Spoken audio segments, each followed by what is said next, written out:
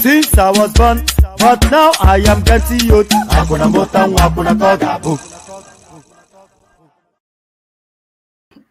And there it is. There it is right there. So there it is right there. Again, the bar.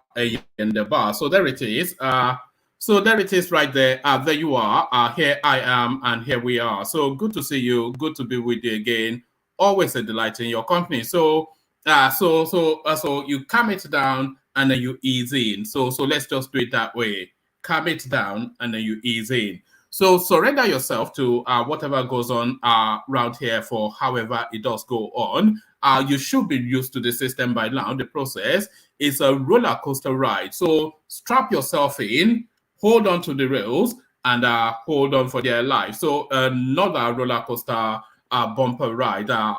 When is it? Never not. So good to see you and welcome. So the usual protocol, click on the like button just as soon as you're coming in.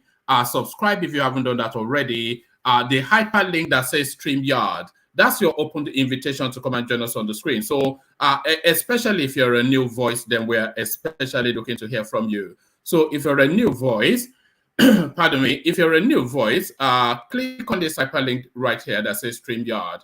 So click on that to come into the studio. We always look for new voices because it expands the conversation, and the conversation needs to be as rich and as expansive as it possibly can be.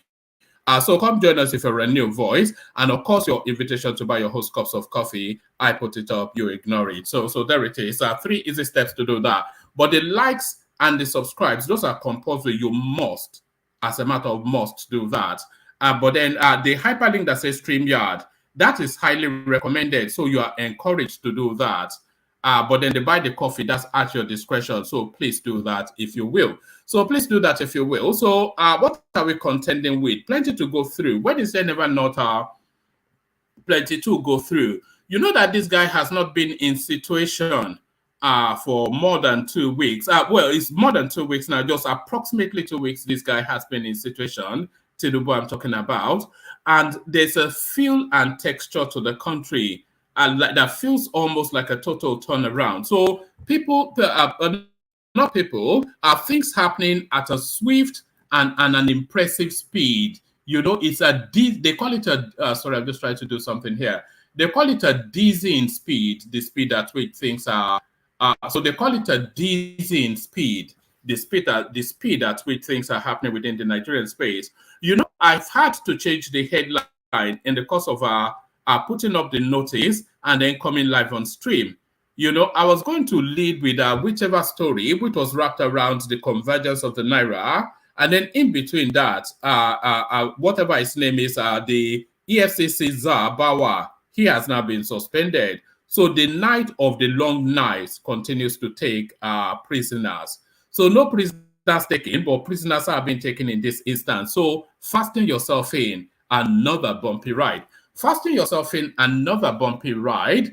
President Tinubu suspends EFCC chairman Bawa indefinitely. So that seems to be his tool of preference, just to suspend them and hold them in abeyance until decisions are made about their fate. So another one bites the dust, another big fish in the net. This guy, of course, notorious. Ever since he was the lead person for EFCC in Port Harcourt, this guy has had a reputation for just unconscionable corruption. So when he was made the EFCC chairman to succeed Magu, who was also verilously corrupt, people were aghast and consternated. So now it looks as though Nemesis catches up.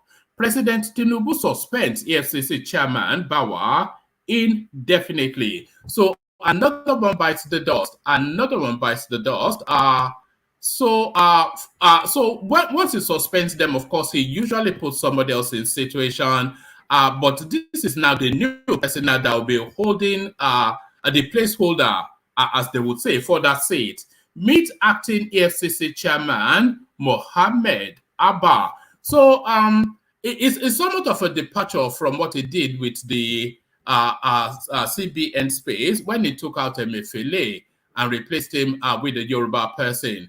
So we look at those to see what we look at that rather to see what we're making of that. So we look at that to see what we are making of that.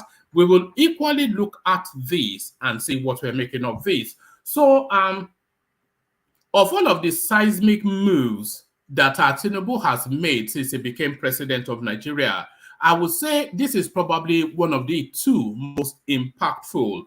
The first impactful, sorry, let me have a... The first impactful move that he made was to tell us that the fuel subsidy is gone. And by the way, Tinubu was the one that ended fuel subsidy, or not Buhari, because I've been hearing narratives all over social media that it was actually Buhari that ended it.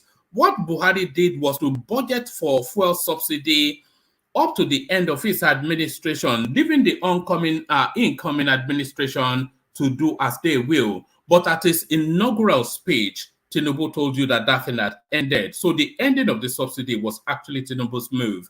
Another move now, the harmonization of the Naira, which a lot of people are the round tripping of money, buying it at official rates and doubling your money at the black market, which is how the senators were feeding fat and people like Dino were buying Ferraris. It looks as though that has now come to an end. CBN floats Naira, banks to determine exchange rate to dollar, other currencies. So there it is right there, and there it is right there. This is probably,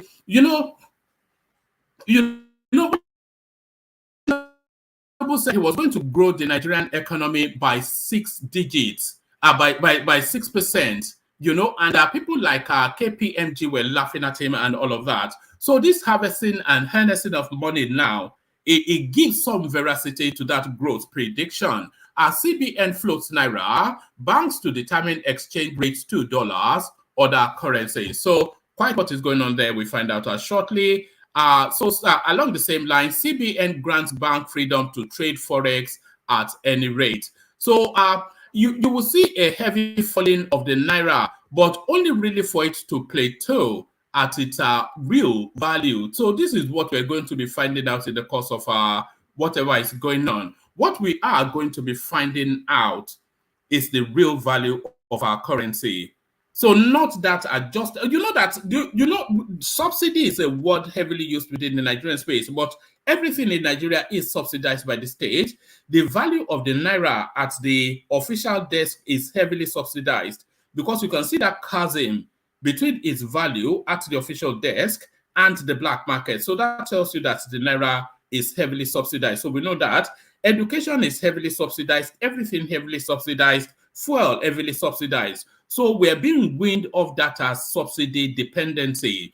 CBN grants banks freedom to trade forex at any rate. So at any rate, it's a buyer-seller market. It's an open market, supply and demand, as they say. Supply and demand, as they say. But then all of these moves now that Tinubu is making, how is the rest of the world responding to it? Well, we get the answer from Bloomberg. Africa's giant rises hopes of fresh start. So this is how the international community are responding to all of these moves being made by Tinubu. It looks as though cautious optimism is what they are saying. Africa's giant raises hopes of fresh start. So raises hopes of fresh start. So we go on from that.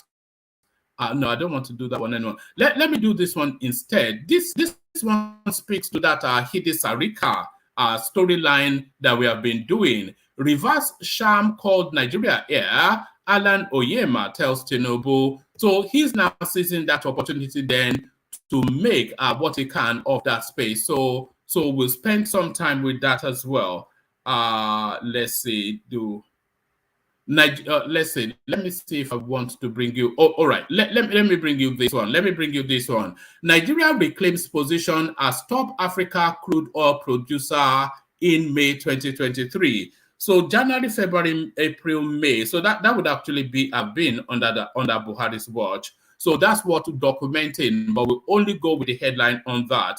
So plenty to go through. When is there never not plenty to go through? So we wrap conversations around that, and then we meander through the conversation and see where it lands us. So always a rich menu. When is it never not a rich menu? So lean back, kick back, take it easy, relax into it. The usual protocol, click on like, as I said, click on subscribe if you haven't done that already.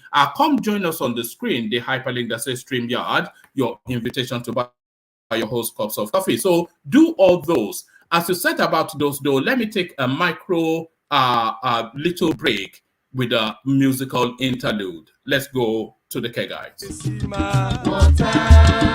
Only water, where they see my water.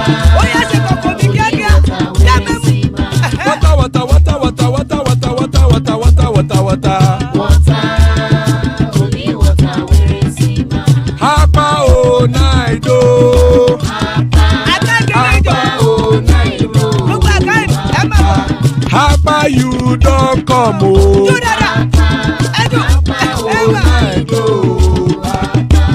Hapa oh night oh.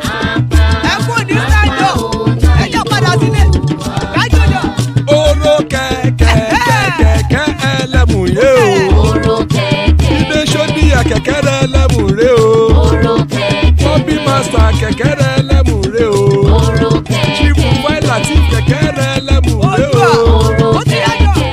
Erukulele elemude.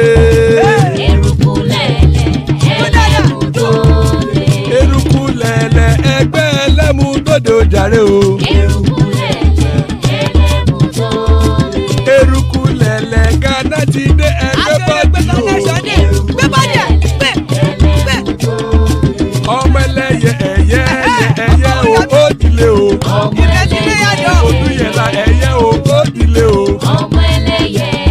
sọ́nà mẹ́yẹ o ó dìde o. Petro Ṣódùkẹ́ ẹ̀yẹ rẹ̀ ó dìde o. Ẹlẹ́kọ̀ ọ̀run mú ìní o.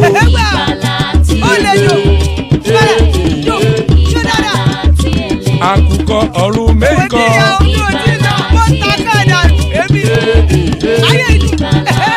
Ikú kò ní ríwà gbéṣe o.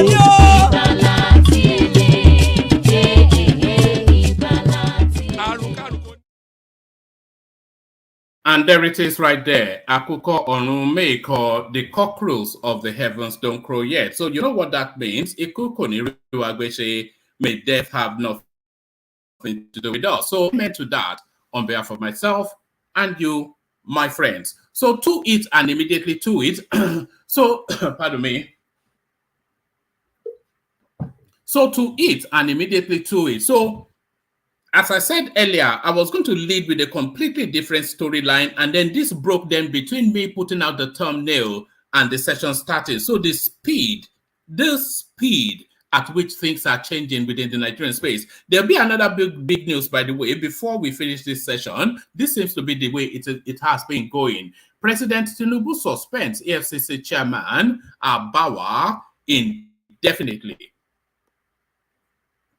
President Bola Tinubu has suspended indefinitely the chairman of the Economic and Financial Crimes Commission, EFCC, Abdulrasheed Bawa, from office. According to a release from the presidency on Wednesday, Bawa's suspension is to allow for proper investigation into his conduct whilst in office. This follows weighty allegation of abuse of office leveled against him. Mr. Bawa has been directed to immediately hand over the affairs of his office to the director operations in the commission, who will oversee the affairs of the office of the chairman pending the conclusion of the investigation. Bawa's suspension is coming days after Tinubu suspended the central bank governor, Godwin Emefiele, from office. Emefiele's suspension has been confirmed by Willie Bassi, the Director Information for the Secretary to the Government of the Federation, George Akume. He said, President Bola Ahmed Tinubu has suspended the central bank governor, Godwin Emefiele, from office with immediate effect. So we're not talking about Emefiele this time around. We're talking about Bawa. This is sequel to the ongoing investigation of his office and the planned reforms in the financial sector of the economy. Mr. Emefiele has been directed to immediately hand over the affairs of his office to the Deputy Governor, Operations Directorate, who will act as the central bank governor pending the conclusion of investigation and the reforms. So pending the conclusion of investigations and the reforms, but you can bet your bottom dollar you will never ever see Emefiele anywhere near the central bank again. He knew this was coming, of course, but he did not have the opportunity to run. So Ibrahim Bawa bites the dust as well. So the knight of the long knives are off with his head, as they say. Off with his head, and off with his head, and off with all their heads. So out with the old and in with the new. So let's just have a brief précis of who replaces Bawa. Meet acting EFCC chairman Mohammed Abba. President Bola Tinubu on Wednesday suspended the chairman of the Economic and Financial Crimes Commission, EFCC, Abdulrasheed Bawa, over weighty allegations of abuse of office. The suspension, and by the way, before I carry on, we see this all the time, and we see this under so many administrations. When these people are in situation, they feel that the time will never be up, and they ride roughshod over the system and everybody. And then when the time comes and their space in that office comes to an end, then they look so much sheepish. Now, did you see the clip of Emefiele being arrested? It looks forlorn, like some schoolboy being sent to the headmaster, and how at the mighty falling. President Bola Tinubu on Wednesday suspended the chairman of the Economic and Financial Crimes Commission, EFCC, Abdulrasheed Bawa, over weighty allegations of abuse of office. Pardon me. The suspension, according to a statement by the office of the SGF, is to allow for proper investigation into his conduct whilst in office following weighty allegations of abuse of office leveled against him by some stakeholders in the anti-corruption fight. And by the way, before I carry on, you know that the EFCC was meant to be a standalone organization, to be as independent as possible. But in the course of Abubakar Malami moved that portfolio under his ministry. So the EFCC now are a satellite agency under the Ministry of Justice, which runs contrary to the purpose of it. Because then, of course, they cannot investigate the Ministry of Justice. So that's part of the things they should be investigating. Following his suspension, Bawa was directed to immediately hand over the Affairs Office to the agency's Director of Operations, Mohammed Umar Abba, who will oversee the affairs of the office of the EFCC chairman. So now we get to know then who Mohammed Abba is. Often instances, when somebody comes in an acting capacity, instances get confirmed. Mohammed Umar Abba, Commissioner of Police CP, on July the 9th, 2020, stepped in as the acting chairman of the commission, being the most senior operational officer of the commission. The development followed the suspension of Magu on July the 6th, 2020, 7 months after Abba handed over the substantive chairman to the substantive chairman, Abdul Rashid Bawa, on February the 24th, 2021. So that is quite interesting, actually, because that would then, because it says Mohammed Abba, etc., on July the 9th, 2020, stepped in as the acting chairman of the commission. Now, listen to this, being the most senior operational officer of the commission. So when Ibrahim Magu was suspended and stepped down, he then had to step in as the most senior person within that organization then. So with the full expectation, of course, that if Magu does not come back, he will be confirmed as the EFCC chairman. But then, of course, they stepped him aside. They stepped him down, but thankfully they did not retire him, but they stepped him down to replace him now with Bawa. So Bawa now stepped down, and he has now been brought back into situation, but of course, with a gripe and a vengeance. So I think that might well be in play. The development followed the suspension of Magu on July the 6th, 2020. 7 months after, Abba handed over the substantive to the substantive chairman, Abdul Rashid Bawa, on February the 24th, 2021. Born on June the 22nd, 1965, in XYZ local government area of Kano, Abba bagged his first degree from Bayero University. Umar did his 1-year national service at the old Anambra State Police Command and later enlisted into the Nigerian Police Force. He attended the Nigerian Police Academy, Kaduna State, where he was commissioned in 1992. CP Abba was seconded to the commission on January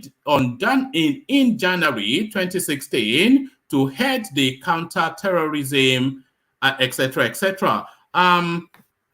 So that's the new person then in situation for that space. So that's that. That doesn't actually tell us anything much, but hopefully this tells us a lot. CBN floats naira.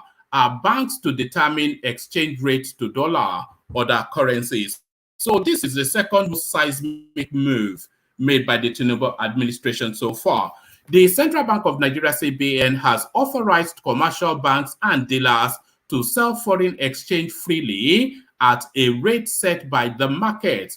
The change allows banks to freely influence and determine the naira to the dollar value. The development is in line with the commitment that President Tinubu made upon being sworn in on May the 29th. During his inauguration, Tinubu promised a single foreign exchange rate regime. So just the amount of money is being saved. So the amount of money is being saved because, of course, let's use an example to make the point so you have a full appreciation of this. Let's say the naira was changing to the dollar at the official CBN Forex desk, at 400 to the, I know it's 700 and something, but for the purposes of example, let's say the Naira was changing to the dollar at 400 at the CBN Forex desk, but it is 700 at the black market. So if you are able to access it at 400 at the CBN rate, you make an instantaneous 300 Naira profit.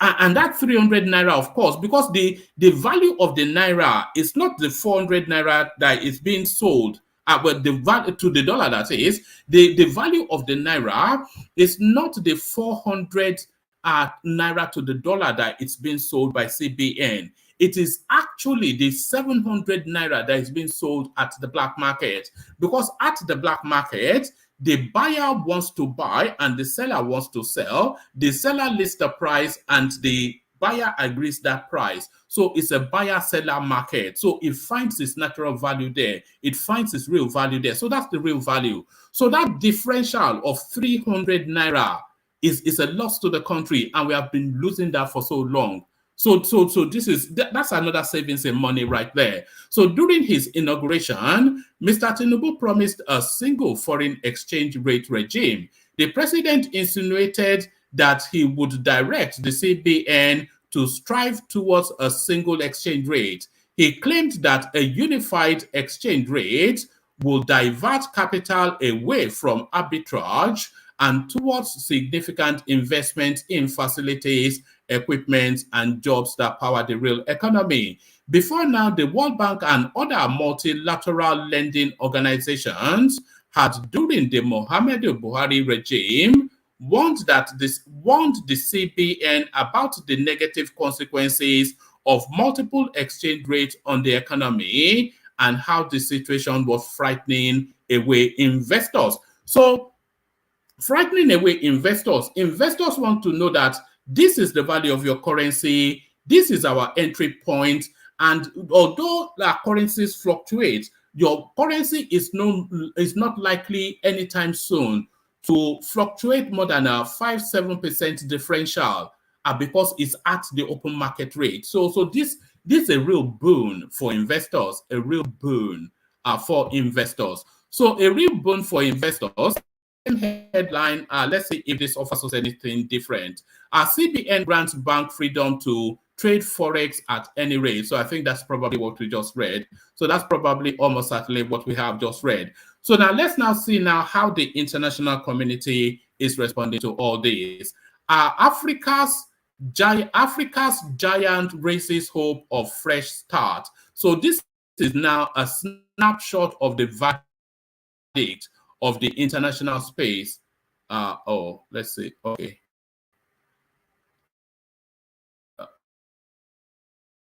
I hope it's not anything long and winding. Okay. Person right there. Nigeria's new president, Bola Tinubu, has delighted investors with his decision.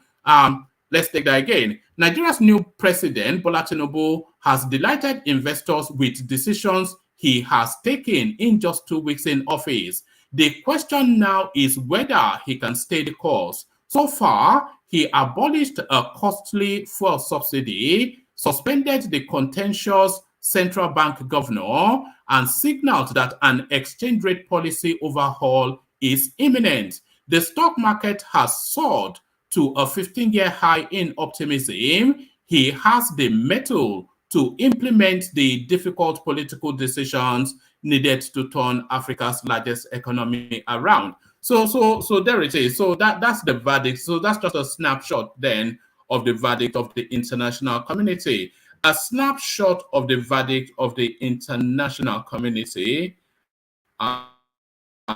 Should we go to this one? Let's leave this one for a moment. Let's come to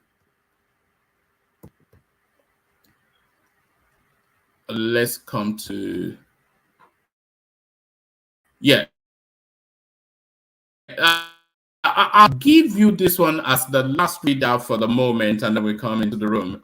So let's come to this one. African crude oil producer in May 2023. So it looks as though the stars are aligning for Tinubu as he takes the reins of power. its position as the top crude oil producer in Africa for May 2023, as reported by the Organization of Petroleum Exporting Countries, OPEC. Nigeria produced 1.184 million barrels of crude per day during the month. According to direct communication data provided by OPEC.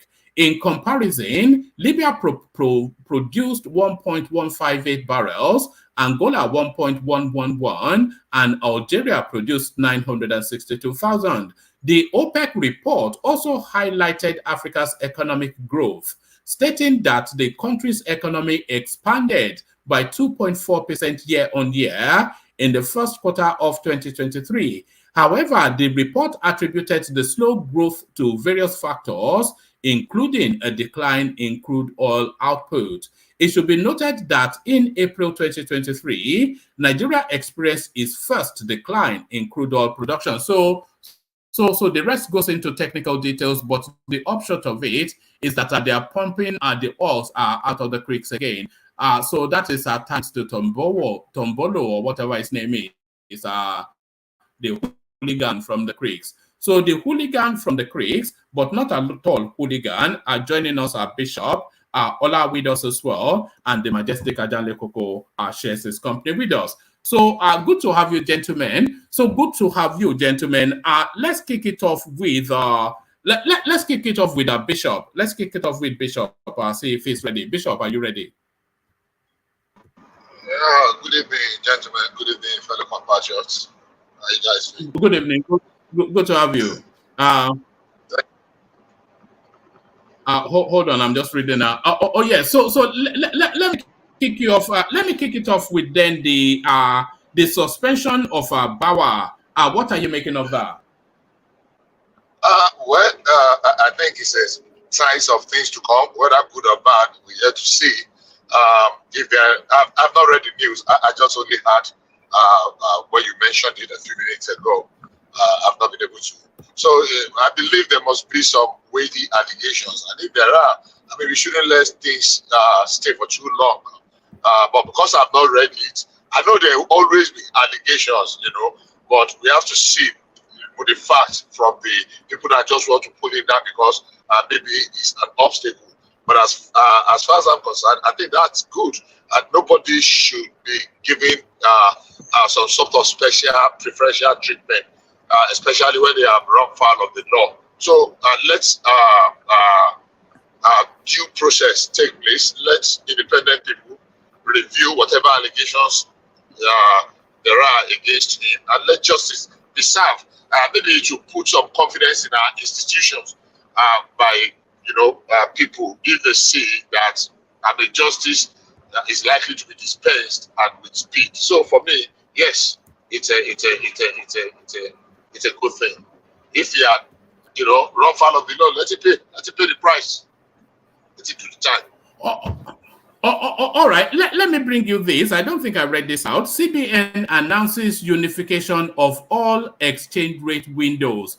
The Central Bank of Nigeria has announced the unification of all segments of the forex market, collapsing all windows into one. This was part of a series of immediate changes to operations in the Nigerian foreign exchange market in a bid to improve liquidity and stability. According to a press release by the Director of Financial Markets, Angela Ajimbe, a PhD, this is what she said. So, number one, abolishing the segmentation of the FX market into different windows. All transactions will now be done through the investor and exporter window, where the exchange rates will be determined by market forces. Application for medicals, school fees, BTA and PTA and SMEs will continue to be processed through the deposit money banks. Previously, the FX market was divided into different windows, but now all transactions will be conducted through the investor and exporter window. This means even those applying for BTA and PTA, I don't know what those are, but you probably tell us, will also pay the official exchange rate at the I&E window. The exchange rate in this window will be determined by market forces. And number two, we introducing the willing buyer, willing seller model at the I&E window, where all eligible transactions can access foreign exchange at the preferred rate. Willing buyer, willing seller model. The CBN is reintroducing this model at the I&E window. It means that eligible transactions can access foreign exchange at the rate they prefer. Number three, setting the operational rate for all government-related transactions at the weighted average rate of the previous day's executed transactions at the I&E window, rounded to 2 decimal places. So, I think I understand what that means, but nevertheless, we'll get into it in a moment. So what are you making of all of this harmonization going on within the foreign exchange space, Bishop? Thank you once again. Good evening, gentlemen, once again. And I forgot to remind our listeners to please do the needful. Click the like button. Please, we are begging you. Please. They will click the like button, share, and if you have not subscribed, kindly do so, please. I beg, we beg. So I think this is the most exciting news of the day. For me, it should have been done many years ago. I remember when IBB started second tier, third tier option of the foreign exchange market, and we started having distortions. And not just that I'm excited for nothing, even though I will readily confess that discussing finance is not my forte, but at least based on what would be on the way, it's exciting. And if you read body language, the excitement, this is springing up in the investment communities around the world. I've had statement from PricewaterhouseCoopers. I've had statement from KPMG. I've had Bloomberg, and this is something that should have been done like forever. Yeah, but the second best time is now. And the only thing everybody is waiting for is, will the commander-in-chief go the whole hog? Will he be able to hold on to it? Because there will be pushback. There will be pushback. But if we can sustain it, Nigeria is a very fertile ground for investors. A lot of people are looking for opportunities where they are looking for where opportunities are to bring their fund. But because of some of these policies of assault, inconsistency, especially in this area that we have used to enrich some individuals, some certain privileged individual through undue advantage, through arbitrage. People are just sitting down in the corner of their home sipping 1974 branded champagne. We just at the call, we just made 300 million, because if they give you $1 million without even going to import or do anything, you can just take it to the market the following day, and you are 300 million richer. The irony of it is that sometimes you don't even give them the cash. It's some kind of transaction, so your money is not involved, but because of connection, you are 300 million richer. So it's a news that really excites me, even though the nitty-gritty are still sketchy, but it's pretty straightforward. There is not going to be a dual market. Whatever you want to do, you just go to where you prefer. Maybe 1 naira or 2 naira here and there, that is the spread, and that will be different that you want to gain. That depends on how urgent it is for you or how desperate you are. But the idea of having almost a how many percent now?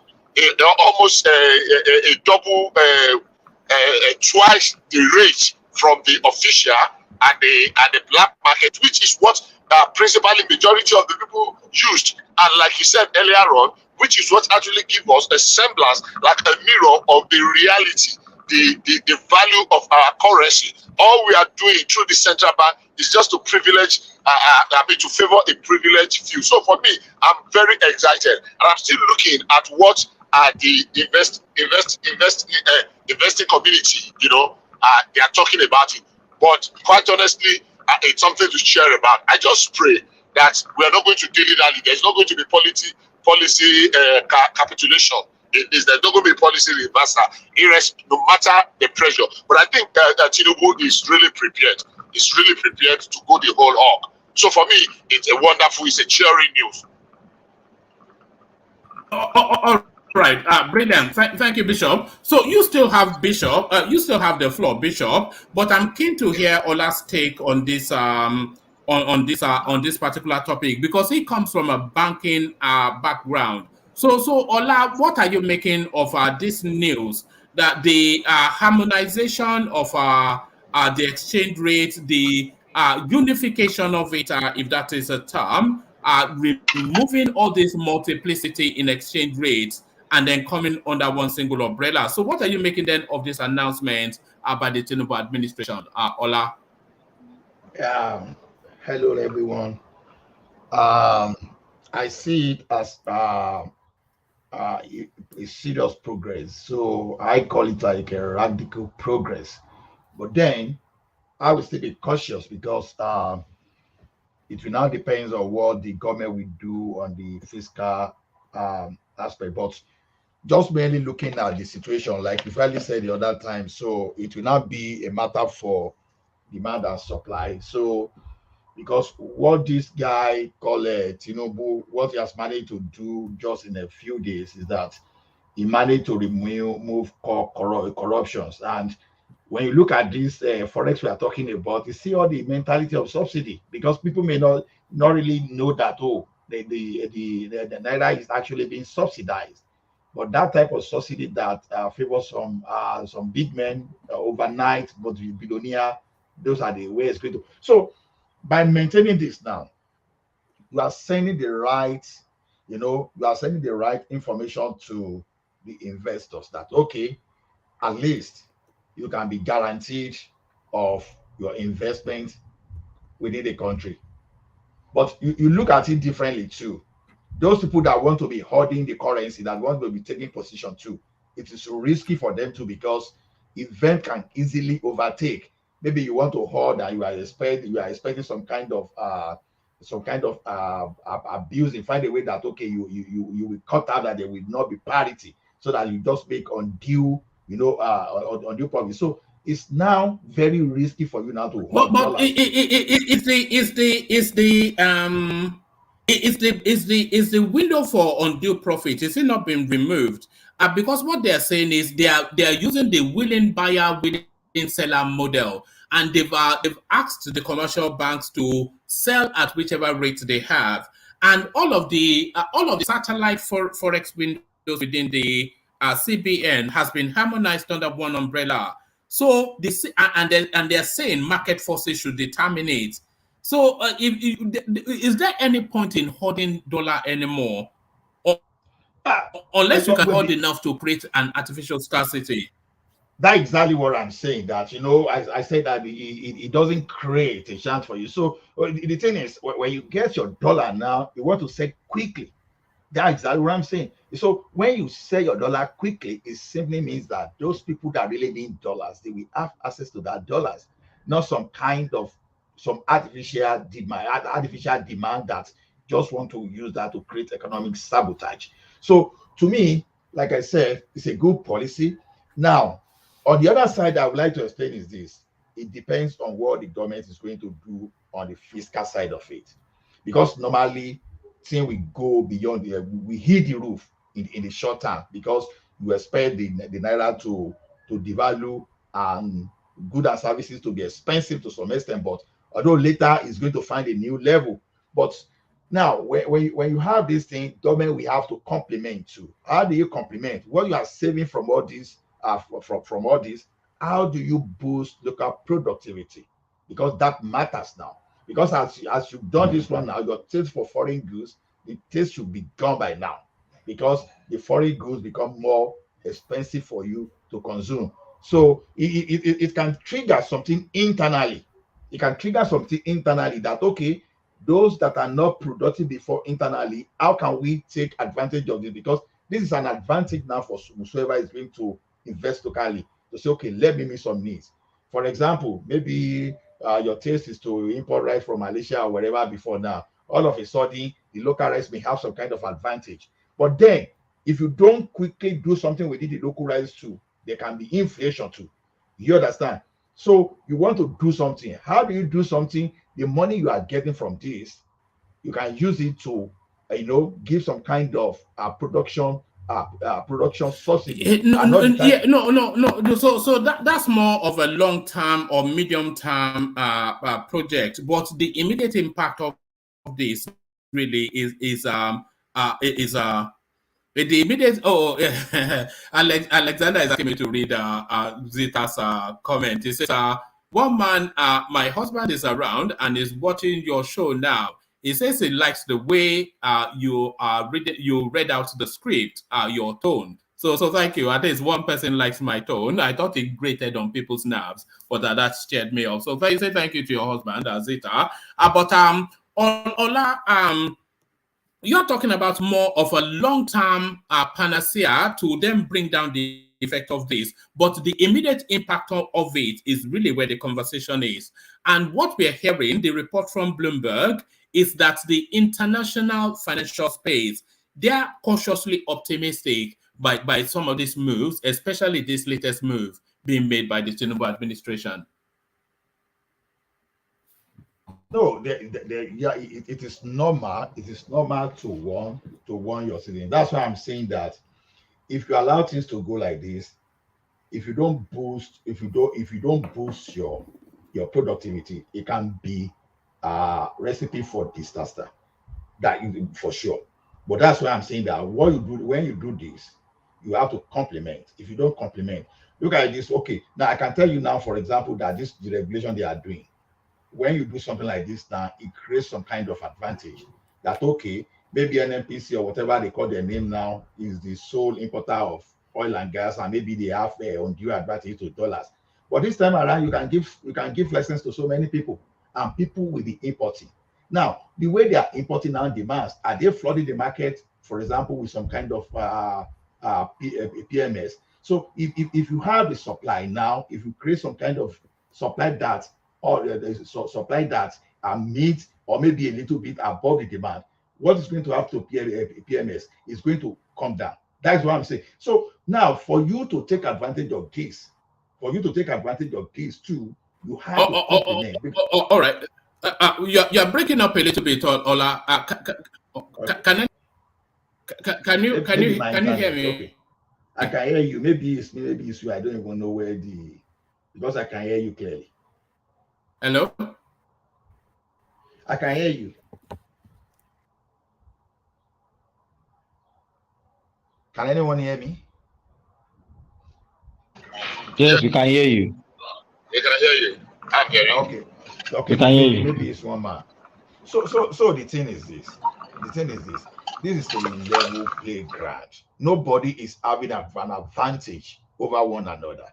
For example, if you have 3 oil marketers now, if they need to import their product now, nobody is going to the back door now to go and get something at the official rate and create some kind of advantage on you. So you, as an investor within that sector, you are confident that, okay, I'm competing fairly.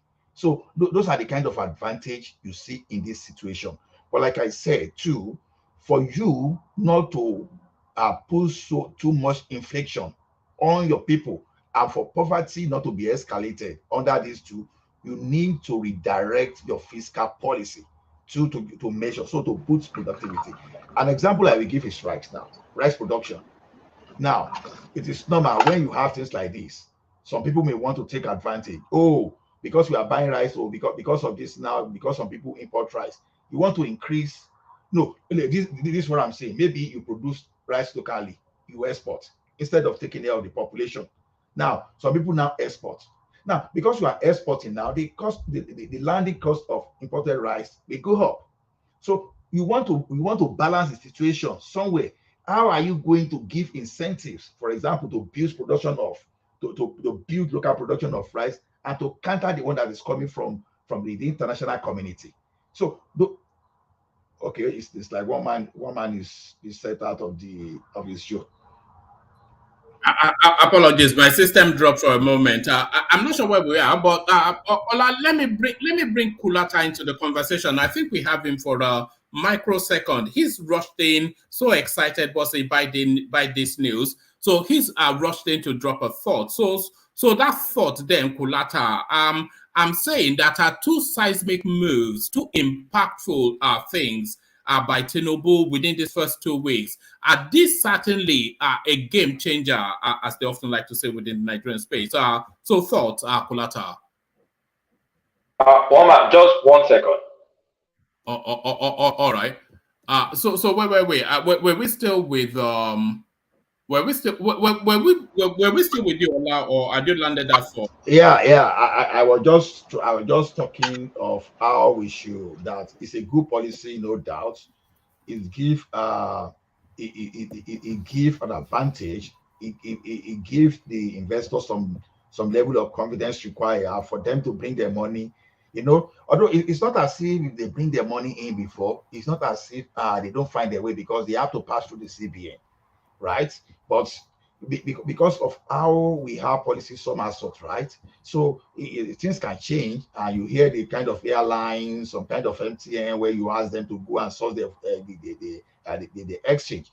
Whereas you will settle some kind of bureau exchange for let's say 460, and you now ask MTN to go and buy for let's say 700. So when everybody knows that they are play freely, and we know how to price their product to whatever they are offering the community. So this is telling you that okay, I'm creating a level playing ground.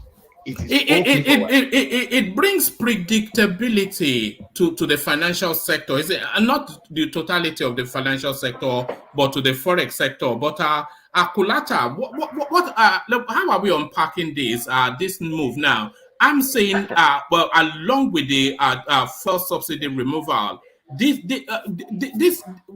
is the rebalancing of Nigeria taking place.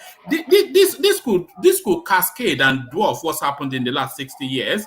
Am I getting too carried away, Kulata? You're not getting too carried away. This is putting Nigeria back to fiscal sanity. I'm happy. I think this is one of the happiest days for me relating to Nigerian news, because two of the things that I fought out for before elections, any presidential candidates, any question I asked them included these two questions: removal of fuel subsidy and unification of exchanges, because they are very, very important to me. So for Tinubu to do it in 2 weeks or less than 2 weeks, I have to salute that man. I have to also say, like I told Egbon earlier today, that Tinubu has balls the size of watermelons. What he did, both of what he did, they're seismic moves fiscally. He has put us back into fiscal sanity. Ola has done a good job articulating the impact on investors. But let's even just look at it from impact of fiscal sanity. Like NNPC has not remitted dollars to Nigerian economy since maybe 2021. NNPC hasn't given Nigeria dollars. So we've been using that money to pay subsidy. That means we've been putting it into people's pockets. That's subsidy money. So Forex, NNPC, there's no Forex to use to do anything. We can't build the reserves. They can't put it in the market. It's just paid into people's hands. So what's the impact of that? Borrowing, deficits, increased deficits. Because NNPC, we're relying on taxation and borrowing. Now that they've cut the subsidy, what does that mean? Whatever trade NNPC makes, we have the dollar. The dollar can go back to where it's supposed to go. Meaning the deficits we're driving up will go down. that will ease out inflation on the long run. Even on the immediate term, it will ease out inflation. And then when you think about it, Dangote hasn't come on stream. Assuming Dangote comes on stream, then there won't be need for dollars for importation. And now that they've now floated the currency, like Ola has said, it attracts more investors in the market. It means I can take my money in and I can take my money out. It's not like I put my money in, then I don't know how I'm going to get it out. And if I can even get it out, do I have to be at the mercy of NNPC? CBN, or at the mercy of the market? What exactly will I do? So that uncertainty, businesses don't like uncertainty. You've removed that uncertainty out. So it means it's based on market value. So, we're going to have more investments coming into Nigeria. I personally, the business I stopped in 2015 because of that, Buhari's policies, I can say confidently today, I am going back into that business because I stopped that business because of this forex uncertainty. But now I am heading back into business. This favors me to export stuff from Nigeria. I don't have to be stuck with trying to get paid through CBN and then they pay me with some stupid rate. I will now be able to do all those stuff. That's just me. Sorry, Kulata, what does it mean that commercial banks are allowed to sell the dollar at whichever rate? So was the CBN determining rate for them previously? The CBN controlled it. Whatever you needed to get dollar, you applied the PTA you mentioned is business travel allowance and personal travel allowance. You apply for that, and then you give CBN. And CBN also had a list of things that you can import, that you can issue. What's that thing called? Is it C of O or whatever? Form M. Form M, yeah. That you issue Form M, and then they give you Forex. And of course, all that stuff is just recipe for abuse. They just gave their preferred people preferred rates. Those ones go and make automatically 300 naira a spread. Immediately. So imagine CBN gives you $1 million. That means you're $300 million richer without doing anything. So, look at the number of people that have made a killing, made a lot of money just by that. And also look at the people that make a lot of money with subsidy. So look at how much inefficiency. Hold on, Kulata. I think you cannot go past that space without me inserting this. That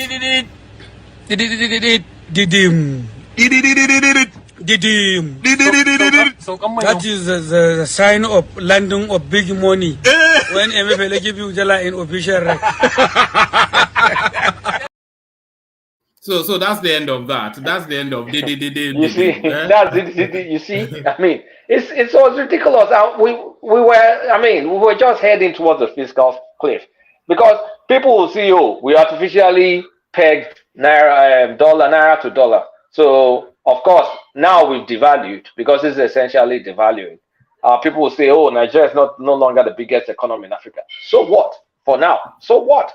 So there are many things that needs to happen now to sustain this. We need to build we need to build our reserves. So that means Tinubu should not joke with.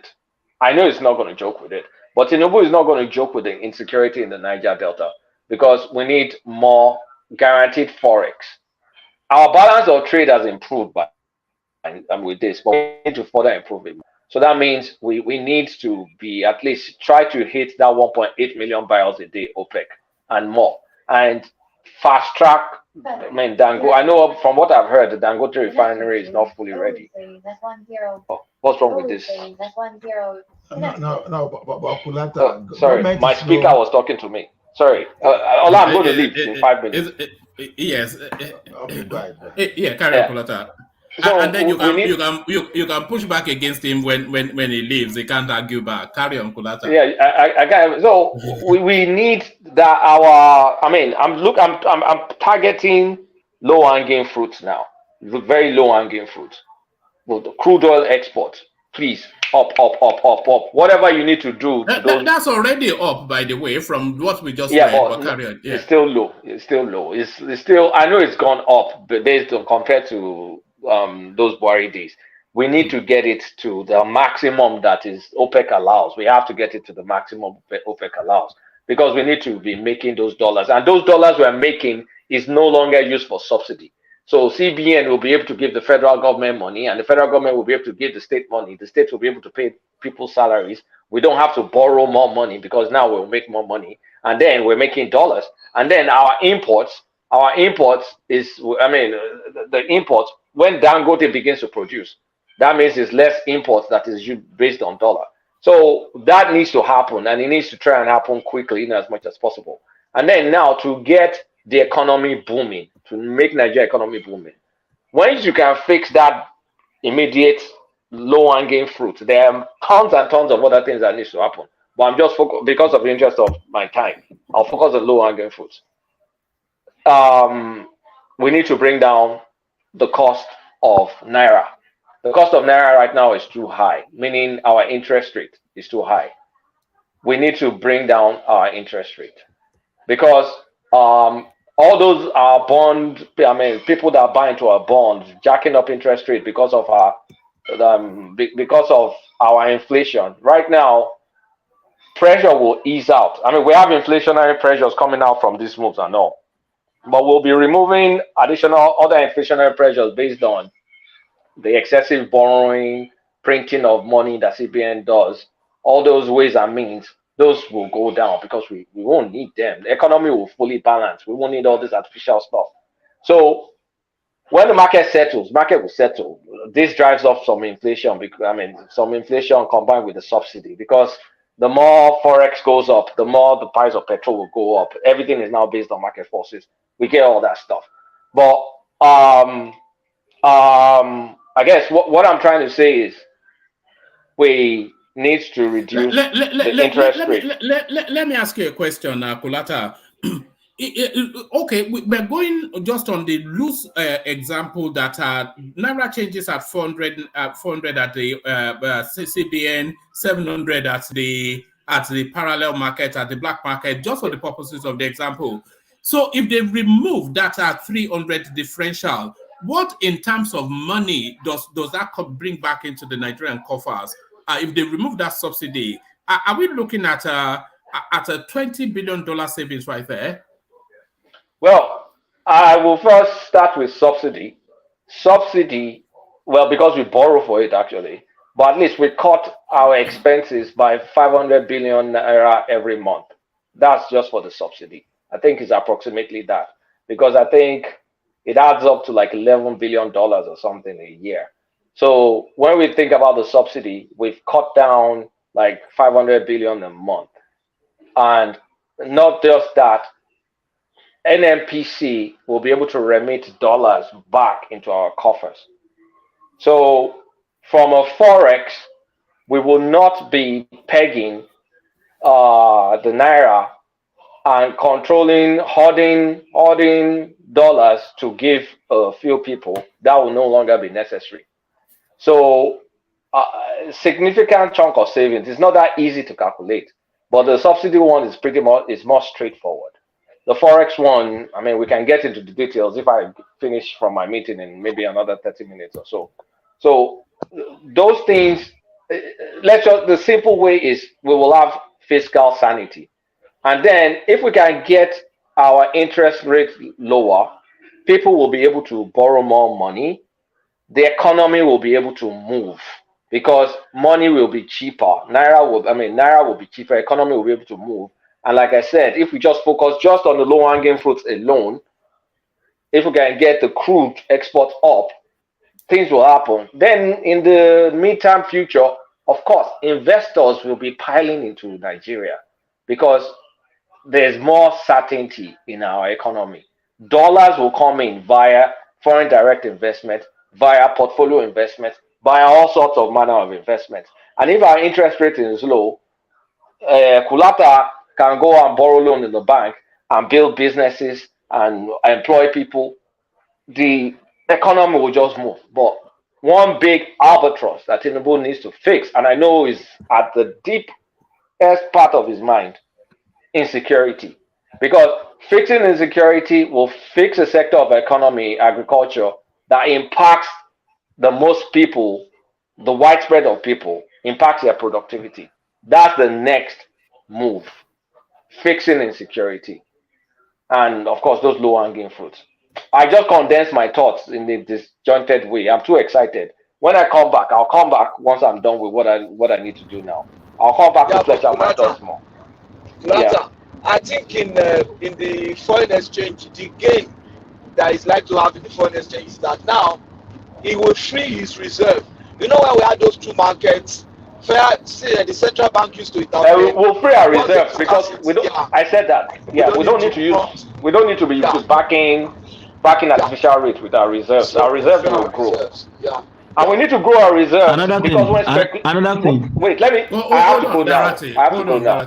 Yeah. Another thing is, we free up our reserves when we let things float. But there are going to be times that we need to use our reserves to back the naira, because speculators and sharks could create artificial scarcity of the dollar, and that may drive up the value of the naira to the dollar. So at those points in times when the spike is too high, we may have to release some of the reserves to back up the naira. So we don't know if it's going to be a full float or a managed float. I'm suspecting a managed float, whereby we will be using some of our reserves just to curtail the price. Just to curtail the prices every now and then. But if it's going to be a free float, CBN will not intervene. But I don't see a situation where CBN will still not be intervening. But at the end of the day, it's going to be parity, maybe 1 naira or 2 naira between black market and CBN and banks. So congratulations, Nigeria. I'll come back to join you guys. All right, brilliant. All right, brilliant. So like Kulata, who took he couldn't contain himself, yeah. So as I was saying the other time, like Kulata did a very good job. So the thing now is this: there's no more pressure on the federal government to keep reserve to back up the currency for the crooks in the market. So now, how does this affect us now? Because, like I said, if our productivity within, if we do not jack it up, it's going to have some implications. But my excitement is this: like when like we really said the other time, when someone was saying, "Oh, Tinubu will not be able to grow the GDP by 6%." What it could surpass that 6%. Because with all of these monies that is pulling in, it's pulling in about 20 to let's say 15 to 25 billion just from the oil subsidy, 11 billion collateral put it. This removal of subsidy again to the naira as well, that's another big savings right there. So it has all of that. So if it does 2 or 3 big impactful infrastructural projects, then that 6%, it might well surpass it. No, yeah, that's correct. Because the thing now is this. No, but one man financial capital is not the only factor that enhances productivity now. If he likes letting pull out the money, if there's insecurity, there's no power, productivity is going nowhere. Wait, Oga Patrick, we are addressing that. You see now, when you look at it from even the fact that what did we lose during that Buhari is a factor on its own. So if we cover that one alone, we can even gain that 6%. But look at it this way. It's like this guy is doing what he promised exactly. Now, we are saving money now by not subsidizing the crook, but we now want to subsidize production now. Assuming that this guy now make it straight to recruit 2,000 soldiers, you want to bring it to reality. Now look at 2 million soldiers that we have to eat. It's going to pay them, right? When you pay them, that means that you already have money in the society which they have to spend. Now, if they are going to spend this money, then you expect inflation. How do you curb this inflation? You go back to agriculture. Taking 2 million soldiers to go and guide your farm, it's more than enough to chase some criminals in our forest away. So you expect boost in agriculture. Now, if we have Imota as the 3rd biggest rice mill in the entire world, and you now find a way now to subsidize production in agriculture, and you drive people to rice production within a year, we can be self-sufficient for the rice we are going to look at it there. So when you look at the money in the hand of those soldiers that they are going to secure the farm and our agricultural produce, including the value chain there, so we can easily surpass what Tinubu promised, because Nigeria is as good as a virgin land that is yet to be cultivated, because a lot of opportunity that exists somewhere that we've not really tapped into. Because as we speak, we can even mention like almost 10 that we are not even doing anything about. So to me, redirecting the money, the fiscal aspects, like you said, maybe if you like, you want to go and build more silos, or if you like, you want to go and build some kind of more dam for irrigation for all those production, or if you like, you want to start constructing road to the farm so that people can bring their produce out of the farm easily. Those are the type of project that you can use this for. So when people say subsidy removal will make poor people to become poorer, it's not really so. It is how you direct that money. So this is I'm just telling you part of the implication of this subsidy. All right, we'll go to the wider implications in a moment, Ola. But I want everybody to have to have a thought on this, because this seems to be one of the most impactful moves yet made by the Tinubu administration. So let me just take a quick sample of everybody to see what they are making of it. Let's kick it off, actually, just to break up the testosterone. Let's kick it off.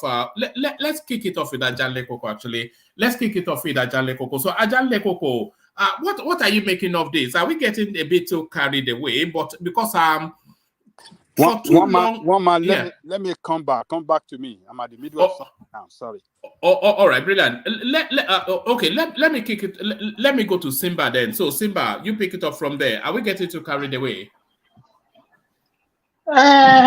Well, man, we have to be. I think I want to handle it with cautious optimism, because all this policy that is rolling out at the same time, they are not without its own consequence, and we have to look at it from this angle. We will have subsidy removal, which will cause inflation. We're also talking about this unified exchange rate, which will also cause inflation. So my fear is that, because if you look at it, there are some countries who have done this kind of thing before. Egypt is an example, which their inflation increased from a single digit to about 30%. They have to backtrack. Then after a while, they have to start again. So the government, did they have the courage and the conviction to actually continue with it? Because there is no way there will be inflation. The pain, will they be able to sustain it? And will the masses allow them to sustain this policy to have? Because it's going to have a long-term advantage, but the pain will come first. So that is my own fear, if you have the courage to continue with this policy. Because if they backtrack, that will send a bad signals to foreign investors. And the effect, that means the foreign investor will lose confidence in the administration. So, and the required liquidity, I mean the dollar, the foreign investment that would actually needed to actually solidify this policy for Naira to be stable, will actually be defeated. So that is the main disadvantage and main effect, my own fear about this policy. All right, but in terms of the positive, it's something that was long overdue, wasn't it? The country was hemorrhaging just so much from the arbitrage in that official rate. Yes, it actually is long overdue. But the reason for the delay is actually the fear of further inflation, as I mentioned earlier. and then the supply chain. I mean, the dollar, because the revenue of the government was actually dwindling. And if you have that kind of dwindling revenue, it will actually have a spiral effect on the exchange, which might actually worsen our exchange rate. But with the increase in the revenue, as it's been anticipated, with increase in oil production, with increase in with the removal of subsidy, if Dangote refinery started production and reduce our imports, it will actually help us in this policy. Also, one of the things that actually affected the delay in actually rolling out this policy before is, as I mentioned, the lack of courage and conviction by the previous government. And so, but now, if the government has the courage and the required backlash that might follow this policy, if they are able to withstand it, I think the Nigerians will be able to smile at the end of the day.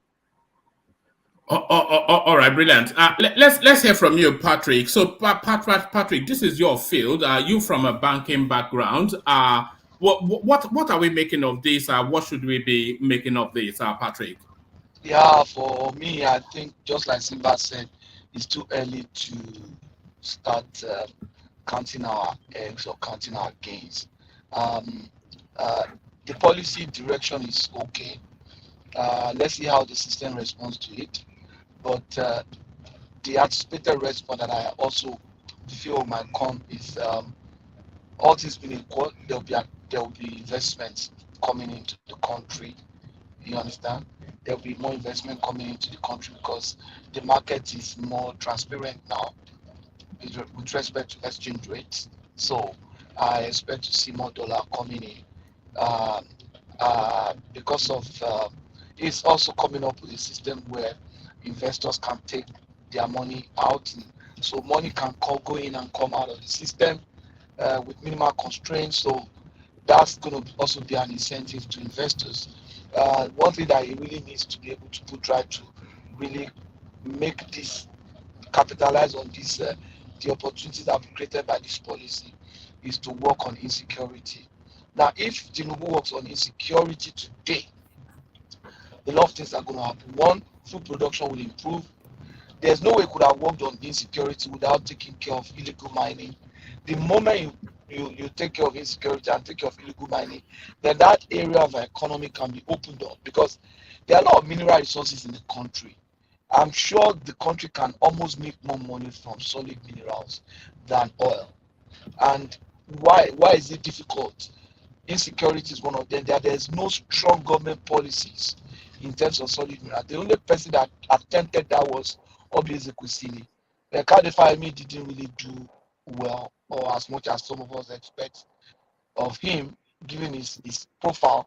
So I want to believe that along with the effort to tackle insecurity, the impact of that is not just going to be on the agriculture sector.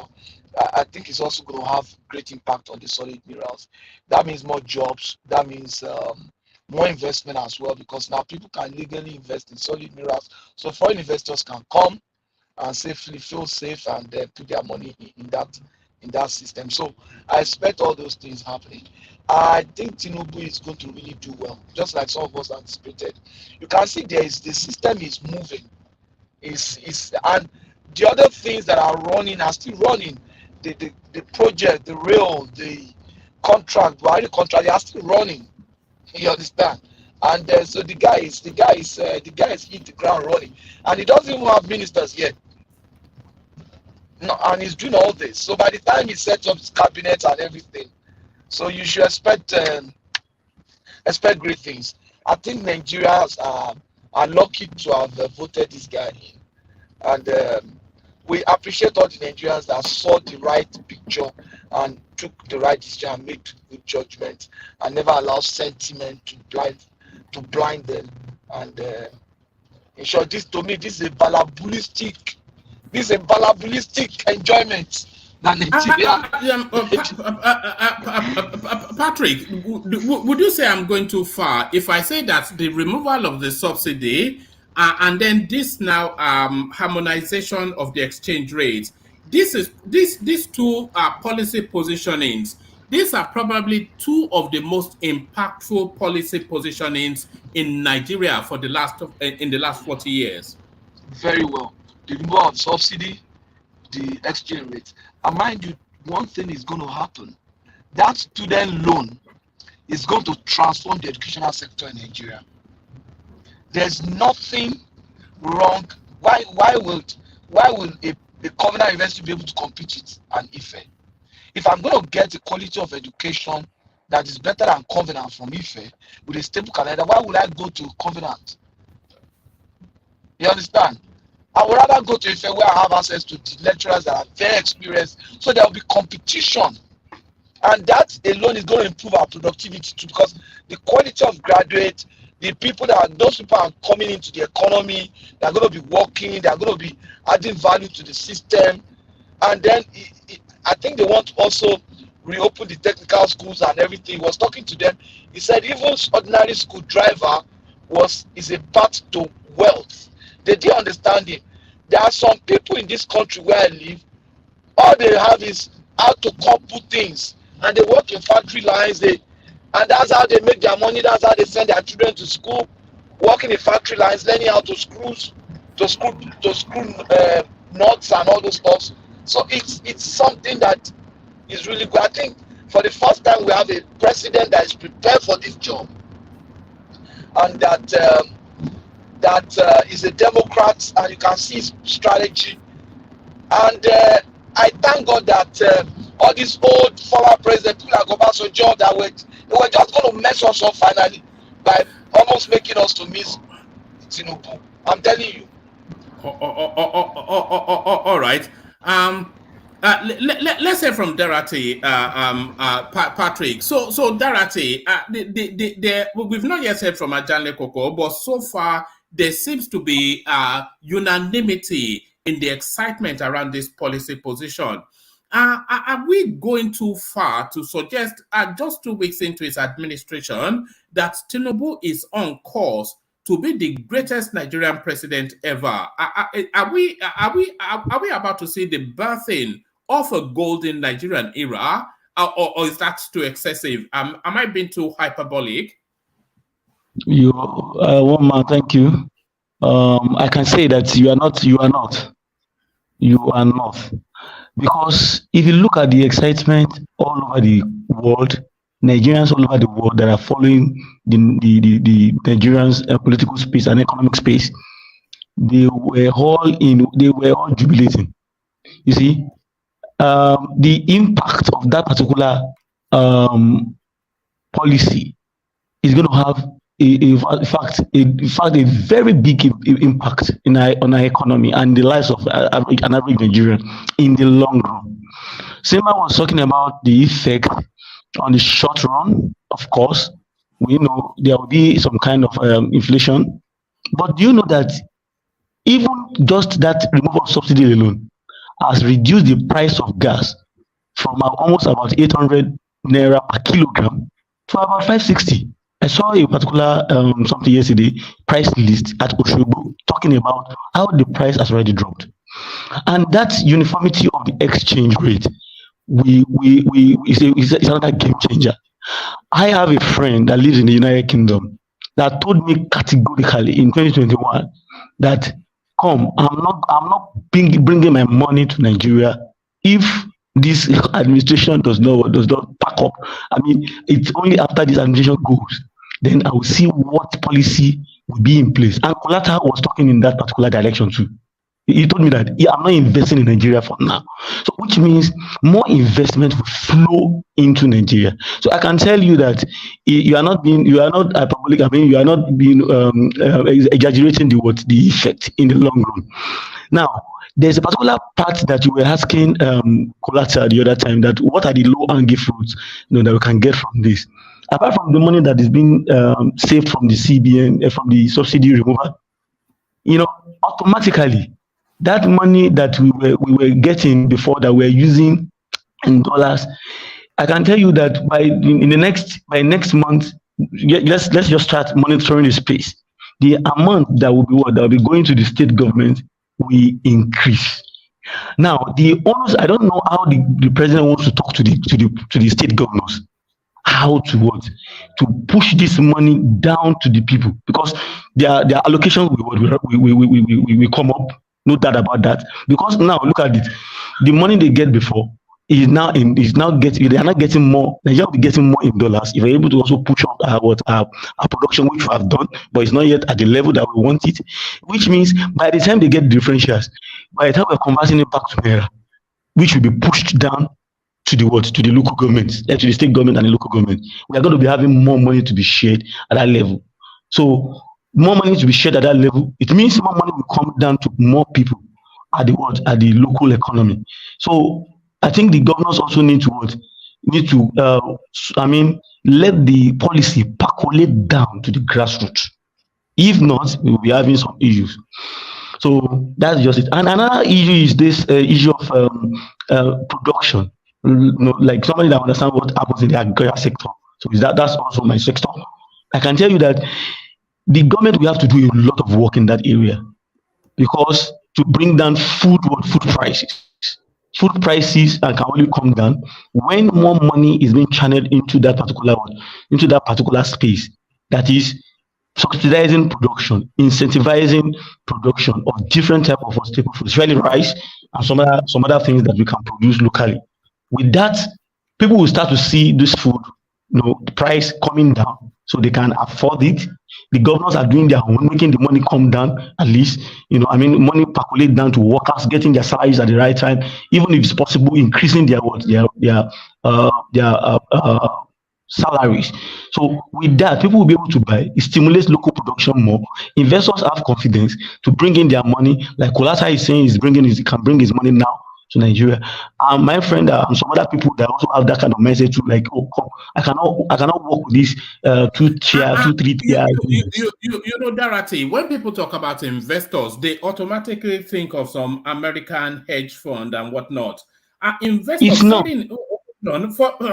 foreign investors are really, a lot of it wraps around the Nigerian diasporic space as well. Because if you look at the Nigerians in diaspora and the sort of money they command, we're talking about a 40 thereabout $billion just in Nigerian possible investor hands that can make its way. Because Nigerians, as much as they love their country, they love money more. So all of that money is circulating in the international space somewhere. But if they have the opportunity to bring it back home, they will. And that opportunity is this window being created. So when we are talking about foreign investors, that includes you and I. Yes, you are right. You see, one of the Nigerians global futurists, he lives in Texas, United States. That was the man that spoke to me while I was graduating from the university in Nigeria. He was saying something, speaking to the members of the diaspora community, Nigerian in diaspora, that you see the money, the kind of money that have been pushed down to the country are not being used the right way. Many of them go into buying drugs, buying these. They are not actually for production purposes, and many of the reason is because of these policies that we are having, policy somersault. Now that everything is not going on smoothly. Now he said something that I held on to strongly. He said more than 80% of the money that a Nigerian in the diaspora makes sits, in the bank in their various countries. They are afraid of bringing this money pushing this money into the Nigerian economic space.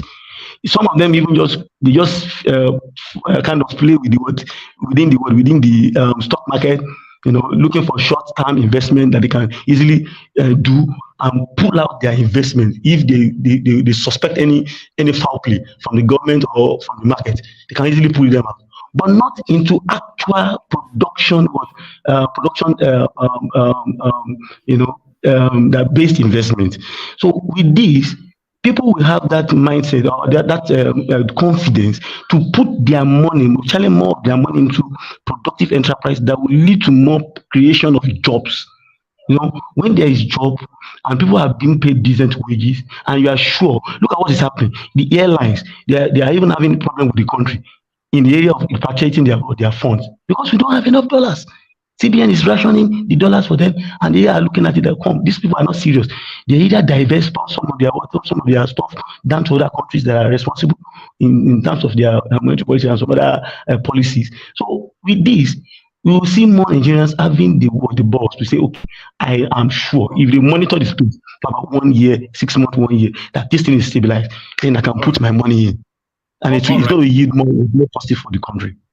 All right, brilliant. Well put. Well put, Darati. So I'm getting somewhat conscious that there seems to be so much excitement. I've not yet heard a cautionary note or a voice of you know. I'm not hearing anybody pulling back away from this. But let me acknowledge Alexander Gomez's super chat, and then I want to. Kulata rejoins us, so I want to put to him then, where does Tinubu have to repoint, just no more than 3, where does Tinubu have to repoint all of these monies now? Because I am budgeting as he's doing, I am calculating the monies. So the 11 billion from the fuel subsidy removal, this now, let's add an additional 5 billion from this remove of multiplicity in exchange rates. So he now has a pocket of money. Where does he have to repoint that money in terms of specifics in order then for us to give validity or solidity to this excitement that we're all getting carried away with? But before I go there, let me go to Alexander Gomez's super chat. It says, one man, I told you that Tinubu would turn around the country in 1 year. I just had that inner feeling. It gave me butterflies. Watch while the country reaches the apex of her potential, Nigeria. So the excitement palpable. But before I come to you, Kulata, just to document a new voice. Oh no, there's not a new voice. So it's Saki Father. What are you doing now? Why are you now coming with some Latin words to? But Kulata, to that question that I put, do you understand it, and what do you make of it? I perfectly understand it, but one thing we need to get clear is not every money from fuel subsidy is savings, because we borrow to subsidize the fuel. So we will stop borrowing. So, but in terms of where the money will go, the most pressing issue is insecurity. Tinubu needs to invest seriously in security. So when we talk about insecurity, let's split it into different ones. So there's the insecurity in the Niger Delta.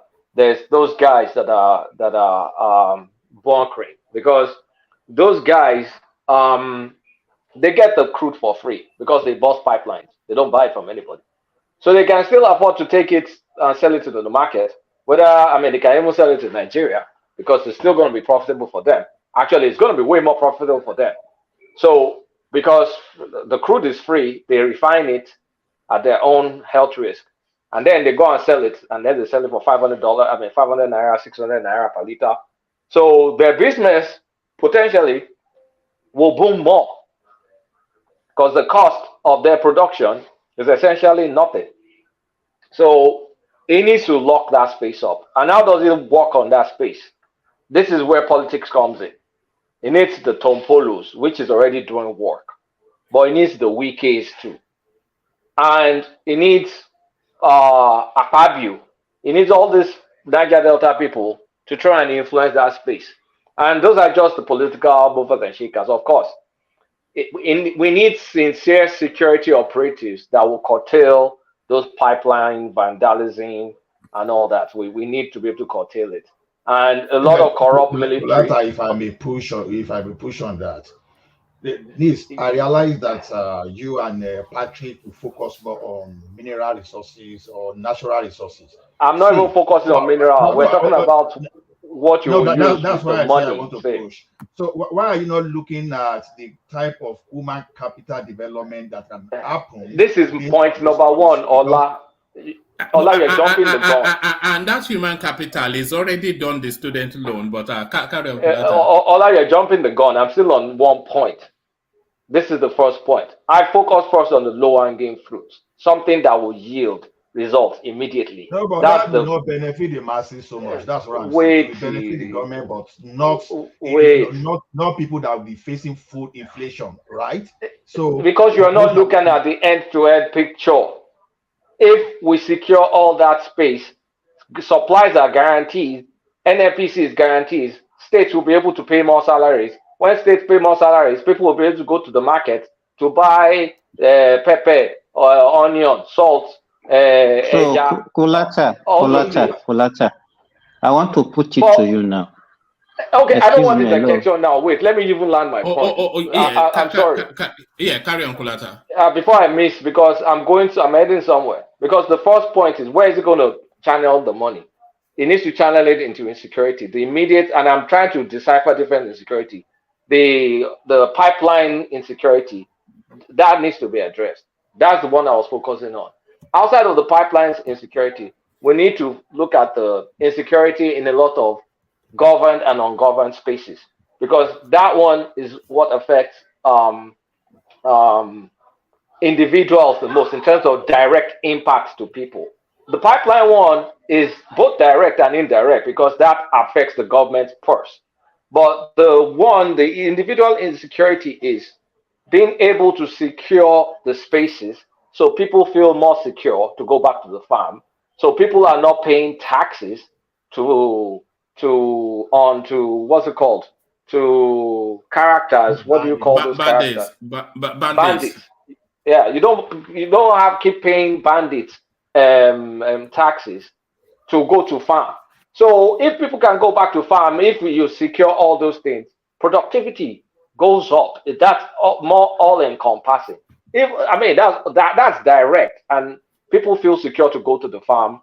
And then when they feel secure, those savings, that is where food processing can come in. You will make sure you create enough incentives to get people to buy all this small, medium-scale equipment from China and India, tractors, Gary refinery. We need to push it beyond all this basic value addition. Gary is not value addition enough. We need to push our cassava into tapioca. We need to put our cassava into ethanol. We need to push our cassava into all sorts of things. We need to use the fiber. We need to use the fiber to do things. We need jute. We need linen. We need so many downstream things that can be pushed. But those are not immediate. Those are long-term. And then insecurity. When you look at the insecurity, I looked at it both from the Niger Delta and from the farmer's perspective. And of course, you need to look at it from other perspectives in terms of the stability of the country, overall stability. So that includes the Southeast and the Northeast with the overall security. So let's forget security. We know that. That's obvious enough. The next one is the education. So from an education perspective, sorry, are you doing it in a hierarchical order? Because I'm waiting for you to talk about power generation, which I think. I'm doing it in whatever order because I'm looking more like, hey, what can we do that's a bit more? I'm taking it from more immediate needs. Power too is immediate, but I'm looking at what can we get some relatively quick results on. I think insecurity is still one of the lowest hanging fruits. And then schools. Our public school system needs to be stable. We need to, with the school loan thing, is fix some problems, but we need permanent fix for higher tertiary institution funding. So I will divert that effort to make sure, first of all, that TED fund thing is reliably collected. And then I have enough savings to provide some federal grants to federal universities. The states takes care of their primary and secondary schools. How many secondary schools does government have? Federal government colleges and command colleges. Command schools. They can take care of that. So that needs to happen. And same with vocational training. The government needs to subsidize vocational training. People need to know how to fix the next set of generators, the next set of cars. Ordinary draftsmen, ordinary being able to draw a straight line or in a building. People, you still look at Nigerian mansions and you look at how, I mean, nobody can even build a straight line in Nigeria. It's ridiculous. I went to some so-called mansions in Ikoyi, and when I started paying attention closer to the details, I'm like, what the hell is this? Like crooked lines all over the place, and it's a mansion. So we need all those things. Now, power generation, we have existing deal with Siemens, right? And then we also have the new bill. So from a federal government perspective, it needs to try and boost that Siemens deal because there's more money, right? It needs to try and boost that Siemens deal, speed it up, get things going quickly. That will take time. That's project. That will take time. But whatever will boost the deal that was signed, because if you already have a contract, so if you go back to them, it's going to be modification, amendment of that contract, and it's going to take time for all those things to take place before you start getting deliverables, before you start doing project management. Those will take some years. But yes, he needs to focus his attention on that. But a lot of it now falls on the state. So I'm not going to push him too hard on that because the states have that responsibilities on their head to do. So it's no longer a federal affair. From a federal affair, I'll focus on the transmission lines. Double down on transmission lines. Power generation is decent enough that at least it can power all the major cities in the country from a power generation. But transmission sucks real bad. So he should really put his energy in transmission. And then let the states pick up where they leave off. So in terms of top three, those are the top three I will look at, which is insecurity, number one, always number one. Without stability, there's no prosperity. We must have peace in that country before we can grow. Then number two is education. People need to get educated. The third one is power generation. But of course, there are more, but those are my top three, whereby any money saved from all these moves, you should channel it into those. Oh yeah, there's transportation too.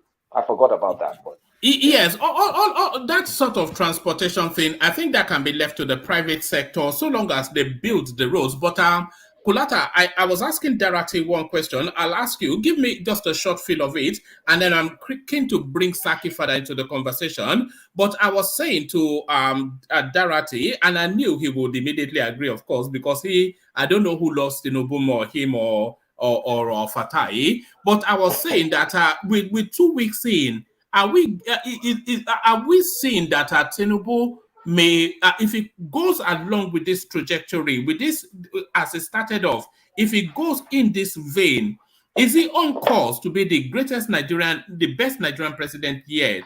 Are we looking at the birthing of a golden moment for the country? No. It's still too early. It's still too early.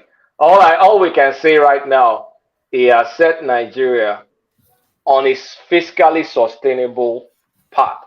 I'm not going to say it's going to be the best Nigerian president because, like I said, we will measure. Kulata, sorry for mid-sentence now. Mid-sentence. Let me. Sorry. What I want to ask you is in line with what I was even going to say. No worry, just continue. Let me even complete the sentence. I said we will ultimately measure his performance by the GDP growth Nigeria is able to establish. GDP growth, number one, job growth, number two, because GDP growth can be skewed by Dangote. Dangote alone is some fraction of some points in our GDP. So it's not just GDP growth. It also has to turn to real, let's talk about things that impact real people, job growth. And job growth, unfortunately, they don't really count, the way they calculate unemployment, I don't think they count farm workers.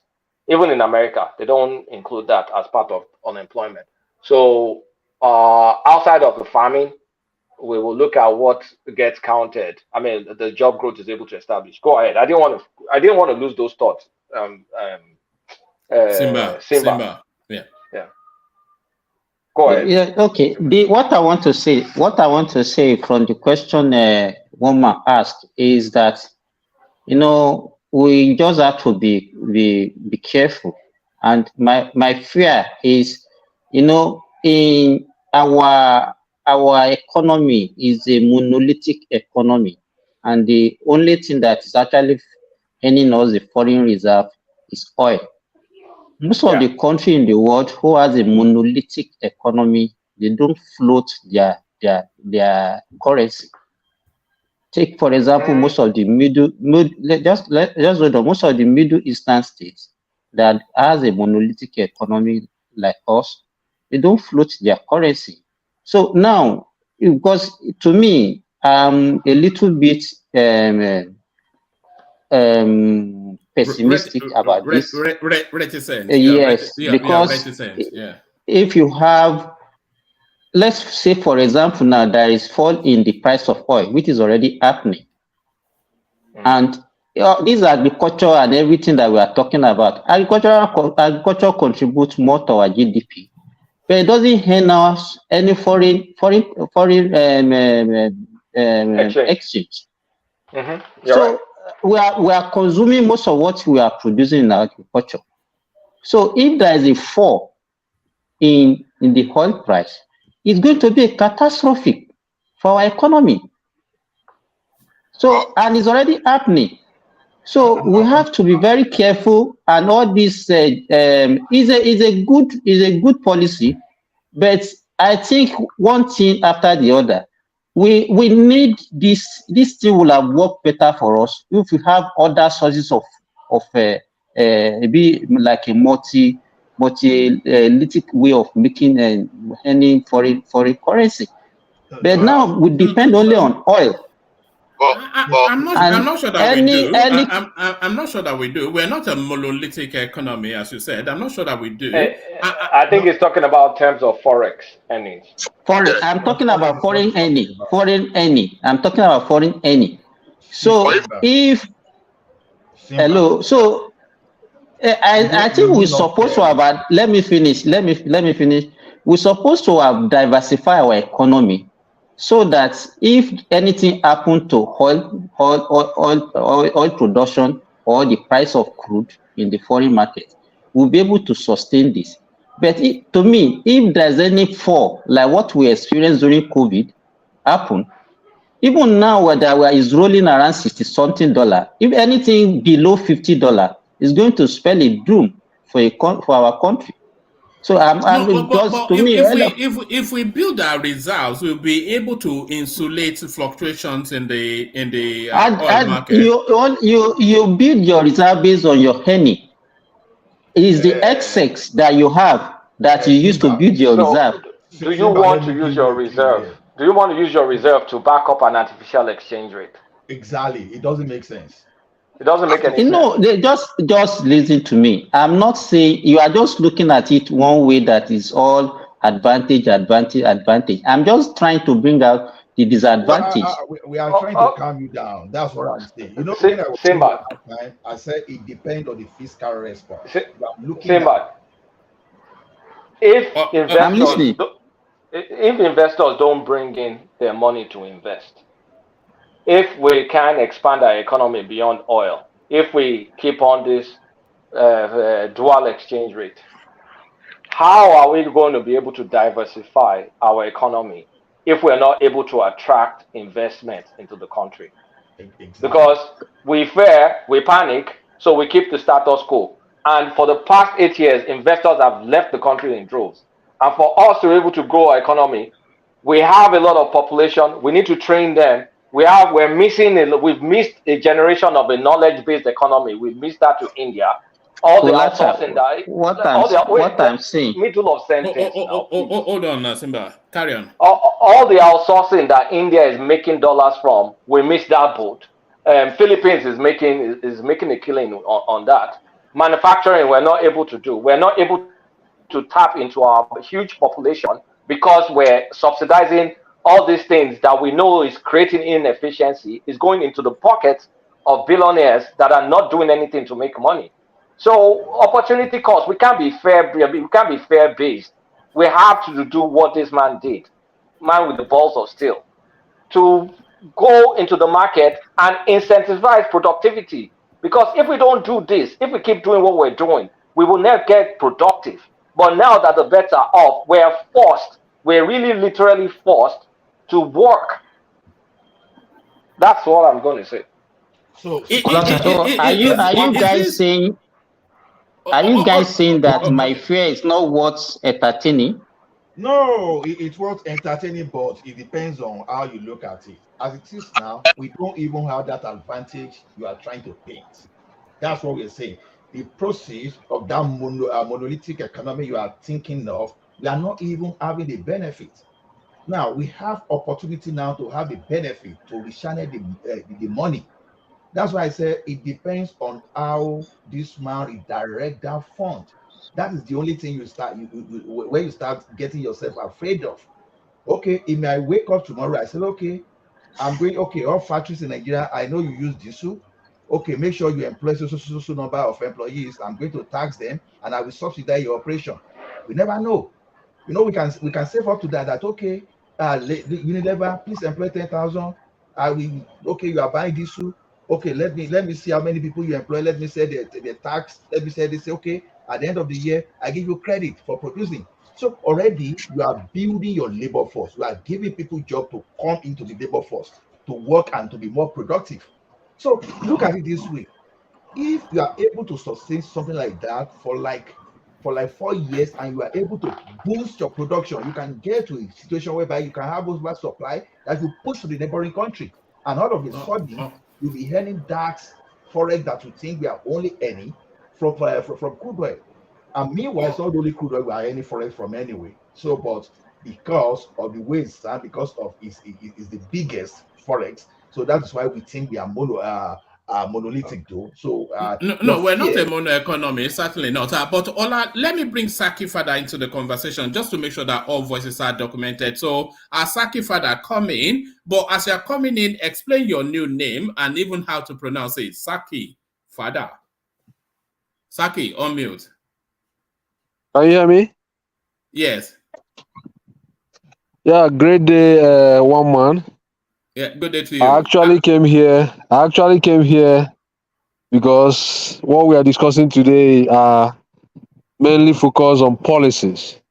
And I saw Kulata, and I wanted to... Oh, hold on. Is that Saki Fada? You're not Saki Fada. Are you Saki Fada? Yes. What happened to your voice? Where's the baritone? He lost this in tribunal. Yes, he's at the tribunal. I've got a little juice for you from the tribunal, but carry on. But tell us what your name is first. What's this? How do you pronounce this? All right. So my name is Te Igito Clementissime Pate Suprice Rogamos.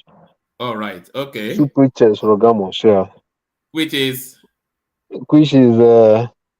like currently Nigeria,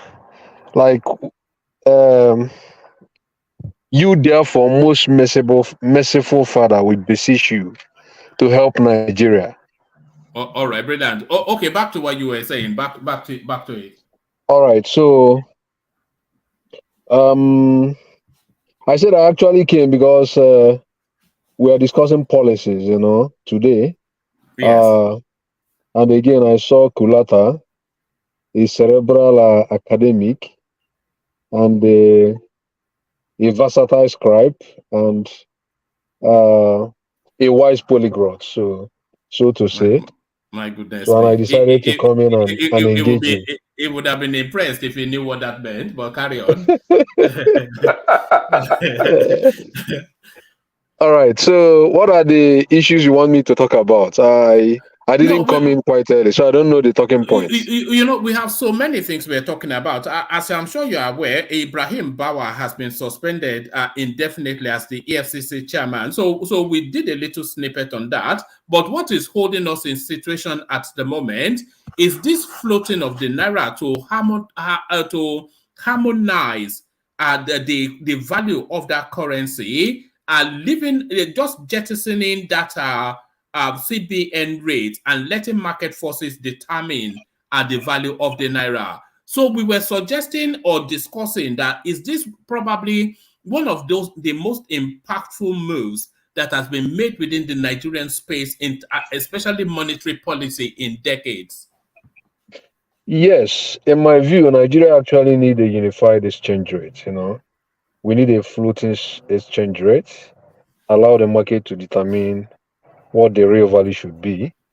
All these multiple exchanges, provides an opportunity for hedging. Arbitrage, so to say. So I think it is a nice policy. Everybody knows that. These are simple things. Everybody know that this is the right way to go. It is not. I don't see it as a rocket science. It is what the past CBN governors should have actually done. It is not really a rocket science. Everybody, even somebody in JS1, you know that Nigeria actually needs a floating system. In my view, I think it is a right policy in the right direction. Okay. If you couple this, because as you said, even if it's a widely held belief that this is the direction of travel best for the country, there's never been the political will or the testicular fortitude to do all of these things, which this guy has now been doing 2 weeks and a bit into his administration. If you couple that with the fuel subsidy removal, how impressed or not are you with Tinubu so far? Yeah, on the issue of fuel subsidy removal, fuel subsidy removal is a consensus. Every night, people like, at least in recent times, people have been able to see that it is not. It's no longer Nigeria is not. It is no longer the issue of retaining subsidy is no longer sustainable. We need to remove it. But the only fault I have with the direction the policy is going is that I think Nigeria should be serious about what they actually want to do. Do you actually want to deregulate the petroleum sector? So you can't be deregulating and regulating at the same time. If you are deregulating, you should deregulate. There is no way I should expect you to deregulate and regulate. There's no So such thing as total.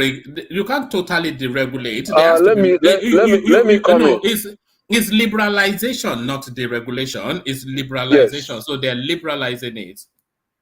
Yeah. Let me. When you are removing deregulation, not liberalization, deregulation. Carry on, Saki. Oh, we lost Saki. Oh, there it is. I was enjoying that. I wanted to poke at him a little bit. I think he's driving. Yes, you could tell from the yes. Let's bring Dewale in just to make sure every voice has been documented. So Dewale, the excitement around now this currency policy, Dewale. Yes, it's good. It means that it's all about the power of demand and supply. But at the same time, I hope the government is not going to hand off completely off from there, because if it goes to extreme, I expect government to step in. But let's look at it. What is the strength of demand of dollar? Most of what we consume are foreign made anyway, so there will always be a constant demand for foreign currency. However, we also need to produce more for us to be able to have that, equal to what we're consuming. Nigerians will always, there will always be a demand for foreign currency, especially dollar, petrodollar. So it's a good idea, but I think it's well suitable for a stable economy, because my fear is the government completely handing off from here, because there's a possibility of manipulation, and that's where my concern lies. But it's a good idea. I think if all things being equal, it will be able to regulate itself. But I see, most of the things we do in Nigeria are always completely on the extreme side. So, nevertheless, it's a good idea. It's a welcome idea. When I saw it, I was like, How are they supposed to manipulate it when you say they are going to manipulate? Because like I believe all this thing are still just unfounded fear. Because the thing is this is going to reduce your taste for foreign. Even there are so many people that go to Ghana, Republic of Benin to go and study. All of a sudden, you will find a way, they will find alternative in Nigeria. So there will be less pressure. You understand? So people looking for foreign. Hold on. Why did you say it will reduce your taste for? Just a summarized. Why would it reduce your taste for foreign? But that would be reduction in the foreign foreign spending or foreign taste or whatever. It would be as a result of if the demand actually goes down. You know, but as the way it is now, we know, you and I know all that Nigerians always prefer something foreign. All right. But you do it when you have money. That's why I'm saying that it depends on how. Okay, look at it this way now. If the government increase the workers' wages, the first thing, they have capacity for foreign, right? The foreign. But now the inflation that this kind of thing may set, the power for foreign goods will reduce. And don't take it in that direction, Ola. You said it will reduce your taste for foreign. What I'm asking is, are you talking about the affordability of foreign goods because the foreign exchange will be too expensive? Is that where you're going? Exactly. Right. That's my point. So, guys, can I ask you guys a question? Dewali, yes. when you pair this subsidy removal and this, you know, the subsidy payments, I want to believe they're in dollars, right? So I want to believe so too. Yeah. So the subsidy. No, I will say it. I will take a caution there because the subsidy is being paid to the marketers after the fuel has been imported. I think more or less like a reimbursement. So I wouldn't know what is being paid in dollars or not. That's what we need to find out. Well, I want to believe. I think it is in dollar. It is in dollar. It is in dollar. So let's do one. Let's go. All right. Let's go with So dollars. Carry on. on. Does that mean it puts more pressure? No. Hold on. Let him land the point. Let me finish. Let's do one small mathematics. I want to believe before subsidy was removed, we were importing 60 million liters a day or something like that. So they said. And that's what they said. As of today, even though the market hasn't found its natural, I think the market is still adjusting. I mean, I think not the market is adjusting. People's behavior is still adjusting. But I think as of today, is less than 20 million. Let's just say for the purpose of maths, it's 20 million barrels a day. This is the real numbers. This is closer to our real consumption. So 40 million. 20 million liters. So 20 million liters. 20 million So 60 minus 20, we have 40 million liters that nobody is paying dollars for anymore. So what am I trying to say? The demand for dollars that subsidy is gulping, that 40 million, zoom, has gone. So we can still assume, we can still tolerate a lot of our importation habits because the sum total of those doesn't even near that 40 million liters a day that we're using to subsidize. So we can still afford to leave off some imports. All we need to do is focus on our comparative advantage, like generate dollars in those areas. Do you think we can't stop imports? We cannot stop imports. Let's forget that. It can be reduced if there's more policy about local production. It has already, that's what I'm trying to do the math. It has already reduced, even though it's vaporware that reduced. That 40 million liters, that's a reduction. That is putting pressure on dollar to the demand. Are we looking at some sort of protectionist policy positioning to stimulate? No, it will backfire on us. Kulata. Yes, sir. Kulata, yeah, there is one statement you made, which I also thought about. And I think that if we dwell on that statement now, it might be too early to start rejoicing. And that statement is the fact that it's not as if subsidy is making money available, because the subsidy we are making, we are not saving the money. We don't have, it will not result in a savings. It's just going to borrowing. It's just it's going to result in a reduction in expenses, which was previously being funded by borrowing. So the net effect of the economy is not the money is now available, you can spend it somewhere, except you want to sustain the borrowing and not spend the money somewhere. So as it is, let us not say they have no subsidy. So where have they put the money? The money is not going to, it's not available.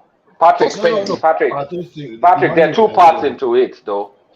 There's the borrowing part, which we get, but there's also the fact that you're using dollars, which, whether you stop the borrowing, if you stop the borrowing, at least that demand for dollar too goes away with it. That's the point I'm trying to make. That yes, I get it. We may not get net savings. We just stop borrowing, except we keep borrowing to fund. We can borrow to fund other areas. That's fine. But the fact that 40 million, is rough mathematics, so nobody should call me out of it. 40 million that is going into people's pockets. That is going to people's pockets. At least we're not using that. We're not using that dollars again to import ghosts into Nigeria. Because that dollar is still going out of the economy. So if we're not using that, we can still afford our stupid habits while we'll try and settle on petrochemical industries, the Dangotes, other areas, knowledge economy, where we can export, where we can be exporting our brains, getting more, maybe programming jobs, knowledge. There are other things that we can generate dollars, but I think we will reduce our demand for dollars. That exporting will reduce, importation will reduce. Let me give you an example. Today, students still get CBN rates from the government to go and school overseas. And you want to close that gap now. Assuming they were getting it for 460 before, and the real market rate is 800, it simply means that they should be prepared to pay for the double. And they may not be able to afford that. And when you look at that, I don't know the figure we spend on overseas education a year. Is it close to $20 billion? I don't know. Sorry, I just don't take that figure as the fact. I can't remember. Look at that. That alone may be reduced drastically by half, because someone that could afford that through the official rate before, all of a sudden you will drop it because it's not going to be sustainable for you. Those are the things. So it simply means that the pressure will be reduced. So look at it from that area of reducing pressure. Now, when you have that, you are opening gap for those people that want to invest before that, just because of that disadvantage. They were unable to do it before. So that's the way I see it. In the long run, when I say in the long run, I expect like 2-3 years, the impact will be, even the fear that we are looking at now will not go beyond 6 to 1 year. That before we reach a new affordability level. So to me, I think this is pro-productivity. Pro-productivity is what Tinubu is doing. We might not know until he start announcing. Yeah, but our government also has to put in policies that will be more or less like a protective policies against. That was what I suggested, and they told me to shut up. Because that's the only reason why you will have less demand on dollar. Because if not, Adewale, the fear is this man has not appointed a Minister of Finance. We still don't know other direction. So we are only talking about the monetary is what we are dealing with now. Is fiscal. I have a question for you. I have a question for you when you finish. Okay, I've made my points. Okay, let me ask two questions. Okay, ask the question, let him answer, and then Saki Father is back to continue with his thoughts. So have that conversation, and then we hear from Saki, and then we back to the structure. Okay, so what about the effect on our foreign debt? Especially, don't look at it from the government angle. Look at it from the angle of let's say, Dangote foreign debt and other banks and the industry that have foreign debt in Nigeria. That means that foreign debt will have to surge up because of this policy. So that means they have more liability to pay and the effect that one might have on them. 2, what about the effect on the increase in fuel price? The pump price that we're experiencing presently that all people are shouting about will definitely increase. So it can't be at this present rate because the exchange rate at which they price this one is going to be different and it's going to be higher. So if you look at those effects, how can we now navigate this effect that I'm bringing up? Because everybody seems to just be mentioning advantage, the benefit. What about this and this fear that I'm also talking about, the fall in oil price? Because everything that we've been talking about, nobody is talking about other ways of generating revenue. We're only focused on we get this one from oil, we get this one from oil. What I still maintain it, what if there is a drastic fall in the oil price? What will happen to our economy? Thank you. Simba, I've told you that look away from natural resources and concentrate on human resources. That is more favorable to us. That our human resources earning us now. What is our human resources earning us now, Ola? Exactly, to avoid that disaster in the future, this is what we should forget about what is going to happen if the price of oil fall in the next month. Because it's still going to happen if you are still using your but we are not deficient in terms of because if you're talking about human resources and then that are capacitated to impact on the economy in terms of foreign exchange, we've never been deficient in that space. And Nigerians are highly educated. They earn international money, we are one man, because you are looking at bachelor, you are looking at degree, you are not looking at a trades and craftsmanship. So like you are bringing a carpenter from Ghana, all those stuff. So you need to liberate all those economy. You know, when you have more money in the hand of those people, those are the things they are going to pump back to the economy that make people now create values to meet their to meet their listing. So if you have money locally, for example, you are likely to drink more beer, you are likely to eat more suya, all those stuff. That's the way you look at it generally. So, but the fear that Simba is talking about, see, yeah, it is true. When you have this situation, you think your foreign debt will increase. But at the same time, it depends on the type of government, the type of debt you are talking of. Are you talking of the public debt or private debt? Because two things. Now, if you see how forex, your forex you earn, the government earn, can take care of your foreign debt. So, what you are supposed to use to service your foreign debt, but you are using the thing to give to some round trippers and some crook oil service providers. That is what we are talking. So you are now saying, take this money away from them. Let the economy dictate for itself. And focus on your woman. Bring butter back. Like Dangote you are talking about. There's a way you can, I've given an example. China did that. Germany did that. And so many countries, maybe they've done that in the past. You understand? You can say, Dangote, okay, this is what I'm going to do. Please, make sure you employ 20,000 people. Don't worry. I will subsidize your production for you. But I will tax your workers in your returns to get my money back.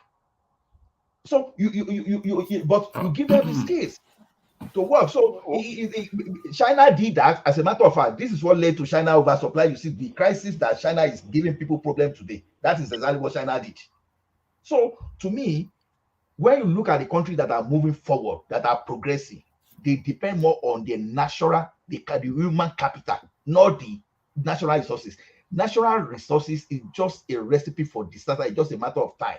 We can't be even look at the United Arab Emirates today. You can look, they've diverted from that natural resources. They move into something else.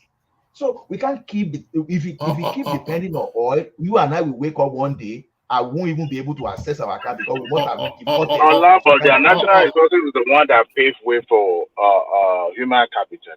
That's exactly what we are saying. That's exactly what we are saying. All right. Hold on, Ola. Let's bring this set of data into the conversation. Is it top import products Q1 2023? So these are the top foreign earners for Nigeria 2023. Imports, not exports. These are the top places we use our dollars. All right. So just read the list and the numbers so people understand why subsidy removal And okay, just they'll get the message, I guess. Yes. So the top import products Q1. So Q1 2023, the first 3 months. So this is what we were importing into the country. It's denominated in naira, but you can do the conversions yourself. So the number one thing that we import in Nigeria, so these are the top 9, by the way. The number one thing that we import in Nigeria, you will get no prizes for guessing, PMS. We spent a whopping 1.49 trillion on that. 1.49 trillion. And then gas oil. I'm not quite sure what gas oil is. I didn't know we were importing that even. That is diesel. That's diesel. Oh, okay, so that's diesel. 472.4 billion. Durum wheat. Is that what is used for bread? 249.2 billion. Cane sugar. This is ungodly. We're importing sugar cane. Cane sugar. Look at that. Unbelievable. Unbelievable. 75.8 billion. Kerosene type jet fuel, 70.2 billion. Used vehicles, 69.4 billion. Filters, 42.5 billion. Machines. You would have wanted machine at the top of that list, but then there it is. Machine number 8, 39.4 billion. And motorcycles and cycles for the bandits, of course, 38.6 billion. So what are we gleaning from this? I wonder why the Pass My Neighbor generators is not included in there. I think that's probably on that machine, but yeah. So one man. So one man. The top one, PMS. I believe that's plus the subsidy. So when you cut before Dangote, let's even forget Dangote now. Cut the subsidy out of this. Let's just say subsidy is 60% of this, right? That 1.49 million. So that means we probably will be importing 700 billion, right? So look at all these other things. There's some habits that we have that we import that we're afraid of. Does that's close to 600 or 700 billion we took out? Does that even cover up that 700 billion? Don't you see that the demand for our import has drastically reduced with the removal of subsidy? So we can still afford all these stupid habits.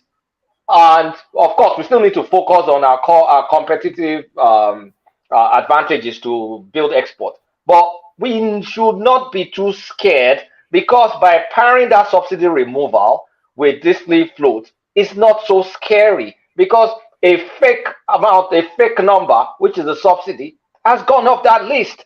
And in the future, the PMS will be local. So why are we worried that we're going to import YSL jeans and Calvin Klein shirt or whatever people want to decide to spend their money on? Why are we worried? They don't even make a dent in this list. Kulata, what people mean? It will go a long way, Kulata. It will go a long way. All right, respond, Ola. Then I want to bring other voices into the conversation. So it's not a two-way conversation, but yeah. What people mean then like this? When you look at this thing now, just imagine you take the subsidy away and all this thing now. I put that money now into loan system, credit system, to have mortgage, to have car, all those things. So what do you think all those things will do? It's going to boost the productivity within. So government needs some kind of funding. Even though you want the private people to get into this thing, you may just need some kind of savings to guarantee people, to back them up. Okay, you guys go there. I'm going to back you up with some fund if anything goes wrong. This is why all these things is necessary. So just imagine those things now. You boost your estate industry. You boost local car services and all those stuff. Those are the things we should be looking at. So if you are able to bring those services to our textile and all those industry later, let me tell you one thing.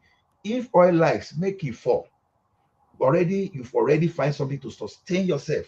The only crisis that will ensue there is maybe you are not here anymore for it, but for your stability, sustainability locally, at least for a while, pending the depression, whatever, you'll be able to absorb the shock.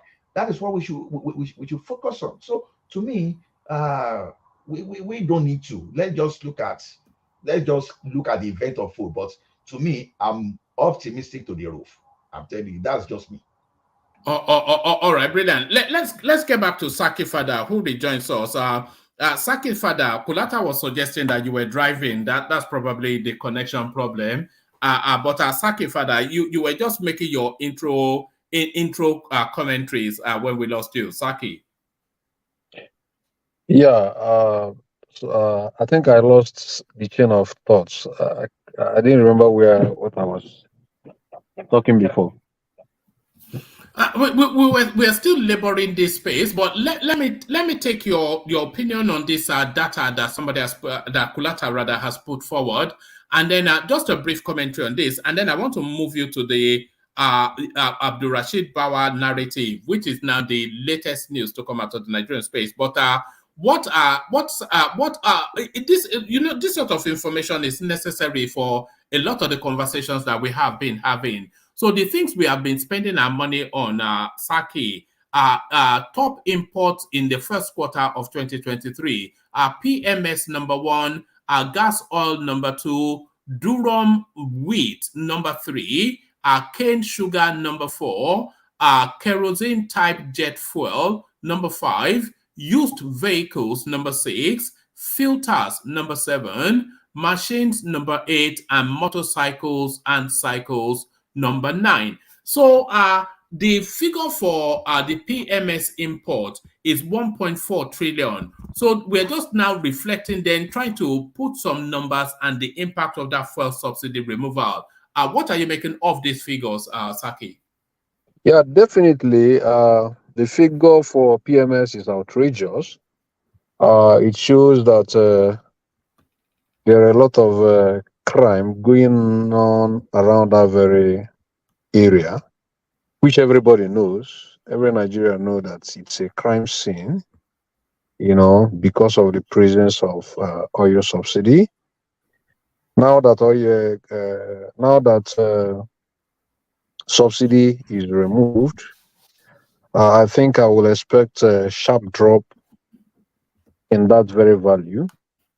We might really see the real level of what we're actually consuming. That is a consensus. Everybody, this is a public knowledge. Everybody knows that subsidy needs to be removed. That is what everybody knows. But let the process be very transparent. Let us now have a situation where we give you with right hand and we take with left hand. So by that I mean, let us not within that very framework indirectly create a kind of rentier economy for some few, playing also for some few players still in that very sector. So that was why I said, if we want to deregulate, let us deregulate. You can't be deregulating and be regulating at the same time. Let's just allow the markets to take charge of whatever is happening in that very area. I will expect moves like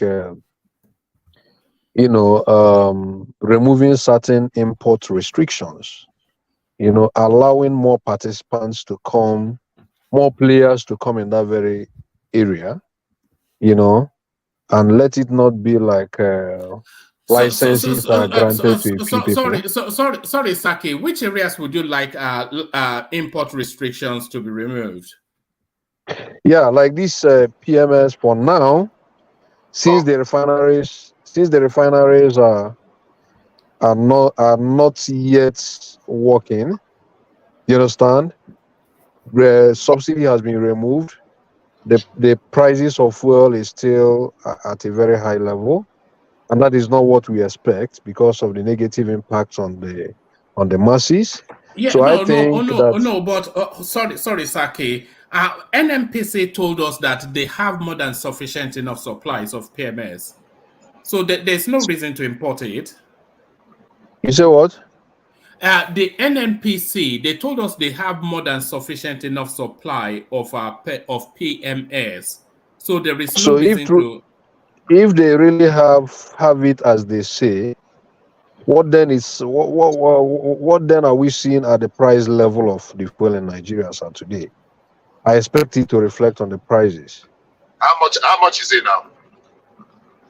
I don't know what it is, but I know it's still above 500 or thereabouts. Well, I mean, number one, the import restriction is already, I mean, a thing of the mind. It died naturally. The moment you are not going to buy dollar at a favorable government pegged rate at the CBN. So automatically, there's no need to restrict. If you can afford to buy the dollar at the market rate, you can go and import whatever you want to import. As of today, what is happening in the petroleum? Of course, I got price sampling from around several places. Prices are very different. In some places, you can get as 475, and in some places, in some states, somebody bought at 770 inside of Anambra State. 770. Prices of fuel? Well, yes. All right. Somebody bought at 590. I mean, 490. That was yesterday. Days ago, Elisha in Oyo State. So I got like 3. So obviously, the one you call liberalization or deregulation is already coming into effect, because ordinarily before, because federal government was paying what they call bridging, whatever. Is it bridging? They want you to buy the same price in Lagos. Petroleum Equalization Fund. PET. So the amount you will buy in Maiduguri now will factor in the cost of, mileage from Lagos to Maiduguri. No. Even before the subsidy was removed, there are still price differentials. Even before the subsidy was removed, there are still price differentials between states. Like what is sold in Anambra may be slightly different from what you see in Asaba. I see some still price differentials. So my question is, after the removal of subsidy, is there still a role NNPC plays in determining certain price level as of today, or is it totally determined by market forces? Yes. I don't think so. I don't think so. Ultimately, okay, let me respond to that. I was trying to come in. It will be ultimately, but the problem for now is because NNPC is, like, in quote, the only importer now. That is what I'm saying. That is the issue. That is the problem. That is what I'm trying to say. I'm saying that if you remove subsidy, I don't expect to see the status quo ante bellum still existing. I expect, imports to somehow be like to reduce certain import restrictions, allow other market participants to come in. You understand what I mean? Yeah, if you allow other market participants to come in, then invariably you will see market forces trying to determine these prices, and not a situation where NNPC try to set certain price level and people still sell around our prices. That was the first thing I answered you. That import restriction is no longer there. The only thing is that you dollar. So import restriction is no longer there. To what extent have we seen significant removal of import restrictions? Are they still restricting licenses to certain few individuals in Nigeria? That's my question.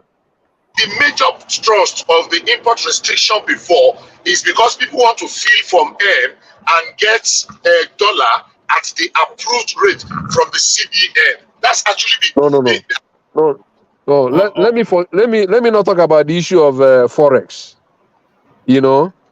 As of today, I as an individual, if I can import this PMS, do I have right to do that, or is the license is restricted to certain number of individuals so far in Nigeria as of today? restricted. All right. Respond to that. And I want to try and bring Fatai into the conversation as well. But respond, and then we bring Fatai in. Okay. In the first instance, you took me away from this conversation almost 2 hours. You know, it's still my turn. It's still my. It's any others, by the way. What I'm saying is this: essentially, there is no restriction. There will be compliance because there is control, but it's not restriction. If you meet the conditions and you meet the specification of what is to be imported and you have your dollar, of course you get some kind of approval. That approval is not a restriction. It's just that, okay, this is the specification of the kind of fuel that you are supposed to import. Blah, blah, blah, blah. So immediately you are able to meet that specification in as much as you are sourcing your dollar independently by your own self. Not that CBN is going to be giving you a subsidized dollar. So that already automatically has eliminated that import restriction. So every other thing that was placed under restriction before, the only thing was that the restriction simply means they were not qualified for dollar or CBN dollar, what do you call it? This their form M, whatever. But immediately you are not asking for that, then there's no restriction on it. So as it is now, it's open for everybody in as much as you meet the conditions. That is the prescription, of the standard. Let's call it the standard. Immediately you meet the standard required, then you can import whatever you want to import if you are getting your dollar by yourself. And that's why I wanted to respond there that, sorry, Mama. The fact that NMPC was doing the swap, whatever, crude swap, for almost 400,000 barrels per day, we were actually throwing dollars away. Now we'll be having that one back in dollar. It is not like 100% will not be making any what do you call it? Any foreign any. No, it's not very correct. We'll be making. It might not be as what it should be, but automatic. To a great extent, there will be a relaxed pressure on what we were spending. If we can manage to go the whole hog and stop unnecessary spending in some way, substituting what people are buying with dollars. All right, brilliant. Bishop, I'm going to bring you in with the Ibrahim Bawa space, which we've not spoken on. But I suspect that what excited Fatai to join us is this now floating of the Naira, removing then that decade-long arbitrage in that space. So now, I think this is another I told you so moment, Fatai. You've come to glory in it, have you not, Fatai? Fatai. Hello. Yeah, good to have you. Yeah, hello. Yeah, well, as a direction, yeah, of course. Yeah. So I think it was Saki Father that was saying some things are like no brainer, right? So what are you doing? So currency, multiple exchange window or all these things, right? They are all essentially financial tools, monetary tools, right? Financial monetary tools, right? It's not like it's strange. For instance, Iran does multiple exchange rate, but what are you trying to correct? This is the problem. So some people do it for a short period of time, right? Sometimes some countries even do it, you don't even know they are doing it, right? So, but when you have people that go to 2 weeks at Harvard, right, and they just hear terms, and then they use it to come and run the country, right? It's incredible. So Thailand used to do this monetary. I think it was after the World War or something like that. So sometimes you do it to control the inflation, right? Right. So, but it's not as a matter of course. You just place a cap on create some exchange windows, and even if you have to do it, it's not like the wide gap, like 300 naira difference, right? Maybe 20 naira difference, 10 naira difference, maximum 50 naira difference is still manageable.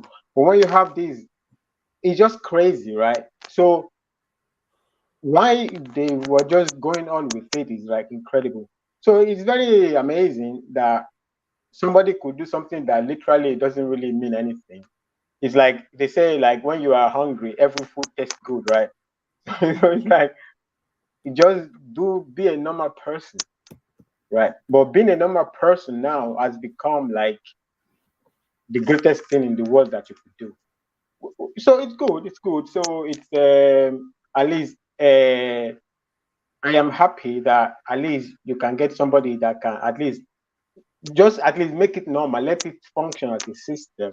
Like when it starts to function as a system, then we can see where we need to bring in people with brains, people with understanding of this policy, that policy, or oh, these they want to cheat us, then we correct here. But as long as it's like what works in the how market works. It's not like some dictator sits down in the central bank, not that particularly brilliant, and he says you cannot exchange dollar for more than 400 naira here, and the other place you can go wild, and here you can do whatever you want. And he's like, what are you doing? You know, so in that regard, it's very.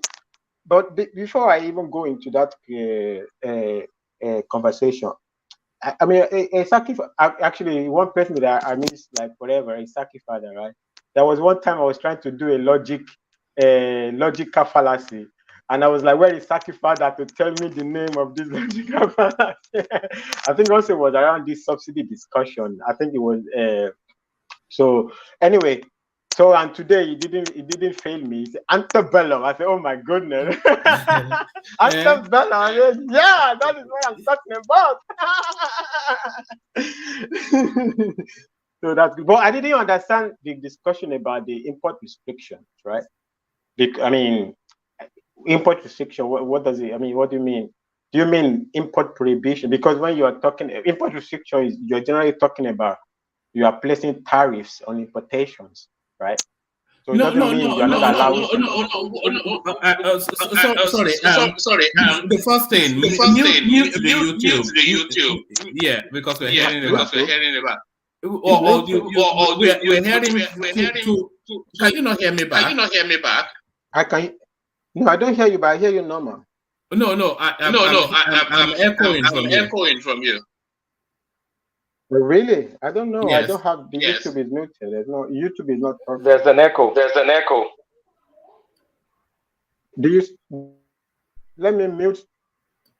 Are you still hearing me? No, because now you are muted. But let me just say this, and then you can unmute. What people are actually saying is to put a ban. That's essentially the restriction that people are saying.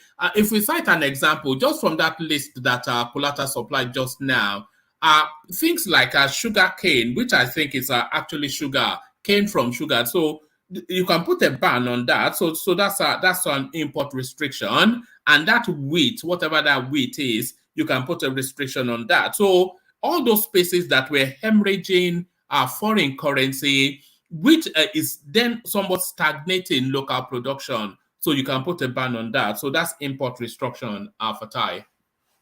Okay, I get it. But okay, it's called, actually technically it's called import prohibition. You prohibit some goods, or you prohibit some variant of some goods, right? So it's import prohibition. Import restriction is just placing tariffs and what level of restriction you want to have, what range of tariff, like what Trump was doing to China. And that really those people will not bring those things into your country as they would like to bring. So that you are restricting them.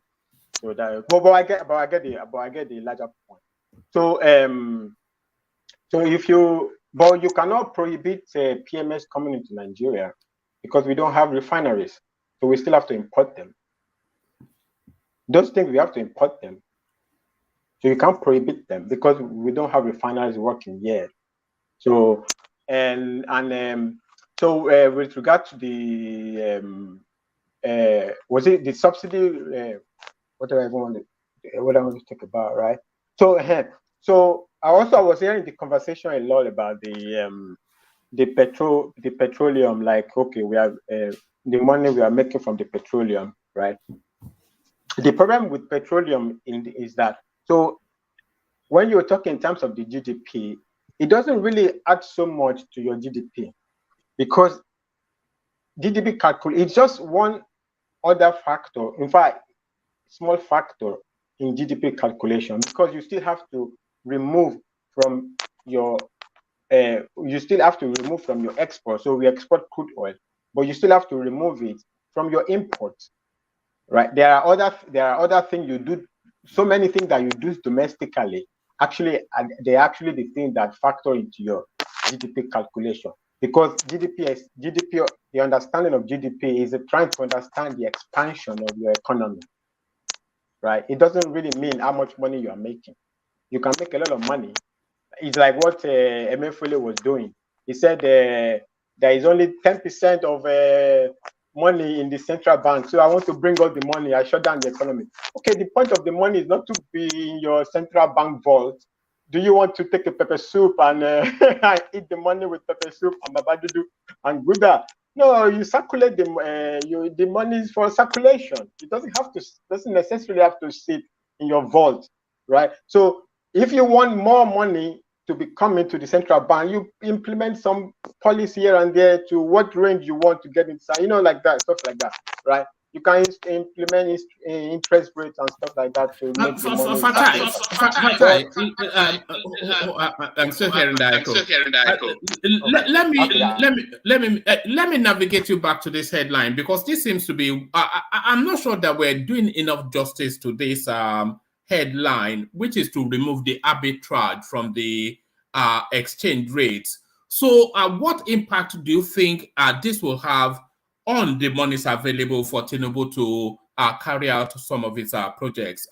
What does this mean?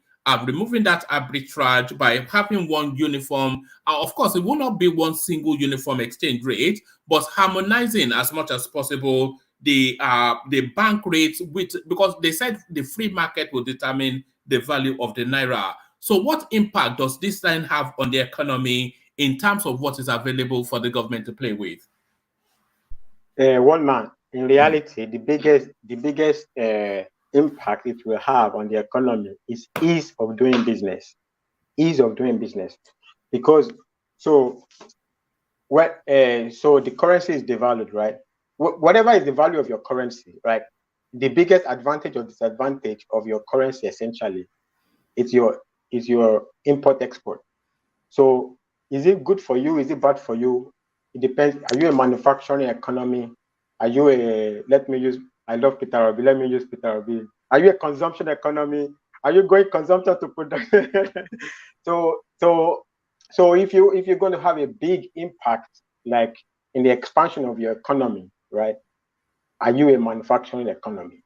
Right? This devaluation now, if we were like China, we probably would love it, right? So we will have to wait to see how Tinubu is going to be able to utilize a working economy into Nigeria's advantage, right? So right now, I think it was Patoski that led that conversation one time like that. Although Patoski was too extreme, so he's not doing anything. No, it's not that he's not doing anything, but I think the direction of Patoski, like right now, Tinubu is setting strong architecture, right? A strong architecture. The economy is set in a way like there is potential for rapid expansion.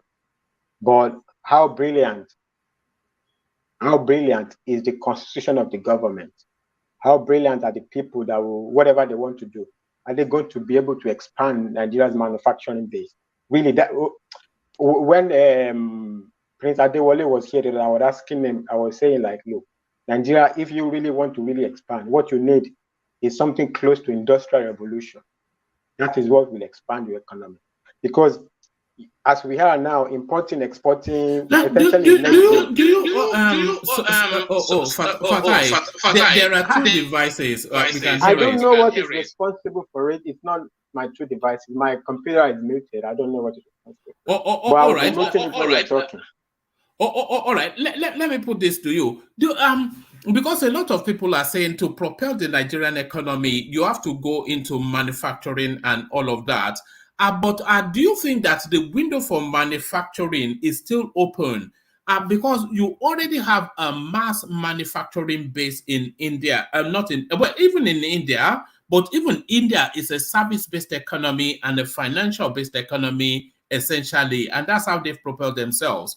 The manufacturing has been ceded to China, and I don't think you can outcost the cost of manufacturing to make it profitable for your economy against what China has already perfected. So this narrative of always we have to have a manufacturing base, is that false economy? Is that somewhat of a misdirection? Well, man, there is no two ways about it. What else are you going to do in your economy other than to manufacture? You could be service based. Yeah, well, you will need a lot of tremendous human capital, human development capital. Was it Ola that was talking about human development capital? So how many accountants do we have to render complicated financial services, and how many corporations are in Nigeria for us to be rendering a lot of services to them, right? So a lot of countries that are doing they are largely service based. They are largely tax havens. They are usually tax havens. So those are usually economies that tend to be largely service based. So other than that, what services do you want? And then you will need tremendous human training to have a meaningful service-based economy. So what option do you have? You have to develop your Ajaokutas of the world. You have to be producing your steel. You have to be all of the buildings, real estate industry. Well, all of the essential materials are imported. We are not manufacturing steel in Nigeria. If you are manufacturing steel, you could also be manufacturing some military equipment, right? So it's a whole lot of things. So there's no you could say manufacturing is a saturated environment because China is there, but you always have what is it called? Supply chain and comparative advantage, right? So why should West African countries be importing from China if Nigeria could have a big manufacturing base? Fatai, the question is, what can Nigeria manufacture that will be more competitive than Vietnam, Thailand, Philippines, China? Because at the end of the day, it's price, a lulu magic. So what can we be manufacturing? If we are to be turned to a manufacturing hub of some sort, what can we be manufacturing that when we export it or we use it locally, it will be cheaper than what comes out from Southeast Asia and East Asia? The only reason manufacturing is cheap in Southeast Asia is labor cost. That's not true. That's largely the reason. No, it's not. It's not. So why should you manufacture in America? Why should you manufacture? Labor cost in Africa is actually the cheapest in the world. Hold on. Let me make you for a moment because of the echo. Labor costs in Africa is actually the cheapest. What actually propels the manufacturing in those spaces are the infrastructures that they have. They have decent roads for movement of goods. They have electricity. They have all of these things. So those are the backdrops of that manufacturing base, and that's what makes it cheap, because they have the infrastructures to drive manufacturing. It's not labor cost. The labor cost is only relative to the West. It's not relative to Africa. The labor cost in China is not, in terms of the cheapness of it, is not cheaper than the labor cost in Africa.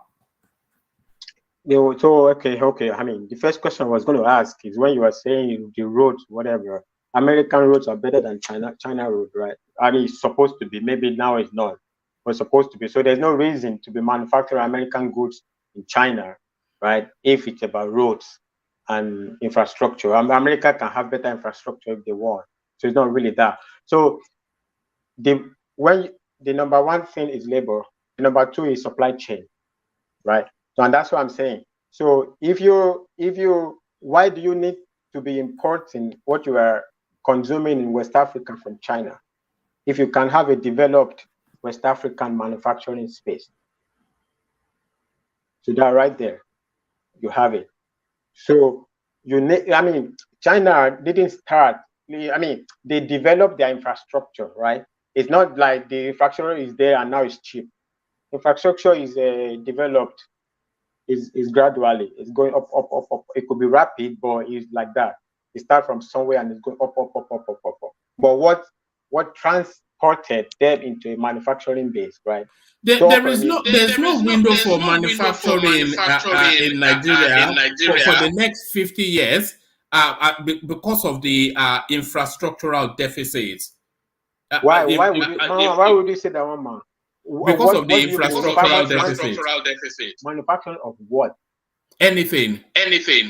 No, it depends. That's why the concept of comparative advantage is discussed, right? There are things you can make in Nigeria that you ask yourself, why do you need to go and make it? Why do you need to go to China to bring them? So that's why I'm saying that it's about direction, right? If you have intelligent people in the economy, right, they can take a look at all the indices and say, if we focus, we have a better comparative advantage manufacturing this sort of products. You don't need to send it to America, send it to Ghana, we have the money. I think it was the last time I'm saying, so we are going to have a lot of revenue. But what are we going to do with it? You have a lot of revenue doesn't really mean anything. If you have a lot of revenue, you can have it in under your bed. Have you heard? The echo is crazy. Have you heard of the fact that there's some goods? I mean, because to buttress on this infrastructure gap, I've heard that there's some goods that to ship it from China to Nigeria, I don't know the size of those goods. It's cheaper than to ship it from some northern area in Nigeria to Lagos port, simply because of the supply chain issues, which a lot has to do with the infrastructure. So that's why I'm saying is taking it to the practical. When we look at our land space and what we have now and what can be achieved in the near term, or I mean, let's just say medium term, what exactly are the kind of goods we can produce or we can be manufacturing that makes us cheaper, more affordable than what is coming from those Asian spaces? No, well, even on a common sense level, it cannot be cheaper to bring something from China rather than from Sokoto to Lagos, right? So what you will be talking about is the economy of scale. How much are you bringing? China has scale. If you are bringing a 1 million packet of something from China to Lagos, but you are bringing 2 from Sokoto to Lagos, of course, the one being brought from China is going to be cheaper because the price can be that flows the price for each of those products because it's so many. Taking it to the practical. But if you bring 2 from Sokoto to Lagos, of course, but that has that's not about. But from a practical standpoint. From a practical standpoint, our infrastructure deficit stifles our ability to compete on scale on all those things. That's why my question is pretty specific. Like, given all our challenges and struggles with infrastructure, etc., we know all that stuff. What can we, in spite of all that disadvantage, what can we, in practical terms, assuming you were in Tinubu's cabinet, advise that we start producing, manufacturing, maybe in the next 4 years, 5 years, that we will be able to gain advantage over all these areas that we can do? For example, petrol refining, that's pretty straightforward. What else that we have comparative advantage that we can be producing? Because it's more like these are what Tinubu's advisors will be facing. How can they compete with all these very competitive countries? Okay, first of all, I'm not in Tinubu's cabinet. I'm not in the Nigerian market. I'm not. I don't have the data of the Nigerian market in front of me to look through it and study the performance, the indices of each product, and where it will be better to focus on this. So I can't sit from nowhere and determine what particular product should be produced in Nigeria. Or just examples. Or just examples. Yeah. So the people used to Nigerian economy, import export. EXCHANE would be better. Is better. It's even better. Would be better than me to be asked that question. What is being suggested, Fatai, is that this idea is more aspirational than realistic. And I'm not saying it's like some pie in the sky stuff that Nigeria can be a manufacturing hub. It cannot be a manufacturing hub because there are too many difficult to surmount hurdles in the way of a manufacturing base. We don't have electricity. We don't have road. We don't have trained citizenry. We don't have anything that insulates and backs up any form of manufacturing.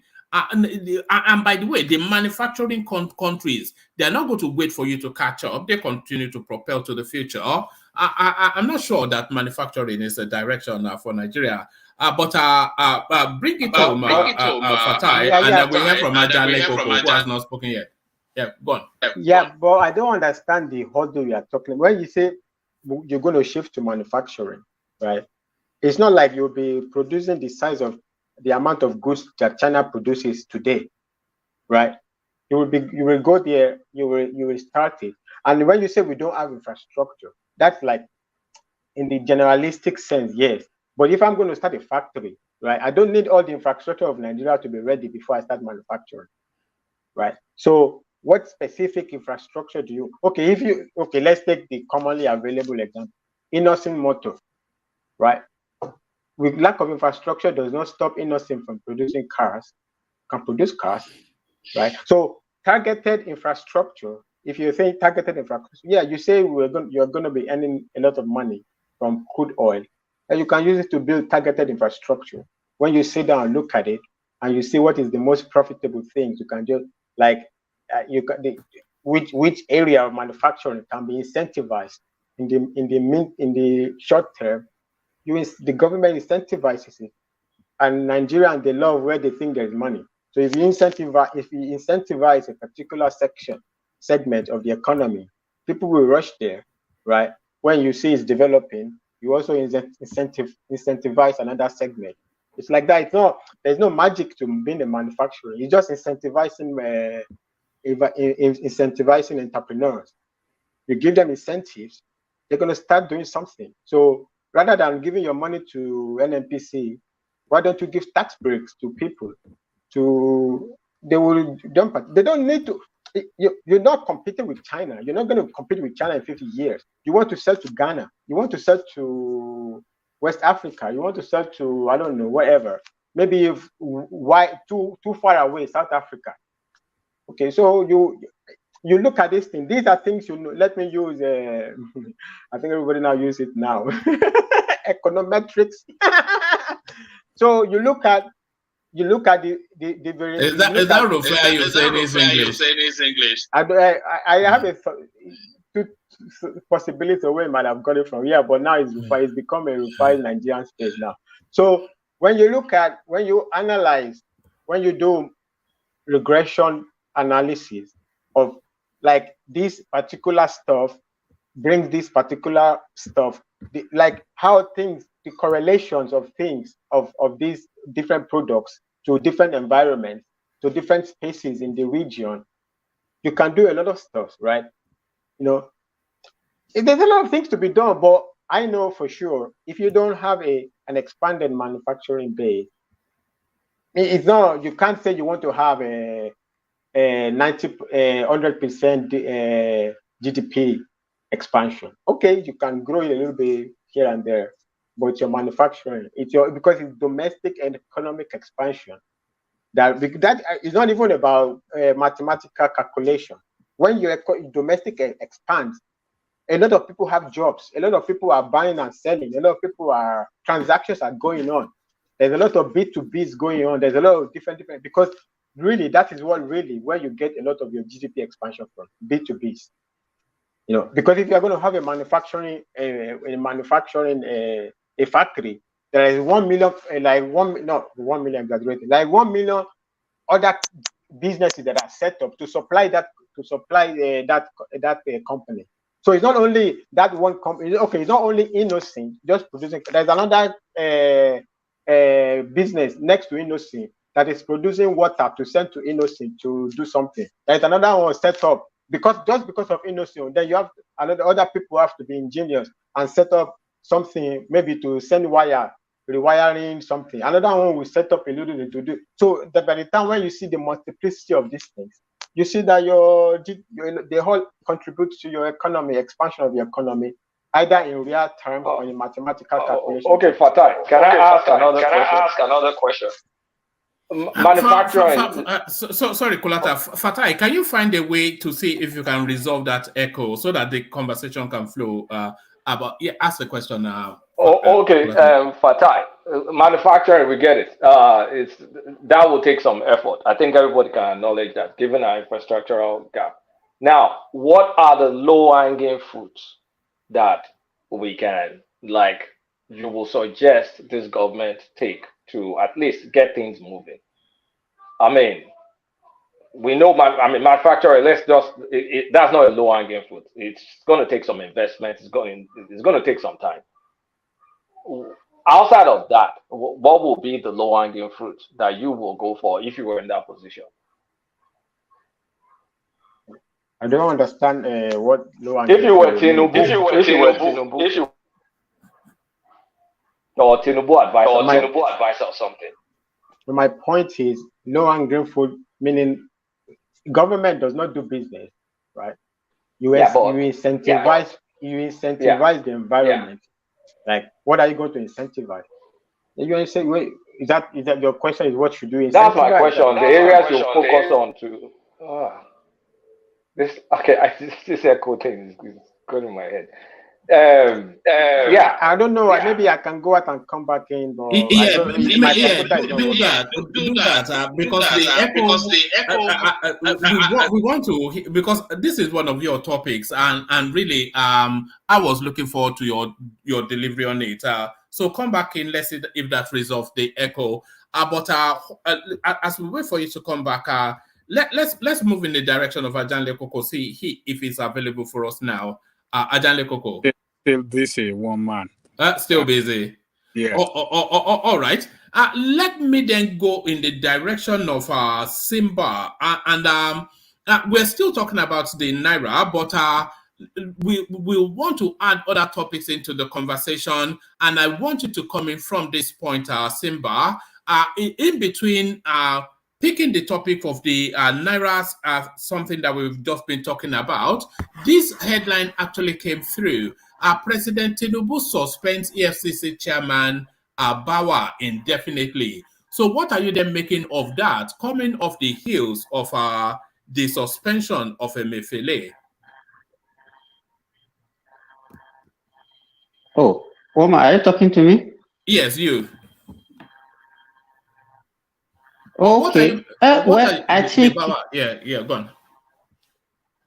Yeah, this allegation against Bawa has been in public space for weeks now, and and it's one of those persons that people are mentioning after the suspension of Emefiele.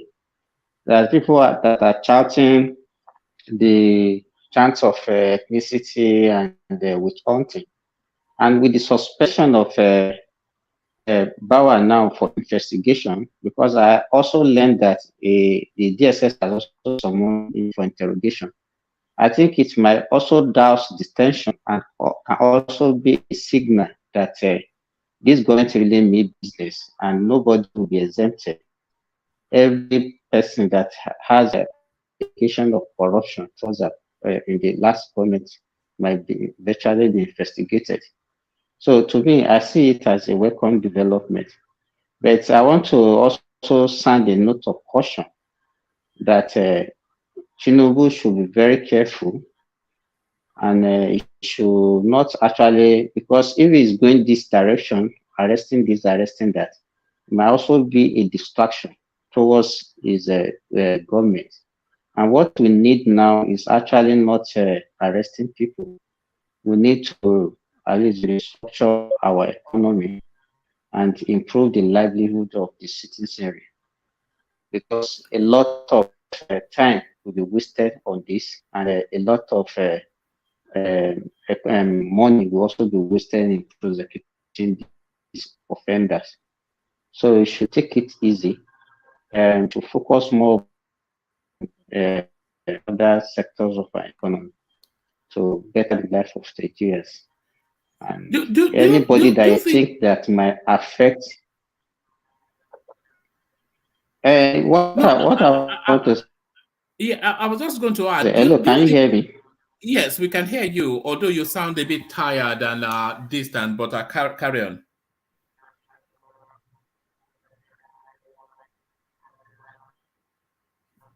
Simba. We should also look at it this way that, hello, can you hear me?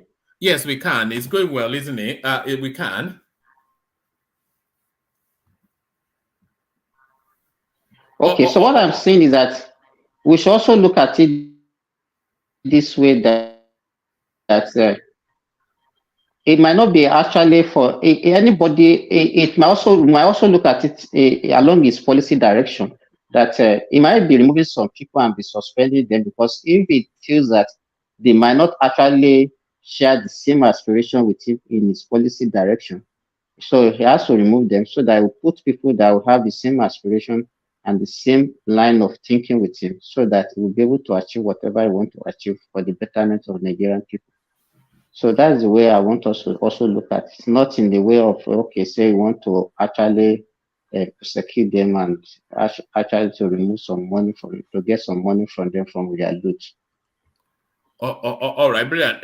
Let's bring Patrick in, see if he's available. Patrick, are you there? Yeah, woman. Yes, the suspension of indefinitely of Ibrahim Bawa, off the back of the suspension of Emefiele. A lot of people are, on the one hand, people are applauding all of these moves, but then there's the concern that he's moving too quickly and too aggressively against Buhari's acolytes. Is he in danger of some sort of a backlash, Patrick? No, I don't see any backlash in the right in the case of Emefiele. Actually, Emefiele was actually an embarrassment to them. You understand? And I just felt that maybe Buhari just didn't want to remove it. I'm sure Buhari is not aware that that thing is going to have that much impact on the populace. He thought it was just going to be able to stop corrupt politicians from buying vote and doing all those things. He never thought it was going to have that effect.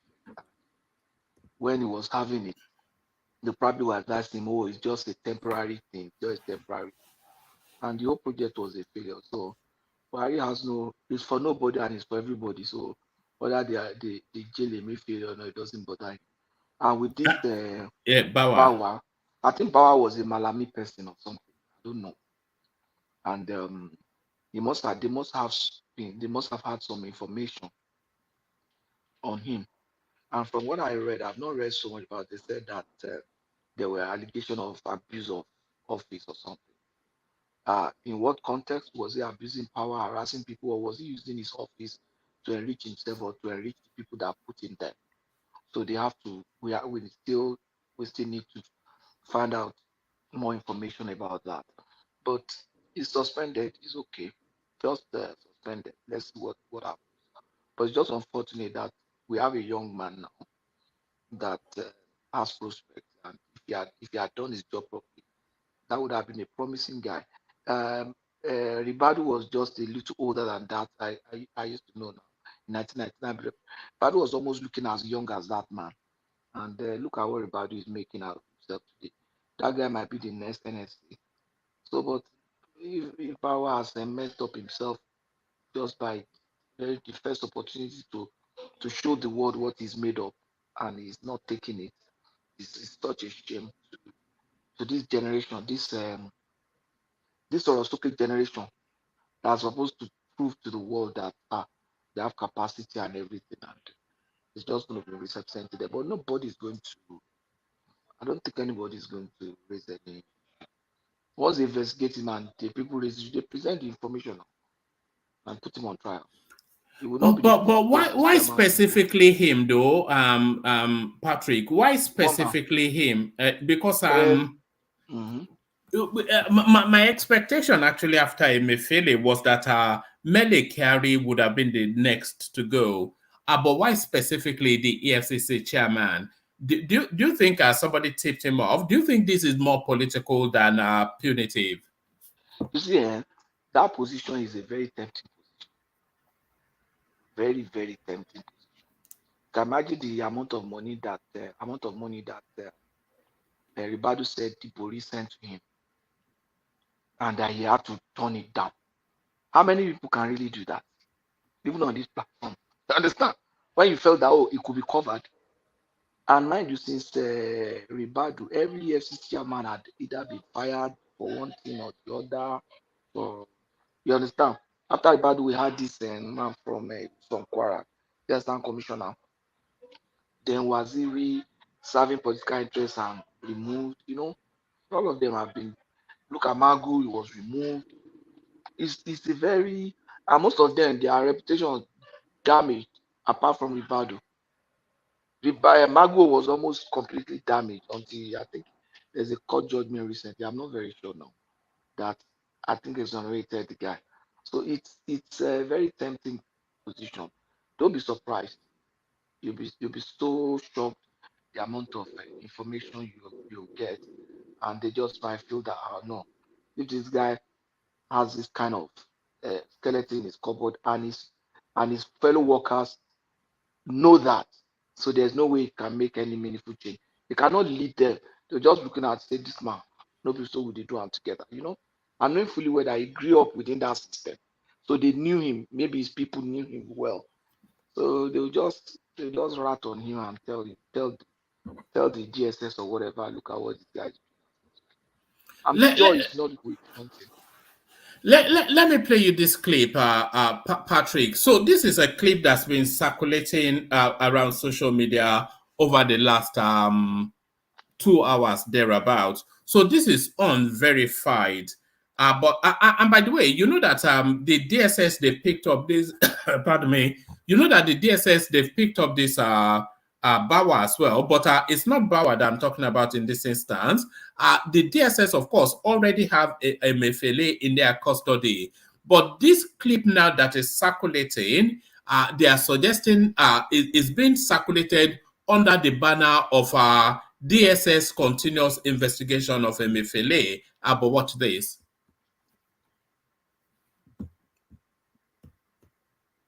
Right here. It has no audio.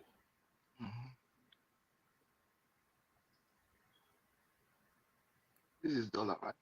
Yes, that's apparently the DSS raiding Emefiele's premises. No, this looks like that Ikoyi stuff. I think is it? Are you sure? Yeah, looks like. All right. All right. Like I said, that video was available. Bring that Ikoyi. You know that Ikoyi house, whatever. Yes, I remember when they busted that space. Yeah. Yeah, I think I've seen this video. So. No. Emefiele is a banker. You won't do that. There are so many instruments you can use to take money out. You understand? You won't see bankers stack dollars out, except he's stacking it for maybe somebody high up. That would be president, and he won't even put it in his house. President don't even stack dollars like that. There are so many instruments. The bankers help other people to steal money, and they steal it in a way that people don't trace it. So why will he do that? He was the CEO of it. All right, we're struggling to hear everybody today. It's going to be a relatively short session, the way I'm seeing it. But so I expect that. I don't expect that he will start money. Don't make it a short session now. No, can you hear Patrick? Yes, I can hear Patrick. Patrick likes to speak low like me, but I can hear him. Not necessarily low. Yes, usually is it that booming? It's usually booming, isn't it? That hold on, but it depends if the So I don't want If to. the story is interesting to him, if not, it will always sound low a little bit. But this guy, You know, this you guy can. is a gunner. Sorry, Patrick. You know, you can tell if the panelists, if they are engaged by what they are saying or not. And you can see that Patrick not fully engaged by it, but I carry on, Patrick. Yeah, so this guy is a gunner. So that's the point. But what really interested me again was that they said low hanging fruits. I was hearing low hanging fruit. Low hanging fruit will mean something, the opportunities that we can take and start seeing the effect maybe in the first quarter or in the second quarter. That's going to be a bit tough. But just like Kulata said, the real immediate low hanging fruit will be to quickly see if we can increase production in Niger Delta. You understand? Use existing security structure and the political affinity he has for the boys in the creek. He has with the boys in the creek to see, okay, let's improve production. I won't be surprised if he calls them for meeting. You know, Tinubu is always calling for meeting. And by the time he has a meeting, something comes out of it. And that's what Basunjo used to do. You understand? So call them for meeting. By the time Tinubu calls them for meeting, they come out of the meeting, they start singing like that Labour Party man. So that's what I expect anytime from now. We'll call those boys. Those boys are already see him as, these are our person. You will improve us. You will understand. So if he calls them for meeting, say, I recognize us. Oh, yeah, make una call all those boys with it. So make everybody just slow down. And I have programs for you. We tell them, go and think of what program that will touch all of you. They will go and come back. By the time he's telling them to do that, production is already going on. And then if they come up with a program for them, implement it for them. If they say they are not successful, but you are the one that brought it, you understand? So that's I think he's going to meet them. Just watch very soon. He's going to meet those guys and then you hear that Tinubu is meeting the Niger Delta boys and then things will start looking up again. But another thing that I keep mentioning is that the solid to improve security in that country, the solid mineral sector need to be looked into. Because if you are trying to do security, those guys mining the solid mineral, they have a lot of money. They are taking the mineral from you and using your money to fight you. So, and they are foreign interest.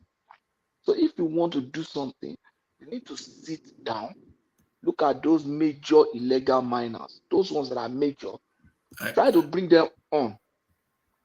Try to bring them on into the mainstream, and then such that they will not be doing illegal again. You bring them on, then they will no longer pose a security threat to you because they are running business and they don't want something that will disrupt their business. And your revenue that is being stolen is coming to you, and everybody is happy. So I think Tinubu will eventually find a political solution to Niger Delta, to the solid mineral issue. Then any other middle belt, Benue, Agric problem, clashes and insecurity that is disturbing our food baskets. I think he might eventually find a military solution to that. But I see him using different approaches to the different geographical space and the challenges of security that comes there. Another one that I think we need to quickly look into is the southeast. You understand? Security, southeast Nigeria is losing the input that could have come from that region. That's the truth.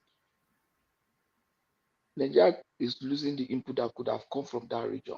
If we don't address it, then we are the one at loss. How is it going to be addressed, Patrick? Because I'm assuming you're talking about the agitation and the restiveness or the restlessness of that space. And I agree with you, by the way. We're losing. We all say that, this sit at home only impacts them. It impacts on all of them because there's the cascading effect of all of it. But how can that space be addressed? There is not a one solution fits all. You understand? The first thing, the best way to address this crisis is to address different states in different ways. If you are looking at it and addressing it together, what you are giving them, you are creating a collective. You understand? You are creating a collective. If you create a collective, you are strengthening that region and you are strengthening the decision. But I'm not saying divide and rule, but don't create a collective by addressing it together. But just look at them. Go to Ebonyi. Try to talk to the people there and tell them, look, this is your Abakaliki rice. Want to bring it to the mainstream. We need to do this. We need to do that. Go to Imo. Those ones are the ones that are open and easily vulnerable now. Then after that, you can now go talk to a Soludo. By the time you start doing those things in those places, then you're already breaking, you're already, I mean, people will say no, if they see that Ebonyi is enjoying this one, then they'll start saying no, I beg, we are losing. They make them see that they are losing.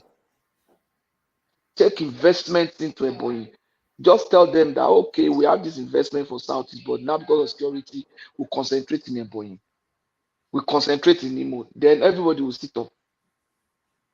If you are doing this geopolitical zone, you are trying to site hospital in major places, even though Ebonyi already has a teaching hospital, site it in Ebonyi and give them the reason that because there's no agitation there for now. If you are going to put any major investment, put it in Ebonyi and Imo, and because there's no agitation there for now. At the end of the day, the other ones will say, I beg, we no one can die together. We are from Southeast, but we are different.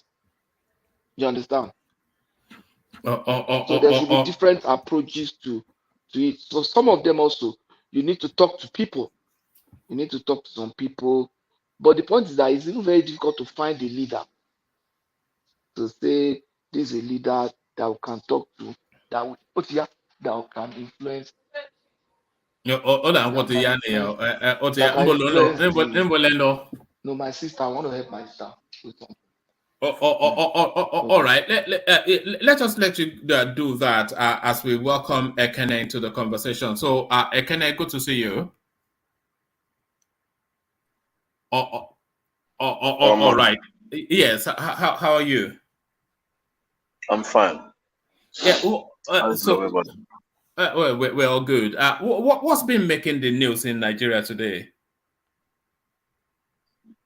You already have the news on your screen now. Are people talking about it? The Bawa suspension. Yeah, I don't know how it happened because I heard the man had a very long meeting with President Tinubu today, and the meeting was successful as they talk. But only for this night for the man to be suspended. I don't know, but me, I already know this man is very corrupt. He's a youth, and we supported him to be the chairman of the EXCHANE, but he didn't live up to expectation. So for me, I know that the guy is very corrupt. Does that mean that Tinubu believe Matawale's accusation, over the young chap? How? He alleged that he was trying to demand for $2 million US bribe or something like that. In every rumor, there must be a truth in it.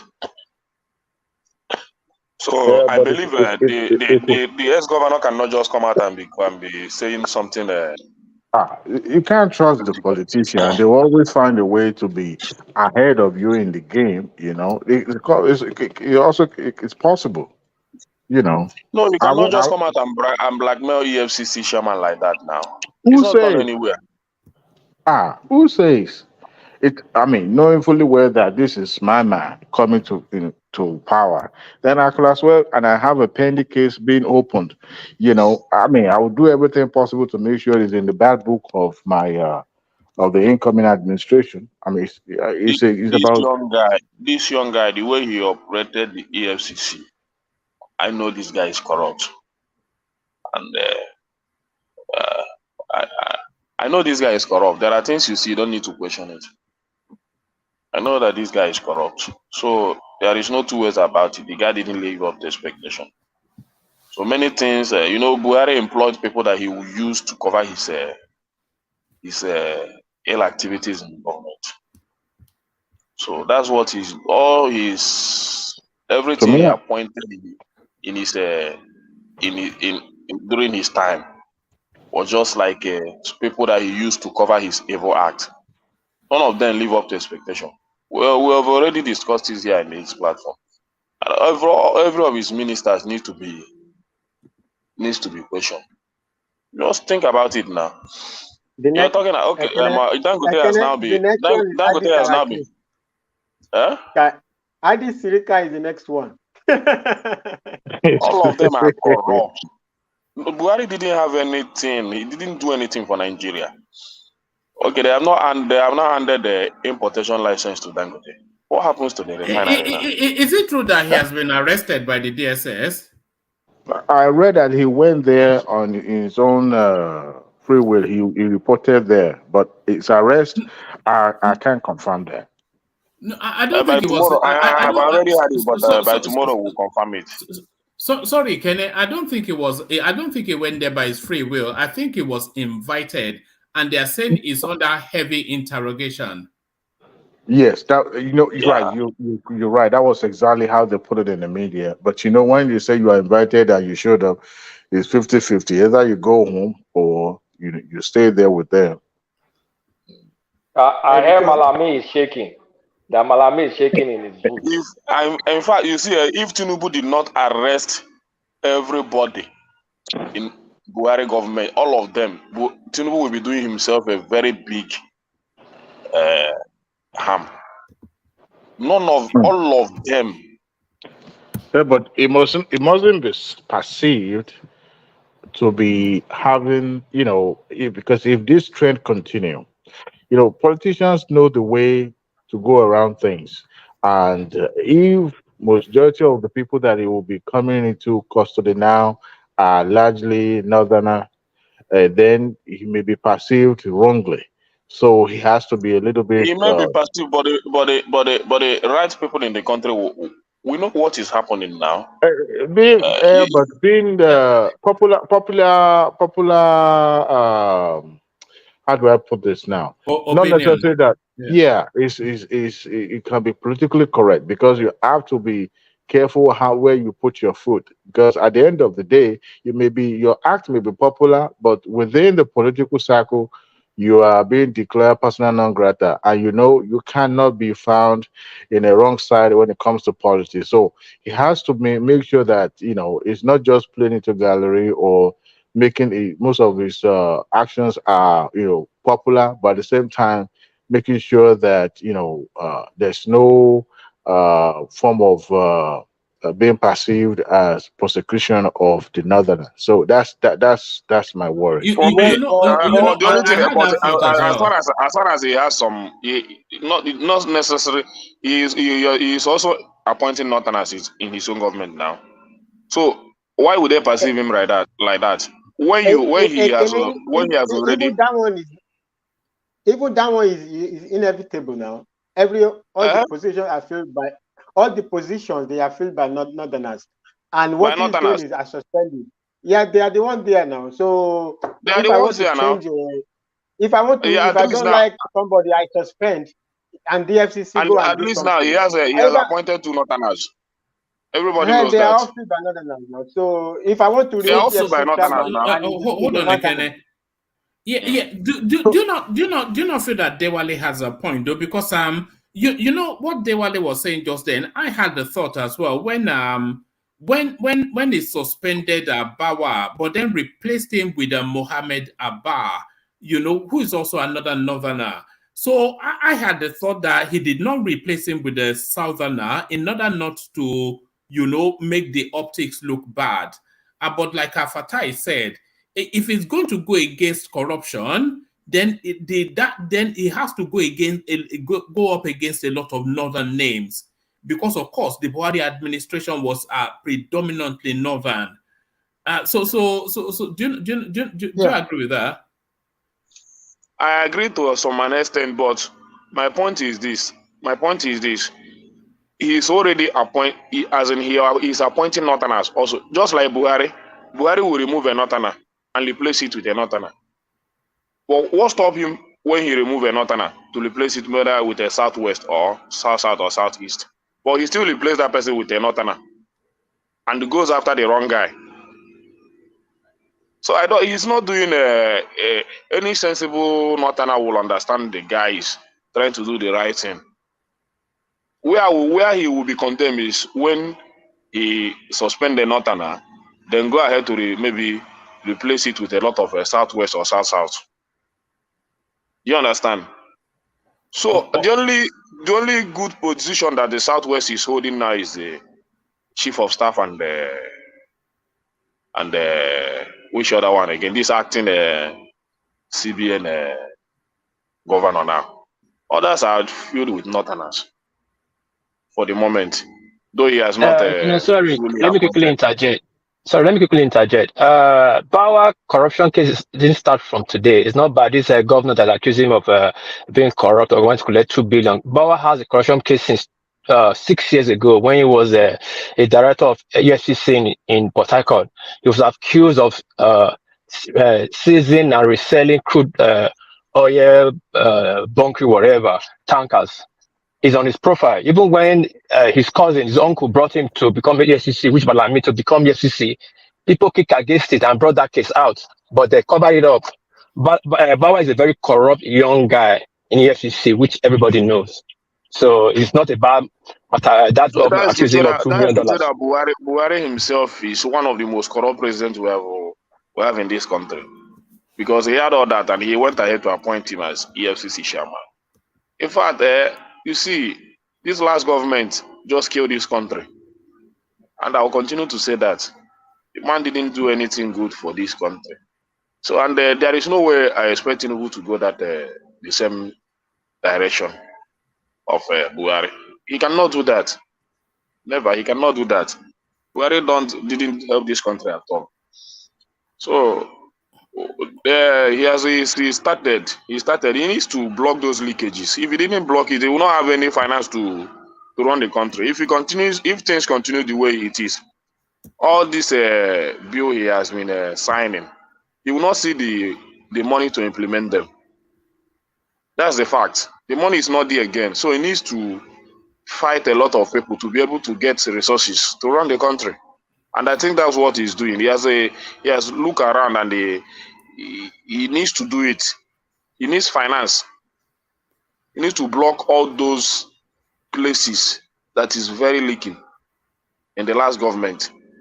So starting from Mefele to this EFCC chairman, all those guys who are very corrupt, they're using those avenues to siphon a lot of money in this country. So he needs to put it in a proper direction so that he will be able to get finance to run his own government. And I think that's what he might not go ahead to Ekene, what you said now is so important. Before he will make his next budget, he needs to understand how much money, like what can that budget be financed? How effectively can you understand? So you need to see how the money is going to be. Where is the guaranteed revenue source? How much money are we going to make an impactful budget for next time? So between now and December, you need to really close a lot of things. And this EFCC this is not going to be any northern or anything, because when you look at this EFCC stuff, right? First of all, it's very, very, very. In fact, maybe it's even better for the market than even the currency, whatever. Because now you can't have a country, right? The only economic disciplinary whatever there doesn't even know. You need to know that if there is investors' confidence, if the investor needs to know, if I bring my money there, right, it's not going to. My money is not going to go into black hole. If anything is going to happen like that, I know they have measures to fight against, like automatic measures that I don't need to be worried. So that's very good. That's solidifying his direction for invest, because I think mostly what he's really been doing is really been focused on financial market in the financial sector of the economy, right? So and that needs tremendous investors' confidence. You can't have investors' confidence without the CBN governor gone. In fact, that area of blocking a lot of things. If he didn't do it, he will not do much. Where is he going to find especially in the oil sector, because that's the only source of wealth, only source of income we have in this country for now. Before you talk about diversity, and even this firing of EFCC, because I mean, who is his new NSA director or whatever they call it, advisor, national security advisor? The former EFCC guy. So he must have taken some. I mean, so if you have with you, what is his name? What is his name again? Ribadu. If you have with you Ribadu knows more about EFCC. You understand all the mago everybody is doing. If it's your national security advisor, well, yeah, I mean, I don't see how his input did not factor into what is happening now. So the Northerner is with him to give him advice on this is no good, that one is no good, that one is no good. So what is the backlash? They need to find money. And they need to find money. I think that's what he's doing. I think that is what he's doing. He's looking for money. So he cannot. Do you guys think? Do you think it's going to probe those guys? Hold on, what please? Yeah. Do you guys think it's going to probe those guys for corruption, or is just trying to block the leakages? That let's just stop the bleeding? Because I don't know if you'll be able to retrieve money. I don't know how fast they'll be able to retrieve money if they go into litigation. You know how our judicial system can be. It will just hang in there for decades. Yeah. So is he just trying to plug the holes? It's not about money retriever. It's not about money retriever. It's for the money to be coming. It's not where is the money? Let the money come. Where is the money? So that is so it's stopping the bleeding. It's just stopping the bleeding. Yeah, because I don't think we can get money. Where's all the money going? Where does the money going? I think it's a combination of the two, but I definitely come in. Not at all. I don't believe so. Because if you look at Tinubu and his politics, the man lacked moral capacity to prosecute anybody. I mean, look at the way he ran Lagos State. It was one man. What do you mean? How do you mean? Look, he used. Hold on. Let him land the point. He utilized the state resources to be able to control every aspect of life in that state. You may disagree with his politics, but they can't tell me that the man that has been in charge of the affair of Lagos State for all this while, for more than 2 decades, would not have his hand in one corruption or the other, even though he was never been convicted for any. So having said that, it is possible that he's trying to stop the leakages, not necessarily prosecuting these guys. Of course, to bring them into custody and ask them questions, of course, threaten them one way or the other. But I don't think for someone who is very, very, when it comes to politics, he knows, how to play this game, will be sticking his neck out for prosecution, at least at the inception of his administration. I doubt that. Yes, he was trying to, make a statement, make some statement here and there, but to completely go all out to prosecute, I doubt that's his strategy for now. Yes, I want to, believe or side with the Kulata that he's trying to stop the bleeding, maybe for now, but to say they want to throw all these guys in prison, I doubt it, because there will always be a political solution to everything. No, he's not the one that will throw them in prison, right? That is not the Banana Republic, right? So the DFCC is talking with them, the DSS. So if you want to talk about going after people, then you will be talking that it will start strengthening that. I don't know. It will take a very strong attorney general. Then it will make sure the DSS is like strong as iron, right? So it is their job. It's not the job of the president. But you could as well ask these guys, hey, look, I need you to resign because this is the way out. I'm gonna call a deal with you. I need you to go. And yeah, but even if they resign, it's the same thing. What is happening? DSS is picking them up. Yeah, they will call a deal with him. They will call a deal with him and try to. What deal? Whatever he doesn't need. Whatever they are caught with, whatever they are getting themselves involved with. Brother, you don't get it. He's not saying he caught them with anything. I suspend you. He called Emefiele into a meeting also. He called Malakeri or what is his name, the NNPC, whatever. I invite both of them together. He called them into a meeting. He found Emefiele not that intelligent, not going in. Okay, look for example, after the meeting with Tinubu, after Tinubu's inaugural speech, that his own government or my administration, I want it to go in a direction in which, right, we don't have this 1 million multiple exchange. Then Emefiele, what is his next action? We heard that the Naira has been devalued. Then CBN issued another statement that you are confusing everybody. And so you say, fire him. I mean, go. You're not good for me. This is what Tinubu is saying. You're not good for me. You go. If after that, DSS now comes in right? Okay, you could say wink, wink. Well, but in reality, what he's doing is, I don't need you. So, and he has with him Rubadu, especially with regard to this EFCC, right?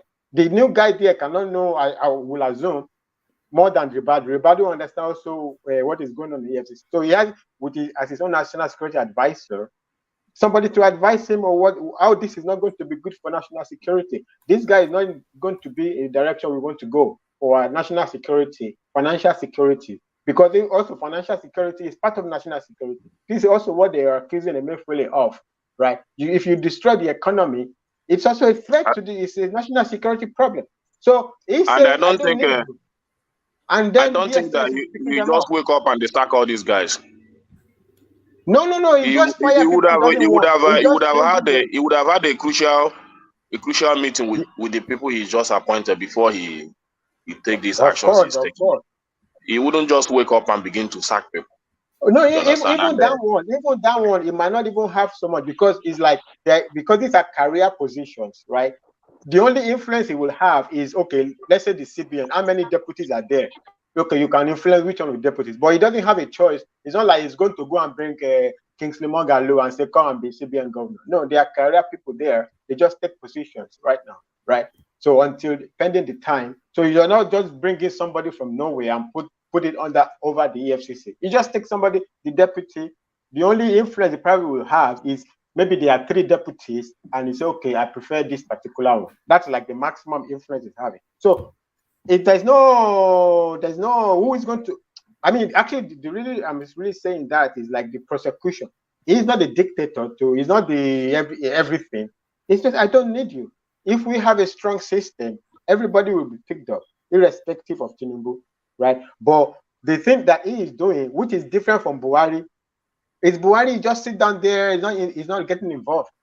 So when things go too wild, you have to get involved. Okay, naturally, it's a very good formula for you. You know, you appoint people, you trust them, you let them do their job. But everybody is going wild. Everybody is wild. You have to say, I don't want you. If you know what you're doing, you know this person, I don't need him. There's no way, I know where I'm going, and this person is not on this ride, though. This person doesn't know how to drive this car. You know, Fatai. And I don't want him. Fatai, let's look at it from this different perspective. What if Matawale had intended to go Tinubu and say, look, Your Excellency, I need this guy. I'm not sure the suspension of this guy has to do with Matawale, you know. I think so, you know. Who do you think will be popping champagne? The suspension is that the guy doesn't know what he's doing. According to Tinubu, he doesn't know what he's doing. See, there's always going to be something that they will hanker it on. I mean, some people, even Akpabio still have an open case with the EFCC.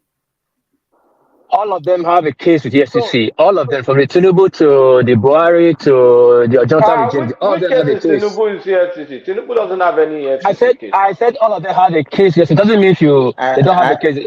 Doesn't mean they didn't go to.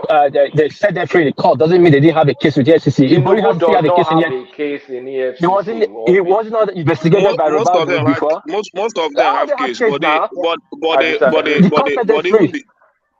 the EFCC chairman is even corrupt more than the people that have the case. Even Magu is corrupt more than all the chairman.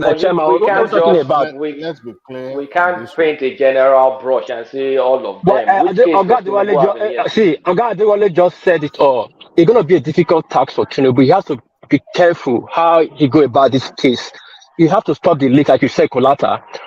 And he needs to disarm this cabal. There's so much money out there. You need to sit down with them, negotiate with them for them to bring some money back. He needs money to run the system. But you also go head and head like kamikaze with them. They will bring this government down because all of them has a case. They all know their secrets. They did not have the Can I ask everybody a question? All right. Let's say Tinubu's government, they're kind of like doing all this, firing people, doing the good thing. They're doing the right thing, according to our Lord. So, assuming you are the cabal, wouldn't it be in your best interest to invest all your illicit funds in the judiciary to get Tinubu removed? Because let's not lie, nobody has touched Nigerian system as much as Tinubu has touched it in 2 weeks. what do you think their reaction will be? Because they can't just be looking at all these actions. That, I mean, this guy is literally closing their source of rent. Is closing it out, and they will react. Let me say something, Mr. Duwale. Let me say something. One at a time. Kulata, I had those concerns as well that with this case still in court with the Peter Obi article thing, I thought it was moving too quickly actually with all of these things that he is doing. Because those people, they still have the leverage of stopping him at the tribunal, even at the Supreme Court. Was that what you are hinting at? Yeah, that's what I'm hinting at, especially after listening to Enigmatic, was it yesterday or 2 days ago, when he said the cabal tried to use Yari to disrupt his government. I'm like, I never actually thought of that really. So if the cabal tried to use Yari, if there's something to that, why won't the cabal try and bribe the judges? I mean, to give Atiku or Peter Obi a favorable judgment, just to disrupt the cabal using Yari probably came from a Fabio camp. Those ones, they say a lot of things. Yari came into the picture because everybody was saying a number, and the Northerners say, oh, we gave more number, and Yari came into it. That's not really. The cabal is going to come. What has he done that the cabal is going to come after him for? He said, I don't want the EFCC chairman. Oh, the Bonja now. And so everybody loses that. A new government, when you have a new government, you bring new people to run it for you. Every government does that. The only everything is this. Everything is this. Everything is this. The only thing everything is this. Everything that. Go on. Okay, everything he has done in the last few weeks is what is expected, and that is what almost every Nigerian are yearning for. So, and I don't expect him to do less than that. So, all my expectation, he has already done what I expect him to do. Patai, what Kulata is saying is not removing the EFCC man that we are talking about. The removal of subsidy and this even unification of the dollar exchange rates is actually a step on so many, but that is where so many of the cabals are getting their money. And that's what Kolata is actually referring to. It's not Thank you. That's what I'm trying to say. I think you said it better. Kolata, let me put this. You just put cabal and generalize them out like one. There are different cabals in Nigeria. And let's just say the people, the rent seekers. Let's call it them, the rent seekers. They're good. All those. The cabal you're supposed to be scared of is the one that's and those ones that are gone. And don't forget, these people are friends. The subsidy cabal are the normal cabal that has been there in subsidy that we want to bring the economy down because you understand that a source of income, which Tinubu can deal with. Those ones cannot get Tinubu out of office. The ones that can do, maybe they want to do job match or something, but not like those in court level. They don't have that leverage. The people that have that leverage is Workers. Listen to what you are saying. Let's look at it this way. Even the oil bunkering, there are cabals in the oil bunkering, and they're already dealing with that one also now. We are talking about, so the people in Aso Rock, they are not getting, there's no money in Aso Rock. Where they are getting money is what is blocking. Hold on, please, let me finish. The problem of Nigeria is that we think we always face one source of let's say the oil. We always face the oil that we think the oil is the money that where people make money in Nigeria. They make money in different angles in Nigeria. The Aso Rock is the highest place of making money, and they have power, they have money, they have control. The cabals that's running oil, they only have money. Where is the money getting to Aso Rock? Where is the money in Aso Rock? Hold on. Don't say hold on. It's not about hold on. When I finish, you talk. Don't say hold on. You are interjecting me. You're telling me not to hold on. That is rude, my brother. Please, I'm talking. You came to interject me, and let me finish. So, I don't know. I don't understand what you mean by being rude. Yeah, I raised the question. You are trying to answer my question. You are saying, I say, hold on. You say I'm being rude. I'm talking at you. Don't shout at me, please. The way you want. You are not shouting at me. Calm down. See, the Aso Rock cabal has this power to stop Tinubu from primaries to winning. Now, the question is, when they all came up with all kind of shenanigans that Tinubu is from Guinea, Tinubu from this, Tinubu from that. They have all the power for them to pull the plug, like, okay, we cancel this election or do that. They didn't do it. They couldn't do it. So it's not now. They will now use, when you're not out of power, they'll now use Supreme Court against Tinubu. We are not saying that is not there as a leverage. That one is still there, but not as a threat as much as we were thinking before the election. That is just my point. The oil bunkers cabal, those ones are still different too, but it's not what Tinubu cannot deal with. Tinubu can sit down with them, negotiate with them. He needs this money. He has to stop the leak, which is stopping, which is doing, and he will expect corruption to fight back as usual. But since Tinubu have all the apparatus on ground, he will always have a defense mechanism. That's my assertion. I use the floor for the next person. One man, I'm out. Brother. So there are people, what do they call them? Subsidy cabal. Okay, whatever. Yeah. They are eating subsidy money. Yeah, but there are also people building refineries who are also billionaires. So I know. Have, it's a big boy fighting big boy. So there is a Yoruba proverb that says something I don't even know why it's doing. So you have 400 friends, 400 people, so that if 200 is against you, 200 is for you. Let them fight each other. Net zero. It's not complicated. Which cabal? The only reason that anything can get back to anything is they want to start Boko Haram, but we have Tucano jets. So the president of Nigeria is very powerful because we have Tucano jets. But you are this your Tucano jets. No, I love. I love that I love area domination. When you have area domination, right? The rest you just pick people up. So it's not really. So the only thing Tinubu is doing, he said, I don't want you. And every government, when it comes in, you cannot have holdovers. You cannot have people that don't share your direction. You have to let them go. You call them to a meeting, you discuss. If you call EFCC chairman to a meeting, if I don't find you intelligent, you need to go. MFLA, you are still you are doing the same thing you were doing before me. I don't want you again. Now EFCC, okay, those one could be wink level.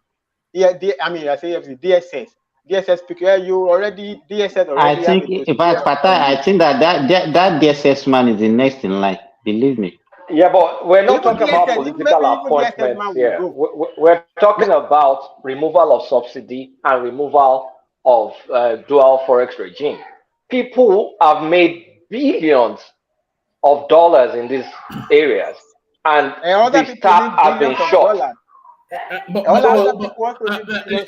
If I can just come in, you see, that space is a space of concern, and by the way, they're not just Nigerian cabals that we're talking about now, because it's an international. The people feeding off the fat of Nigeria, they from the Middle East through Europe and Asia, everywhere, they're just feasting.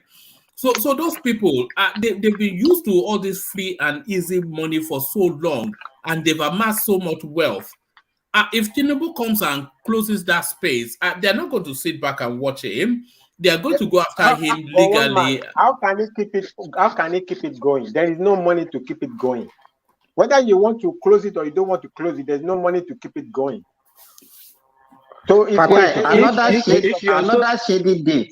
Another shady day is this oil swap of a thing that they are doing. There's a lot of secrecy about that oil swap. Because of lack of cash, they allow NNPC to be using oil swap to bring in refined crude. Kolata, are you still there? Yeah, I'm here. Okay, Doctor, please quickly answer this. I know the oil subsidy cabal are strong. What's your take on this arbitrage cabals in Nigeria? All of them are strong. I don't even know. So all of them are strong. I don't even know. You even know that those people are more dangerous than the oil cabals, because you don't even know those people that's controlling our dollars from outside and inside. That's why I say they have different type of cabals in Nigeria. We only fix oil subsidy. We have more dangerous one that is just there that you don't even worry about. I'm worried. I'm not going to lie. You understand? I'm worried. My first worry is gone. The petrol price is still increasing in some area of this country, and I don't know the reason. And this But, might but, not. but Bishop told us it's going down now. Did Bishop not tell us it's going down? No. One man. Going down where? One man. It will go up. Oh. It will go up. It's going up. It's already going up. With this unification, definitely it will go up. It's bound to It will happen. go up. Just like when you have remote areas will have, increase in the pump price, but in area closer to the port will have lesser prices. So that's how it works. But over the time, it will reduce. That's the way I say it. No, what you are saying, Adewale, you don't get it. With this unification, this harmonization of the both parallel and the official rate, definitely we don't even know the real value of naira now. No. Let's assume the pump price. That's what you are saying. Let me tell you, this what we are using now is the one that NNPC has already imported. By next month, if everybody is sourcing for their dollar and they are not getting dollar, let's say at maybe 710 or 720, definitely the price is going to go up. So we don't even know the price of petrol presently. Yeah, but Dangote is coming on stream next month. Don't let us rely on that. Oh, it's in August. Dangote, from what we said, is it July? Is it Go away from Dangote. Dangote is like 80%, or it's not yet 100%. Actually, it will be fully operational in 2024. So that July, what will they actually be delivering? It said they will be delivering PMS by July, which is next month. Okay, let's hope and see. One man with the news on ground. I don't think that July will work. Don't think so. That will work, because next year. It's next year. That is 80% completed. And because of Buhari was leaving, they rushed to commission it. I don't know why they rushed to commission it. I don't know what is happening to Buhari still. I don't know. But let's see. No, excuse me. One man I said before was that I sampled about 3 or 4 the price of fuel PMS in 4 locations: Port Harcourt, Anambra, Osun, Ibadan, and Lagos. Actually 5. And I said Osun and somebody in Osun, they bought somebody that actually bought. He traveled to Osun and he said he bought for 590. In Anambra, somewhere in Anambra, 760. In Port Harcourt, 510. Port Harcourt, 510. So that's what I said. Not that the price is dropping, but the highest today. So yeah, I got my friend that he was in Kaduna that he traveled to. Anambra just hit 1,000 naira this evening. Anambra just hit 1,000 this evening. 1,000. I mean it for a fact. That's it. Well, it's a rough time. 760. This is a rough time for Tinubu. You need all the help and all the concern for him to pull out of this. It's not an easy task for him, because he's dealing with all the scorpions, the snakes, and everything that don't even like him. And he knows them; they know him. He has to treat carefully with it. Go ahead, Bishop. Sorry. Now this is the deal. NNPC had already stopped their August importation of refined petroleum. I said here sometimes ago, we were having a conversation. The NNPC has capacity to hold 2 billion liters. And I remember somebody said it's not possible, which I was able to go and reconfirm. Unfortunately, when we came back, we did not talk about it. NNPC had about 2 billion in their strategic reserve, 2 billion liters. Now, if our consumption had actually dropped to less than 20 million, just assuming it's far less than 20 million, and we can flat out at that. Do you know how many days it will take us to consume 2 billion liters? Even if Dangote refinery kicks off finally in September, we still have enough to cover for that day. If we can drop to 2 million liters from 60, 70 million liters consumption per day, and we have up to 2 billion liters. Remember, that 2 billion liters is not going to be depleted overnight, because all the ones they have ordered for before are still coming. You know, they will still be coming until the August that they said they have already, because NNPC said they have stopped their order from August. So they will still receive the ones that they have ordered for till July. So if we have them till July, and Dangote is going to resume by September or even October, if we have 2 billion liters, definitely there will be no shortages. But the price would have been able to adjust, you know, up and down, and will stop at a 30 point. I'm just shocked that Anambra could get to 1,000. That's wickedness. I think what they're doing now is they're trying to give out a lot of license now for people to import.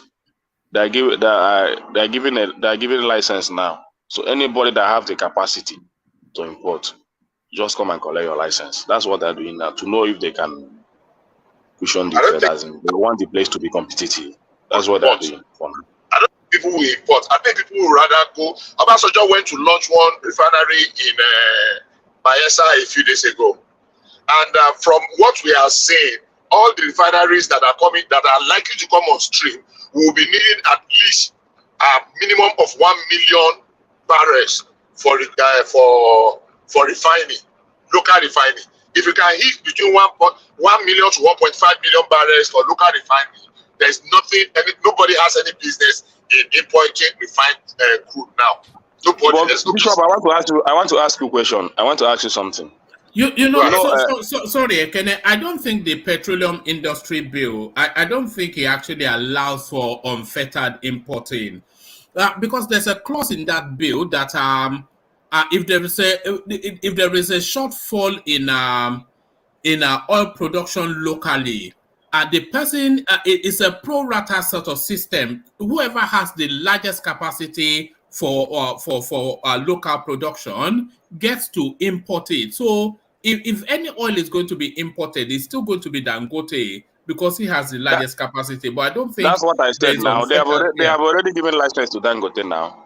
Yes, because he has capacity. But I don't think anybody can just roll in and say, give me a license. No, they are requesting for that. They are still requesting. And a lot of argument is in that space now. So, but the only person that I can confirm is Dangote for now. Okay. But it's not only Dangote that issued a refinery license to that time. I think they gave about 2 of them, maybe 3 of them. One other guy from the West is building his own too now. His refinery. Just that it's not finished yet. No, there are about refineries under construction. There are about 8. Huh?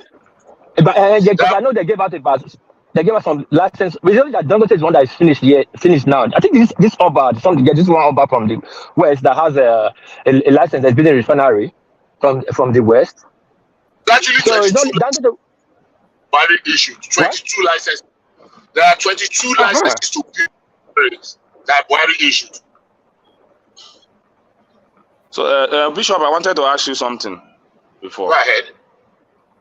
You know, what I want to ask you, how do you think Nigeria will survive this kind of increase that is happening in this country now without looking into our... I know that the man has just floated the Naira, which is a very good thing, but I want to know how the market will respond, because all these things still fall on our economy.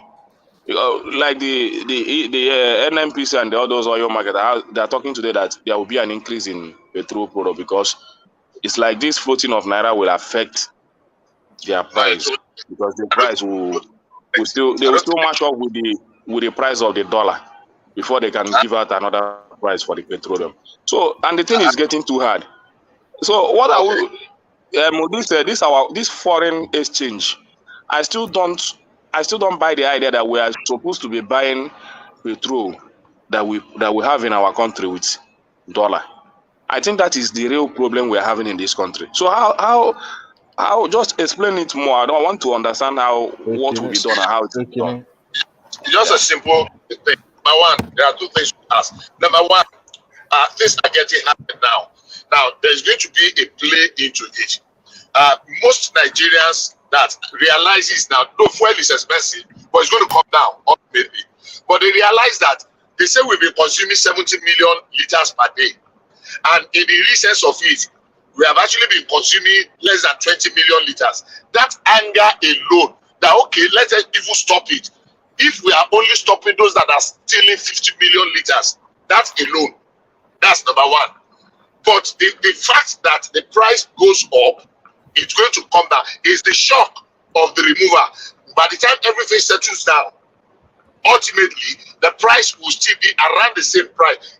It might not be lower than that 488, which is the lowest what do you call it now? Determined price for now. But it will not be like that 1,000. People that are doing 1,000 are just being, I don't know, maybe they've been able to look for a way to cause artificial scarcity in the state, so that instead of 20, 30 people opening their filling station in a town, they will just ask 2 people to open. And if 2 people open, there will be build up. And immediately people see that they are queuing up, they will jack up the price. So, okay, you know what? The remaining of you don't sell today. Me, I will sell today. You sell tomorrow. You will sell. So if they are doing that and government is not controlling it, well, that's what they call whether price gouging or what do you call it. They create artificial scarcity to be able to exploit people. So that's where price control or government regulatory agencies should be able to come in and, hey, what are you doing there? Then the issue of dollar to import crude, I don't think that fear I think that fear is misplaced. Because like I just said in my explanation, which is just, just looking at things randomly, we are not going to be needing to import if our consumption had actually dropped to like less than 20 million and we have 2 billion liters in our strategic reserve. So we might immediately they stop the importation in August. We don't need to import because we have been able to establish now that our importation is around 20 million or even less, because we have not hit 20 million since they removed this subsidy, and which is a thing of shock. And that's why I agree with one man when he said the next person he thought that would be arrested and that should be arrested is Mele Kyari. I'm looking for him to come and explain. Yes, Bishop. I think there's an issue with something you said. Before this deregulation of the forex, NNPC was the only one able to access forex at CBN. So that's why it was a monopoly for them to bring in stuff in. So it is only now that this is now fair game. That people that have they were not giving them forex, so they were doing oil swap. They doing swap. Oh. NNPC, that's what they are doing. Not everything was swapped, though. Not everything was swapped. But they still have their imported. No, but they don't collect money from They don't give them cash. They don't give them forex to do that. They just swap. They swap our crude. Like what I said is not everything is crude swaps. They still do importation without swaps. Not all our importation is based on crude swap. That's what I'm saying. Even the one they are not getting from the swap, they are getting it from their operational. You know, they have other source of getting their dollars. That's why they've not been remitting dollars to the. Exactly. That's the point I'm trying to make. So others can't get dollars like NNPC will get. So you couldn't compete with NNPC. But you know too, NNPC still using third parties to bring it in, so they pay them. But it's in the name of NNPC under their supervision. They'll still use NNPC's dollar. I mean, they'll get a favorable rate to bring it in. Well, it's NNPC that's paying. I don't know, but there's a lot of corruption enmeshed in that. But where I'm even going is that how come our production, if it had dropped to like 50 million, 55 million, maybe there will be not too much eyebrows, you know. But if it dropped from approximately 70 million to less than 20, actually less than 15, because they've not crossed 15 million since 2 weeks, then heads should roll ordinarily. That should provoke.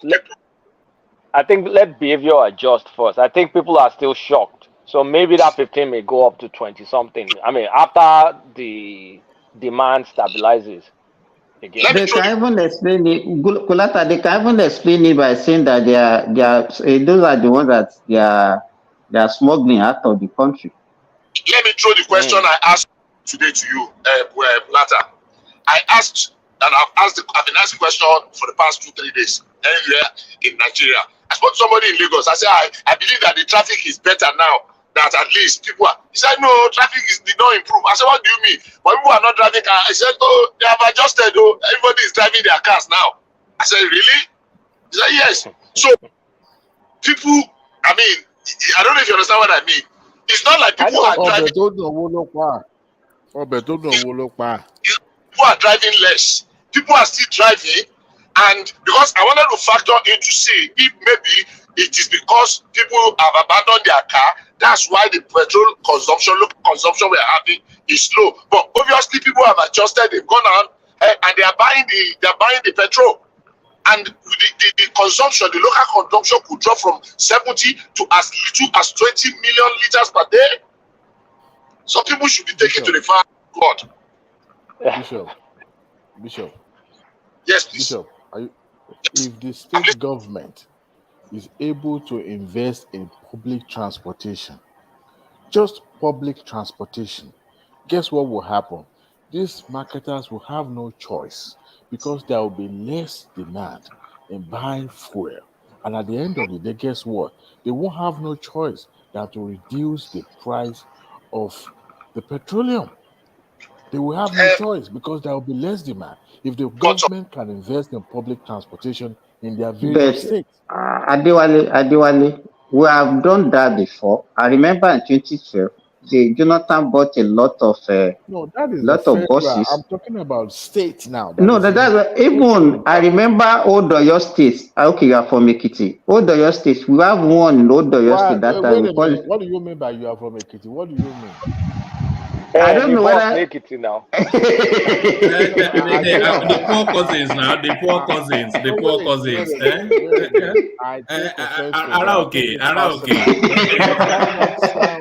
That is no sorry, I didn't mean it like that. Because I just want to cite example of what happened on your state that time. We have one that we used to call TCTC in the old Oyo State, Trans-City Transport. Oh, I remember. I lived in the old Oyo State too. I remember. So, but it failed. So I don't think we can go in that way. There's no way government will operate transport this thing. In Nigeria, it will fail definitely. Okay, let's assume that it's not about automobile. Let's say it's about railway system, and is able to cut across. That will reduce the demand for buying fuel. But that will take a long time, Adewale. This is 2023. We should be thinking ahead. Nations are moving away from fossil fuel, and here we are still planning around, petroleum, products and all that. We should be thinking ahead. They only forget that democratic talking point, please. No. See, let me tell you something. If we don't invest now for future, we will meet that future at a higher price. That is what I'm trying to buttress, because look, even America is way behind Europe. I went to France in 2018, and guess what? I was in Paris, and guess what? Majority of the taxi vehicles majority of them were electronic or hybrid. Okay, and I found vehicles in front of hotels and private residents full of electronic vehicle. We should be thinking ahead, not just. Sorry, Dewale. Europe is actually tax incentivizing that space. For instance, in this country, in the UK, if you have a carbon-friendly sort of a vehicle, you don't get to pay road tax for the first 3 years of the project. So there's a lot of incentive around that. Correct. We should be green something in our planning, in our thinking. But you see, after some time, I bet you this fossil fuel product will be phased out. Because we are thinking about. But they're already using compressed natural gas buses in Nigeria also. Yeah, but you see, government should be thinking, because government has a lot to do. Since even Innocent is manufacturing those. It's not even as if they are importing it. Innocent is the one manufacturing this CNG vehicle. Good. But and don't let me even tell you, even if you want to go by what Bishop is saying, presently, people are not even using petrol for their generator again in Nigeria. They are using gas for their generator. Okay, how because true is the that, gas Bishop? is cheaper. Because I know that I used it. That's what I'm saying. I okay, use so it are you presently. converted your electric generator set Yes, to? yes, to Oh, gas. oh, I see. See, so people importing those generators now, they will also be making money on the That side. is what is Yeah. going on now. That gas of a thing. People are rushing it So for it's now. cheaper to I buy think And I that thing heard gas. that gas thing is is cheap. cheap. They said it's very It's cheap. very. They say it's very cheap. You They see, say 12 you see, kg. 12 kg this is is 3 weeks and day. see, this is another thing. When hardship come knocking at the door, guess what we do? We become innovative, right? Here we are. I watched a video on the social media the other day. Guess what? Somebody powered his entire house with the waste gas. You know, the latrine, converted it Biogas. the biogas. Biogas. See, innovation will come because of the result of the hardship people are going through. And see, government has a lot of role to play in this because not everybody, I believe at the inception is always going to be expensive, but we can make it more affordable to people. And when people started going through, there was a time in Nigeria that people were using sawdust to cook food for the family. Sawdust. Very It about. happens to Abacha, it happens to Buhari. You see? So, I mean, we should begin to be innovative enough to solve our own problem. We can't continue to have this fossil fuel thing, thinking that petroleum is going to solve our energy problem and all that. No, we should start thinking if you have supplementary, energy production, we won't be thinking about everything has to be done with about gas, hydro, or whatever. We can have various here in Texas. As a matter of fact, when you go to Odessa Midland here in Texas, you will thousands of acres of land full of windmill. You'll be surprised. You'll be surprised because I mean, at the end of look at Texas, Austin is the landlord of what do you call this guy? Tesla. They moved their factory to Austin. California Okay, to Austin. to Austin. They bought entire village, or let me call it village. I don't want to call it town. Village, and to the point that a little house that cost maybe 100,000 now costs almost 500,000 because people moved from California to Texas, and where we have now they are now producing their car in manufacturing their car in Austin, the entire state of Texas, Houston, Dallas included, filled with electric vehicle. Hardly you will drive a mile in this big city that you won't come across electric vehicle. We should start looking inward, thinking, innovation, because this fossil fuel is one day we will dig and we will find it on the ground. That's my point. But that's more of a long-term solution, though, isn't it, Diwali? Long term is right there by your doorstep. Before you blink and you do, it's already by your doorstep. Hydrocarbon or fossil fuel, as you call it, will still be relevant in another 100 years. Let's develop. We can be developing side by side, but we cannot. Environmental friendly. I say so. Yeah, we'll manage it. It's Some not people are managing. It's sustainable.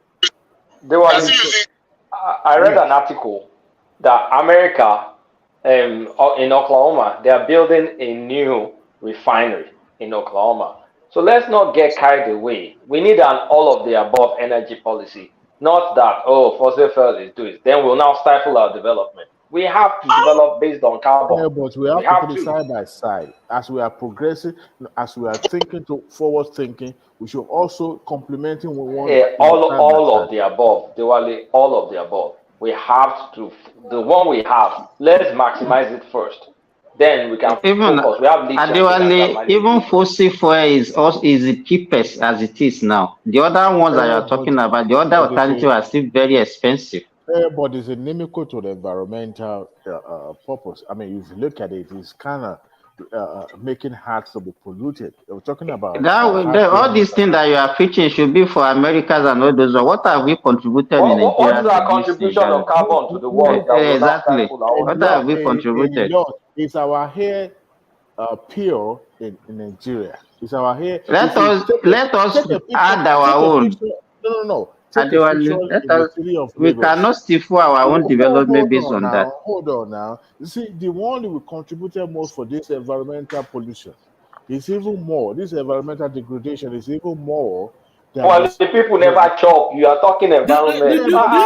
Do you think Dewale, do you think environmental degradation is a priority to Africa? We are. See, and by the way, we contribute very little to the ozone layer, whatever. I take exception to this. When you sweep future problem under the carpet, guess what will happen? It will come out. You will meet it in the future. The bottom line is that you have to start now. It is now. Because if you think it's about futuristic problem, guess what you will do? By the time you open your door, it's meeting you right there by your doorstep. If you take a picture in the city of Lagos, and you take a picture in the city of London. You know that most of the Western world, they used fossil fuel to propel their development. So now we're at that phase to propel our development, and fossil fuel is the cheapest way to propel development. We are now saying we should. I'm not sure. As we are planning for the future, we should also take it into consideration. The cognizance of how this thing affect our environment and ecosystem. The bottom line is this. Oh, Dewale, now that is so liberal. See. I like to bring everything into one umbrella so that as we are planning for the future, we will also plan along that line as well. I hope you know that even in China, they are still using coal. No, South Africa are still using coal. China is pretty. In fact, in Germany, after the Ukraine war, they turned back their coal and they turned back their coal power plants. They turned it back on when gas was too expensive. Because they fail to plan. They fail to recognize the impact all this thing is bringing. In Europe, isn't it Germany that they have solar panels and I don't even think the thing is delivering enough?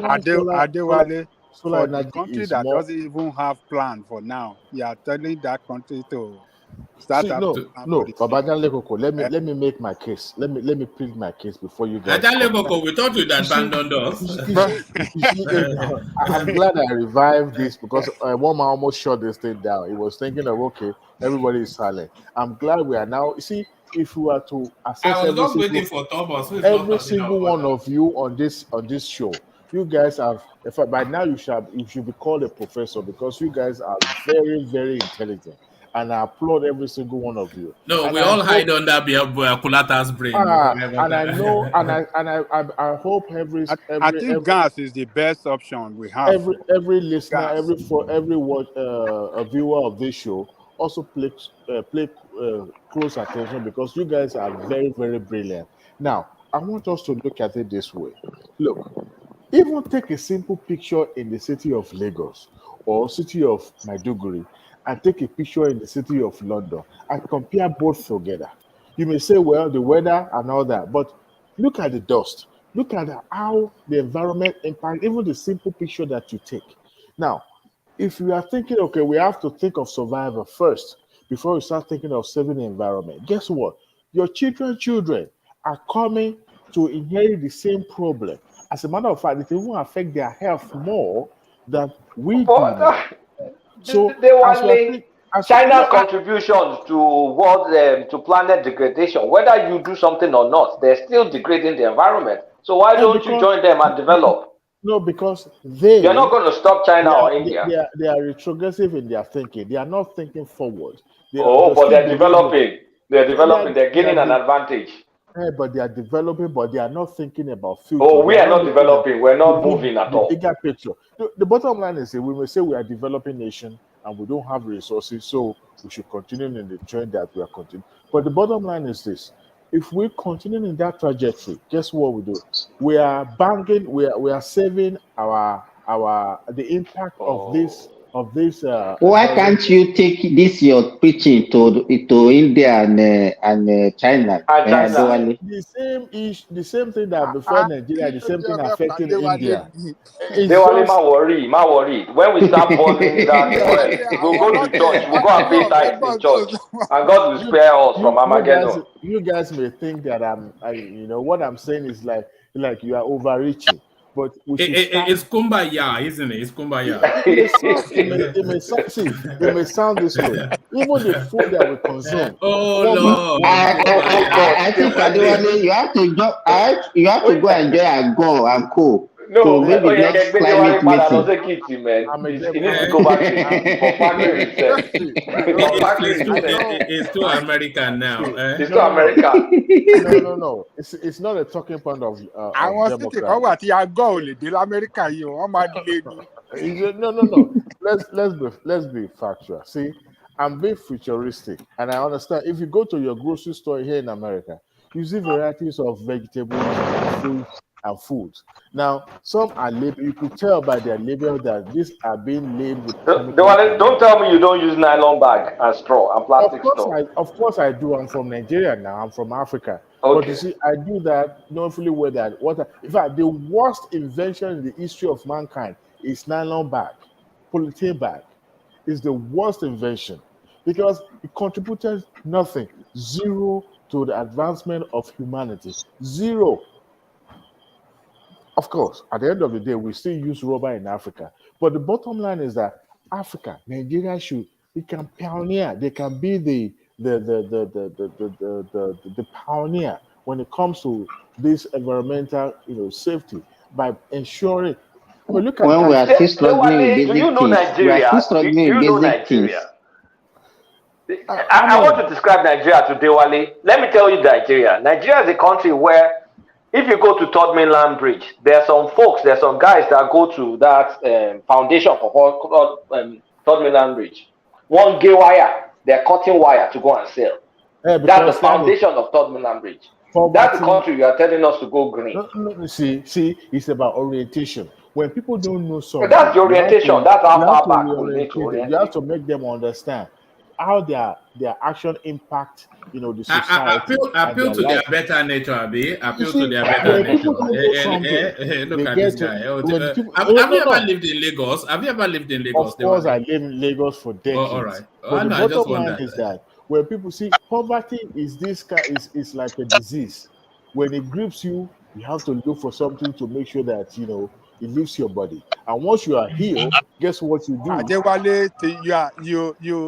I hope Tinubu is listening to you. He has no choice. Minister for Environmental Protection Agency.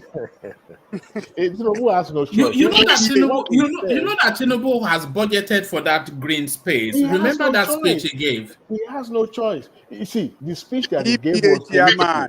The speech that he gave was political. At the end of the day, he has no choice because he knows. See, Nigeria leads and other African countries follows. The point is this: if you look at it, our environment is, even common diseases that Nigerians go through today can easily be, eradicated by simple application of, medications and other things. But because of our way of life, we tend to look at it, it's no big deal. Look at malaria. I got bitten by a mosquito while I was, mowing my lawn on Saturday. I'm still scratching my body up to this moment. Now, the bottom line is that mosquitoes already been eradicated in America. Now, the only thing I have is just a mosquito bite, and it was itchy. But in Nigeria, it's actually sandfly that beat you. That's the one that's very itchy. Whatever it is, it's not like Nigeria that will, by now be on the sick bed crying of malaria and typhoid or whatever it is. See, we can't continue to push our problem to the future. We have to take care of it now before our children. Save the dolphins. Save the dolphins. Save the dolphins. Dewale, are you vegan? Hey, I just finished a bar. I'm not vegan, no. I just finished a bar. Okay? You know that Sorry, carry on. Please hold on, please. Yeah, carry on. Let me interject you. Now, if we have to enumerate, I mean, what you are saying, they are very beautiful, but not yet. Let's take it from one. Do you know the number of families that depend on firewood from felled trees in our forest? That's one. Do you know the number of people that still do open defecations in our villages and local government and the rest? That's two. What was the third one I have in my mind? Now, if we are going to start dealing with issues, let's start. These ones you are saying are so brilliant, so beautiful, but they are too idealistic for now. For somebody that still depends on going to cut wood in the bush to make firewood. Somebody. Sorry, Bishop. They are idealistic for how long? What is the time period for what Dewale is suggesting to come into play for a country like Nigeria? 50 years. The answer 50 to years. that. The answer to that simple.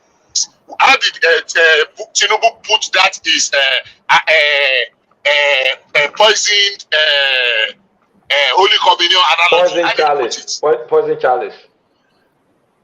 Exactly. So it is, but for now, if you say we want to cut off fossil fuel, we want to stop exploration of hydrocarbon. Wait, somebody was just saying that's our only main source of foreign income. Now, the people that said they abandoned coal almost 50, 60 years ago, at the slightest shock, they went back and revised their coal, what do you call it? And they reverted back to their coal, and they're still using it. So it is when it is convenient for them, they make the rules. But hey, what are we contributing in this, what do you call it, this pollution? What's the contribution of Africa? The whole of Africa is not even up to maybe 2% of the total global pollution. So if they're asking us not to grow with what we have now, if we can afford electric cars and the rest, yes. But at the moment now, we should be able to grow with what we have. We are not. Yes. Bishop, what will Yes, it take Nigeria to lay a gas pipe across the country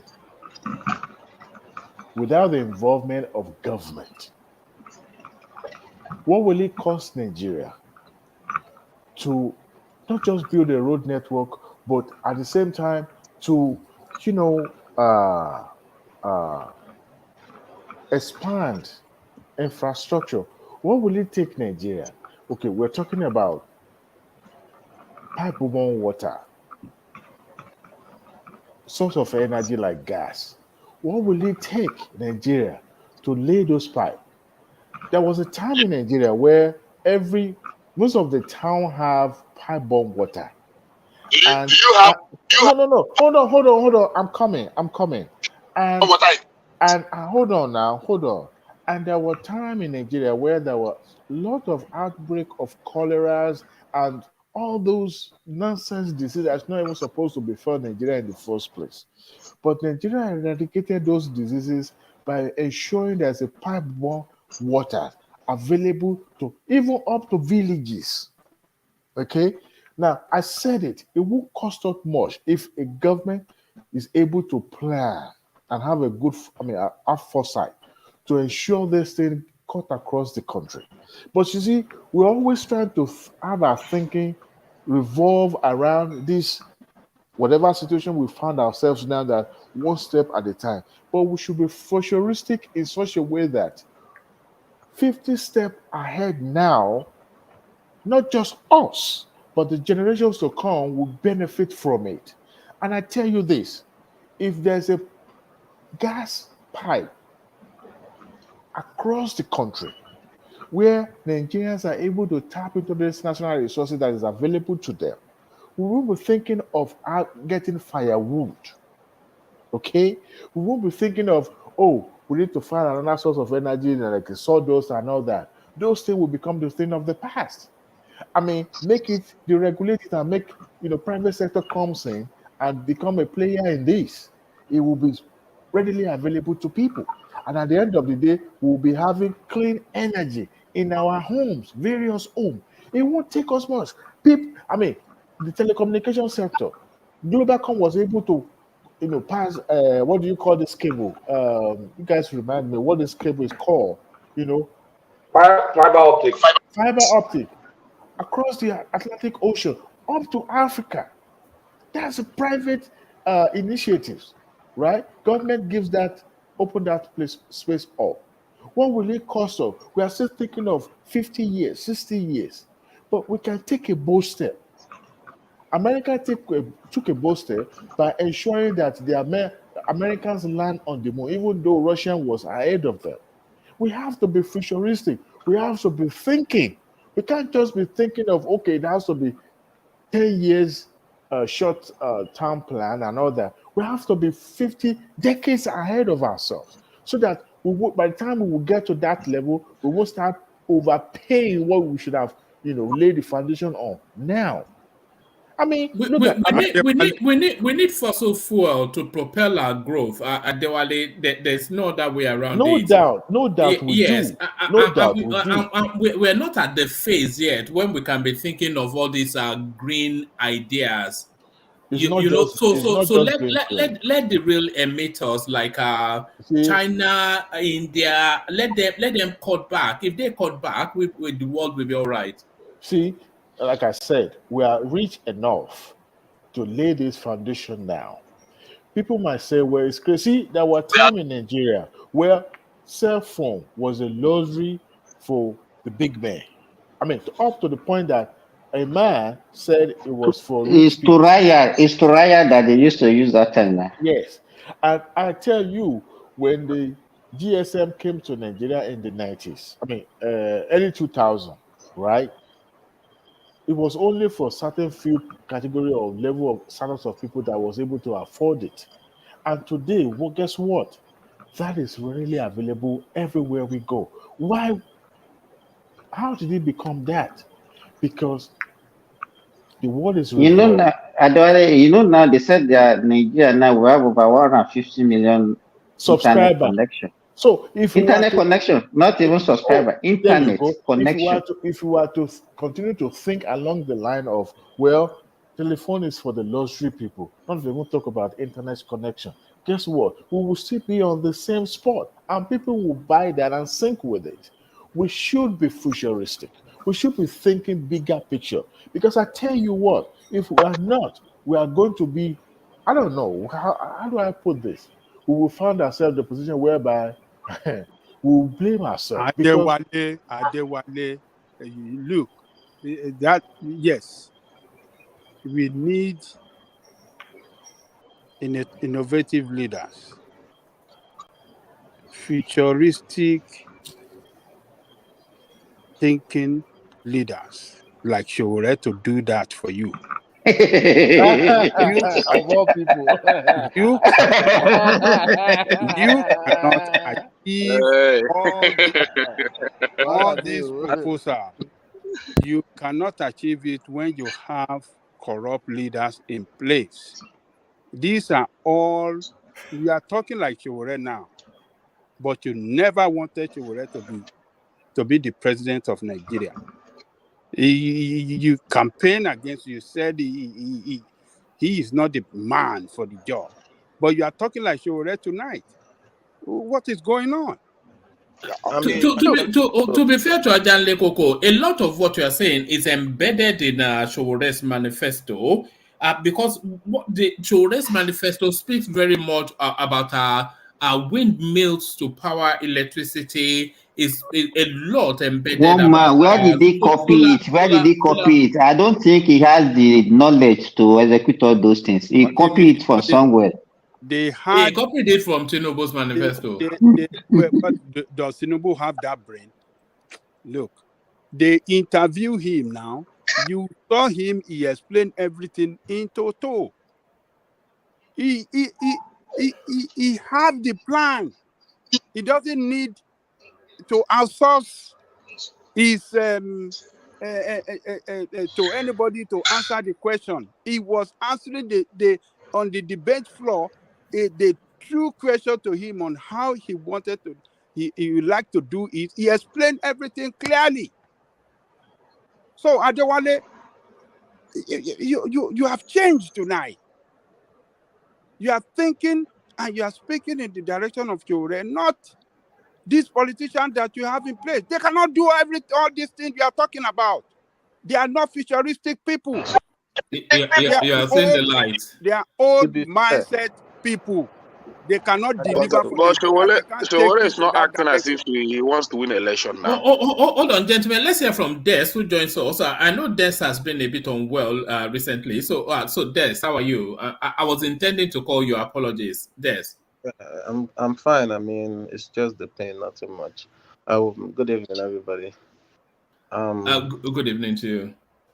Yeah. I don't think what Adewale is saying is too far-fetched. I mean, some of them probably it's a bit far-fetched, but let's take example of the one that money can actually solve immediately, which I know Nigeria can, get the money from somewhere. Say eradication of malaria. I mean, it's something that money can actually solve. It's not something that you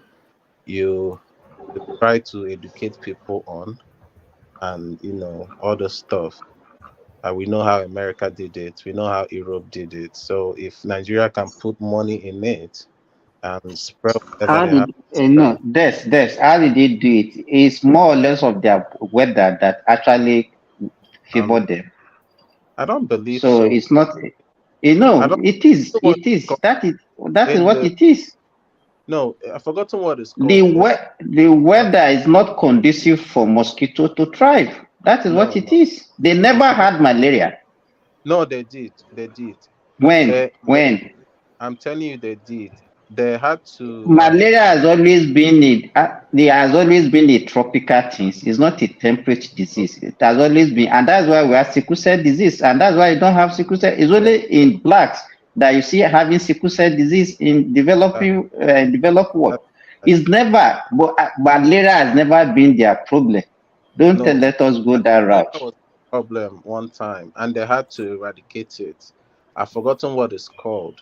When you spread that thing in the atmosphere, it basically stops the female Anopheles mosquito to induce is it plasmodium or whatever bacteria. It's how they did it, and basically, if mosquito bites you, it doesn't affect you in the way you have to. No, you are just talking about what Bill Gates is trying to do now, and they are doing. It's not an old thing. It's what is pioneering in the South America now. So it's not an old. They never did that before. What they are doing now is to actually genetically engineer somebody that will sterilize the female Anopheles mosquito, and they will not be able to actually breed the Plasmodium falciparum that is causing malaria. So it's not something that they did that time. It's a recent thing. Maybe you just watch the video. That's why you are talking like this. If you research it, then come back. Are you saying that there is nothing Nigeria can do to eradicate malaria? So there is no option at all? Hygiene would be a good start. In Europe, exactly, one man. In Europe, they eradicated a lot of disease by just improvement in hygiene and improvement in water and sanitation.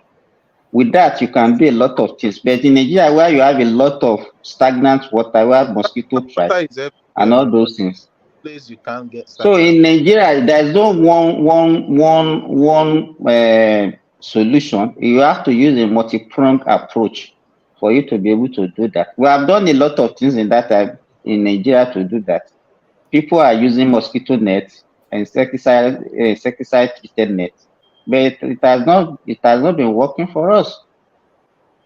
I don't know if one man can research this real fast and pull it up, but how America eradicated but anyway, well, if he can pull it up, then we can stop the argument or whatever. But that malaria is a tropical disease. I mean, that's why they were calling West Africa the white man's grave initially when they first came. It's not something that. How did we even land on malaria out of all of the things that we could be discussing? No, Adewale talked about it, so that's why. I know. Yeah. Adewale was just flipping around. That was why he mentioned it. It's too far-fetched, but some can be solved with money you get, and You know, I feel like malaria is something that could be solved with money. I hate all of you. I don't think it's tropical, to be honest, because it's stagnant water that they live on and all that stuff. So I don't feel it's anything tropical about it. There's still a hot sun in America, and it's still cold sometimes in Nigeria. So I don't necessarily think it's tropical. The malaria in America does not give you. I mean, the mosquitoes in America does not give you malaria. Yes, I have to find out why. That's what I'm saying. Do the research and come back to me. It was taken care of because people knew that if they had neglected that by now, they will be. It's going to affect the health of people that needed to be productive. So they took it the horn by a bull by the horn and tried to, eradicated it in their society. You guys may think that I'm a little bit cuckoo tonight, but it's the way forward, is the best way to go. And I hope this current administration is thinking along that line. Yes, we may say we are poor, but I was just, telling my nephew now, the shoe that you wear 10 years ago, let's say when you were a decade away from your age now, it's not the same shoe you wear now. Why do we buy oversized shoe for our children? Because we know they're going to outgrow the shoe that they wear. So the same way we plan along that line, so that as you are growing, your population is expanding, your environment in there to be taken care of as well. We may say those things are too much and expensive, but we should be futuristic. After all, I haven't heard any African country going into space. I haven't heard any African country doing most of those, things. But if you are talking about space, in what way will space No, affect the livelihood of I Africa? hold on though. I only brought space just to, buttress my point. Not necessarily that we must go to space. After all, we can start by, making We are already in space. malaria Did medicine. Good Luck Jonathan not launch a satellite during I his beg your administration? pardon, one man. You see, the one that was launched was probably just for satellites for something. It's not about we even thinking. Since people will be going to space, I've ever heard that Africans have ever been to space of all the continent. But you see, let's leave science apart. These are the things that will sustain this environment that we found ourselves. And it's better we start thinking. We can't continue to think. In fact, one of my professors in my undergraduate used to tell us, he was a American scholar, and he came to Nigeria for sabbatical. And I said, look, you guys need to start thinking, international, not local champion. I'm not saying you guys are local champion, but just that we should think beyond what we see now. We should be beyond what we can comprehend now. Something futuristic, something that we know that even though we may not have the resources now, but we should continue to think along that line so that we make our society better. And if it's But actually, look at it this way: this thing that you are talking about, even this fossil fuel that we are talking about, how many of our population can even afford this one now? That we are talking about the other expensive one. It's not about affordability. It's about the price you pay for neglection, for abandonment. Because that price is going to be. We're already paying the price without even making any contribution to it. So what way do we need to do that? But the thing is this: once we realize that the price we are paying for, we are suffering from the sin that we have not committed already. I was just talking to my nephew now. Deforestation.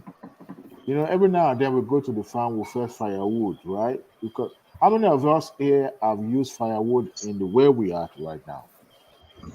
And there was a time in America, in Canada, in Europe, that firewood was the order of the day, that being used to power their home, like to light up and warm their homes, right?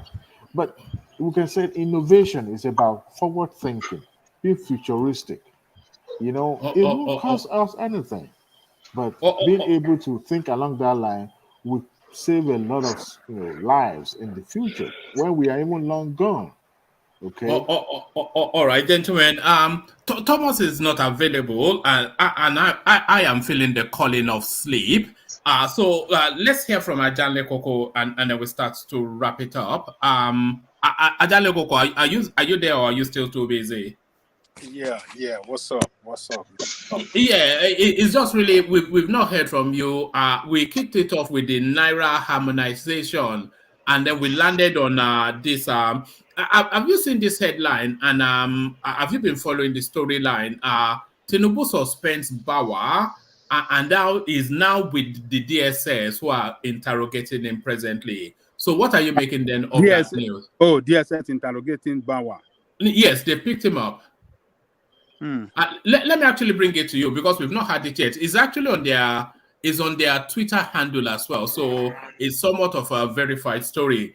It says breaking DSS interrogates EFCC chairman Bawa on reason for suspension. The Department of State Services, DSS, on Wednesday night said it had invited suspended chairman of the EFCC, Abdulrashid Bawa, for further investigation. DSCC Public Relations Director Peter Ofonaya made this known in a statement issued on Wednesday night, June the 14th, and this is via Twitter. It says, the statement cited by correspondent read, the Department of State Services DSS has invited Abdul Rashid Bawa, the suspended chairman of the Economic and Financial Crimes Commission, EFCC. Bawa arrived a few hours ago. The invitation relates to some investigative activities concerning him. Peter Ofanaya, public relations officer at DSS. So there it is. So what are you making of that? Yeah, greetings to our listeners around the world. Click on the like button. Yeah, and subscribe if you haven't done so. Yeah, it's not the first EFCC chairman to suffer this kind of humiliation. The first one that occupy that position during the time of Obasanjo, Ribadu, suffered same humiliation, even though that he worked to the light of every Nigerian. Every Nigerian saw the way Ribadu worked. Every Nigerian loved the way he was able to put a lot of politicians in jail, including even Inspector General of Police. So, but he suffered humiliation. He was fired, and the one that took over after him,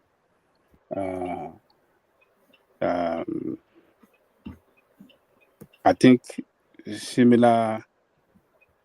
I think he suffered the same fate as well. And the one that Bawa took over, the same thing they did that one. That one was actually embarrassed. He was arrested on his way to the office. The DSS cornered him on the highway, stopped him, arrested him, and bungled him away. So for Bawa to have this humiliation as well, I think it just sounds to me, it appears to me the tradition that whoever that is going to occupy that office after him should have in mind that, yes, one day he could be fired, he could be humiliated as well out of office. So, but the question we have to ask is that why should he be? When did they start the investigation on him? When have that investigation started? Why now that DSS have to arrest him immediately that you know, Adanle Koko, some people are suggesting that he was arrested off the back of some of the informations that they were getting from MFLA. Okay. That's just one of the speculations out there. All right. And that tells me, one man, that the direction that this MFLA is taking, it looks like a lot of head will surely roll. If Bawa can be arrested, Bawa that was responsible to what do you call this guy? The Attorney General. What was the Abubakar Malami? They are saying he is running nervous now. They are saying he is running nervous. So I believe that the investigation will get to him as well, because this Bawa was under his under the control of the Attorney General's office. So how would he have permitted so much corrupt practices in that office that Attorney General, who had the direct control over that, didn't know? So I think investigation will get to him. And like you said several times, I believe investigation will get to the what do you call that? Your friend at MD, is it GM or MD of NNPC? I think Mele Kyari, yes. Because all of them, one way or the other, have working relation with central bank. So Mele Kyari, with all his transactions, there's no transaction that he that he did with regard to importation of petrol that did not go through central bank. So they will surely get to him. And this guy, EFCC have many offices in most banks in Nigeria, and they have office in central bank as well, monitoring the money transfer from one place to the other. So how come that Emefiele and his team can carry out so much corrupt practices that he couldn't have stopped it or got something done on Emefiele before now? So it's just how do I describe it? It's a corruption galore that we had under Buhari. During Buhari administration, there's corruption galore between central bank and various ministries and government agencies. And I think the investigation will get to Minister of Finance as well. The way this investigation is going. So they have picked up this guy now. I believe it will get to Abubakar Malami and it will spread to the Minister of Finance. So it's going to cut across. It's step by step. So to me, if we have a question to answer, let him go and answer the question with DSS. So DSS, I think they should do their job thoroughly. We don't want a situation when they will take these people to court and these people will defeat them at the law court. That will be embarrassing to the administration, and that will be disappointing to a lot of Nigerian people that sees Tinubu action now as a step in the right direction. So they have to do their investigation, get their fact right. If they should hire the services of some, expert lawyers that are very good in, establishing facts that can nail people down at the law court. If they should hire them, they should do that so that these people can pay for this kind of mess that they committed against that country. We don't want a situation that they have to go to court, and at the court, these people they are picked up, we hire good lawyers, and they will defeat that cases against DSS. That will be an embarrassment, total embarrassment to Tinubu administration, and that people will lose confidence in this DSS investigation or pickup. People will lose them. So DSS should carry out a very thorough investigation, get their facts right before they take these people to court and what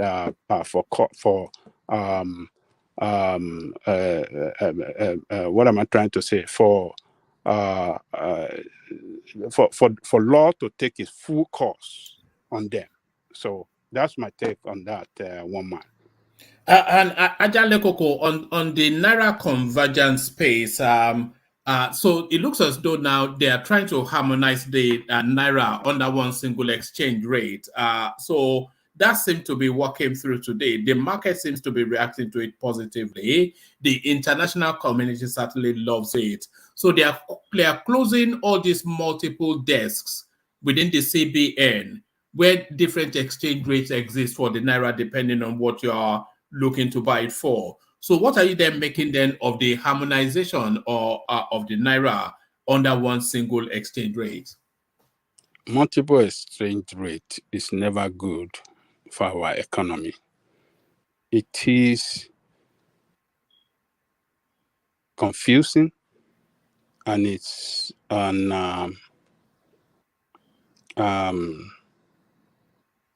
it is meant to carry out looting and corruption. So now that Tinubu has harmonized this exchange rate, I think it is good for the country. For the investors. Investors can have a common knowledge of what the exchange rate look like, and they can plan. That can enable them to plan on what they want to do. But the economic effect of this, Nigerians should be ready to suffer it. The currency will lose more value. And when the currency loses more value, inflation will surely set in, because you will see few large money pursuing few product. So poor people will have to suffer it. Is it important to have that single exchange rate? Yes, it's important to have it, but Nigerians should be ready to pay for it. We're going to see the value of our currency go down the drain, and as such, it will affect. What do you think the market value of the Naira is on a willing buyer, willing seller sort of a model that they're adopting? Where do you think the Naira will end up using the dollar as the exchange, as the foreign currency? Where do you think that the naira is headed? It's going to go down to over 1,000. Over? Yes. To a dollar? Oh, yeah. We are just in the beginning because we are not producing nothing. We are not a producing state. Even the oil sector that is where we should have comparative advantage over others, we didn't develop that space well too. We are underproducing in that oil sector. Our what do you call it? Our quota, we couldn't even meet our quota. So our gas, we are not producing enough to generate revenue for us. So the problem is that as long as we remain as underproducing country, our currency will take the hit, meaning that the value of our currency will go down, and the purchasing power of the people will suffer, and more people will put into poverty. I think it will get close to 1,000, but I don't think the value of the naira to the dollar is up to 1,000 naira. I think it will probably plateau round about the late 800s, maybe 880, 90, or 70 even. I see it round about there, but I don't see it tipping over the $1,000 mark. Well,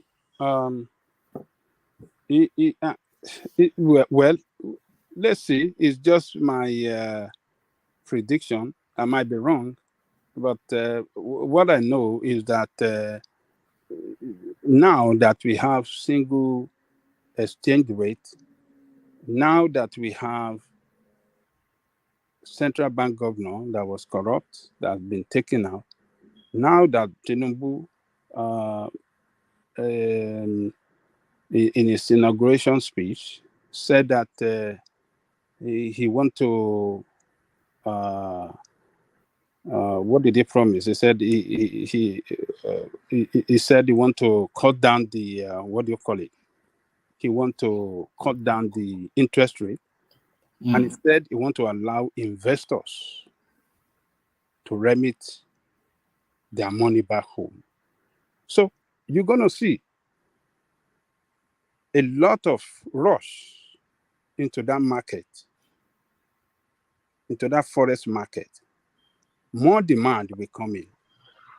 Investors that have their money stuck in Nigeria, now that the president has said he wants them to remit their money home, we don't have enough dollar that can drive our economy as well as expected. Rush for dollar will go up, and Baba they are not preventing them. What was happening before was that they want to get it at official rate. Nobody stopped them from remitting their dollars from the black market before. If it's not happening in the black market, then you should not expect any rush with this unification. No. It's central bank that's supposed to allow them to remit their money. Central bank was holding on their money. They could. You remember? Have you forgotten that Nigerians?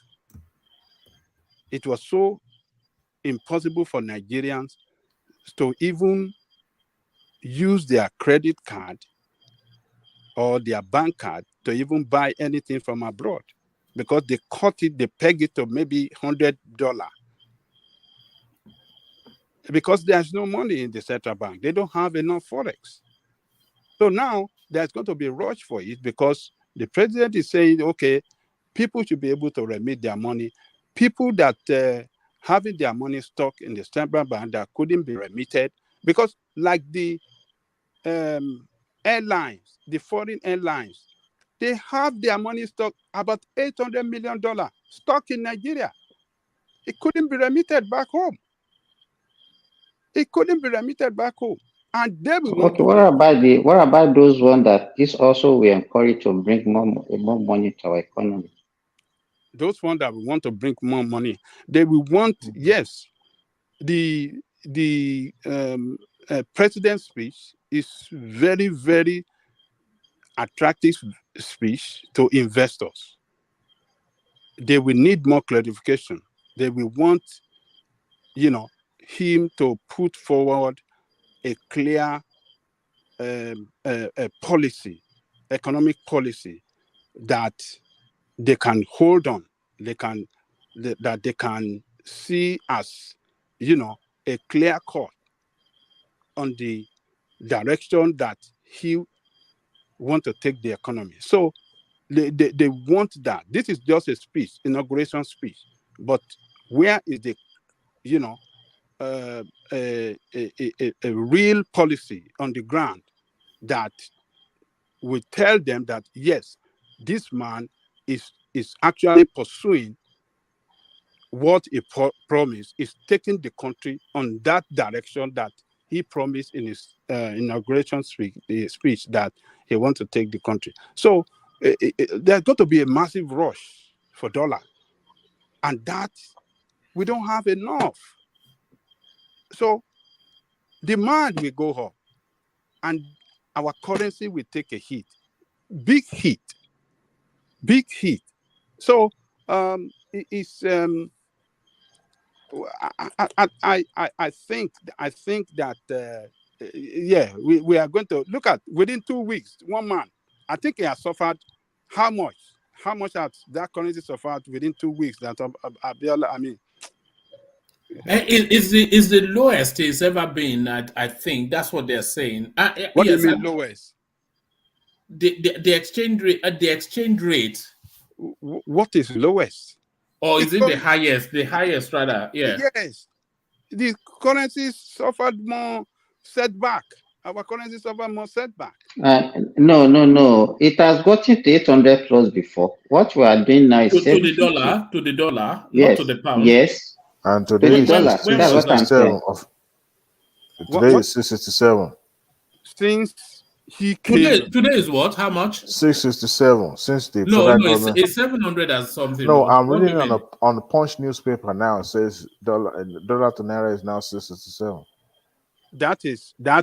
Are you talking about? That's official bank rate now. Today is 760. No. Official bank rate is 400. Yeah, today is 760. No. The official bank rate was 400 before now decided to float the currency. So now we have 667 as official. That's 67. He's trying to bring it. He's trying to bring it up. CBN is 660. We are talking about the black market.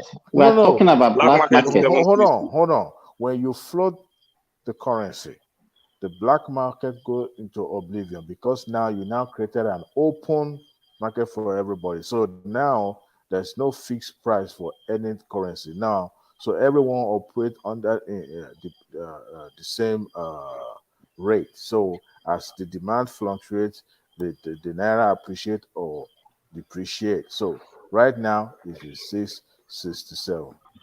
667 at the bank rate. By the time it came in 2 weeks ago, it was 400 plus. 470. So he has suffered more depreciation. I want to. No, this is not depreciation. I think it has to converge. No, it will come at the middle. It is a depreciation from 400 plus to 600 plus. That is depreciation. If it has gone down, if the value has been like 300 or 200, that is Babajale Koko, the bottom line is that as the demand for dollar reduces, naira will appreciate. That is the way it is. But as of now, as of today, right now, the demand for dollar is still high. That's why you have that price. Adewale, let me even explain to Babajale Koko. If it stay at that 67, it's an appreciation. And listen to me, this is where we explain it. That 470 is not the real value of naira before. The real value is what we are experiencing at the black market at 700 and something. So if we can be at that 667 for everybody, is an appreciation, because the real values that the Nigerians are getting for their goods was actually at that 750, 760, not at 470. There is no way you can call it appreciation when you have more units of your currency. It is now 664. I beg your pardon. 664, not 667. 664. You have Naira more. fell to 664. You have more units of your currency chasing few dollars. That is not appreciation. That is depreciation. It was 400 before, now 600 plus.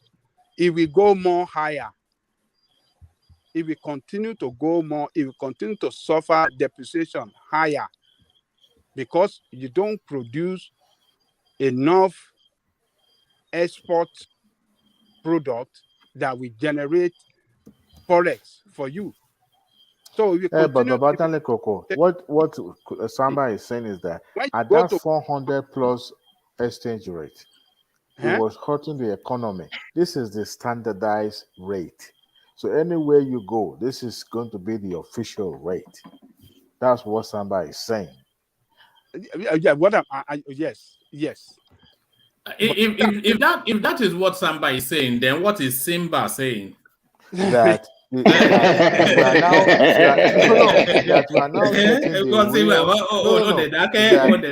We are now getting the real picture of what should be the official, instead of just having a fixed rate that is hurting our economy. Because number one, when you have a fixed rate, people, like it is now, as I said now, people will not be able to export because you have a dollar that is at a certain rate.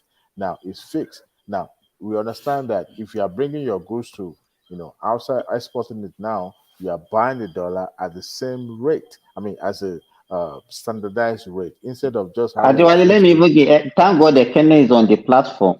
The likes of EXCHANE who used to import, they don't get that 470, 460 from the central bank. They are selling their goods at. We don't calculate dollar at the 470 now. It's 7 something. That's what I'm saying. That if you are selling your goods at 760, 750, 760 black market rate, and that is what you are selling to Nigerians. If you cannot get it at 667, just wait. If you cannot get it at 664, 667, it's going to bring down the price of goods. And that is what that's why I'm saying is an appreciation. That's what I want to explain to Baba Dele Koko. That is because Nigerians are not getting it at that 470.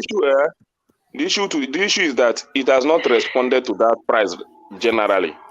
Like today, it rather goes up. It goes to 760 today. You understand? But I understand that he has already depreciated it to, maybe he wants to unify it within the rate of 660 something or 670. So what we should be paying for, or what should be expecting, that the black market one should come down and meet, if they have enough, dollar at that 667 to sell to people, then the black market people will not get market again, and they will also have to come to that price. If it responds to 660 something, it goes a very long way. It goes. It's a very good. To me, it's an appreciation, not depreciation, because the real value was that 760 that you are talking about, not 470 that Baba Dele Koko is quoting. And look, let us look at it this way. See, this currency harmonization have its advantage and disadvantage. The advantage. Yes, you are right. There's nothing that have an advantage that doesn't have disadvantage. The advantage of it is that it can boost. It can, if we encourage our investors, local investors, to export what is exportable, whatever product that we have that we can export to international market, it can encourage them, because we now see that there is no much gap between the bank rate and the black market rate. unlike before that you have $400 at the bank rate and you have $700 at the black market. Black market. So if you as an exporter export your product and you are getting that money, that dollar in return for what you exported, you are getting it back in bank rate, right? And that is going to be a loss for you as an exporter, because the money. But this Buhari no get sense at all.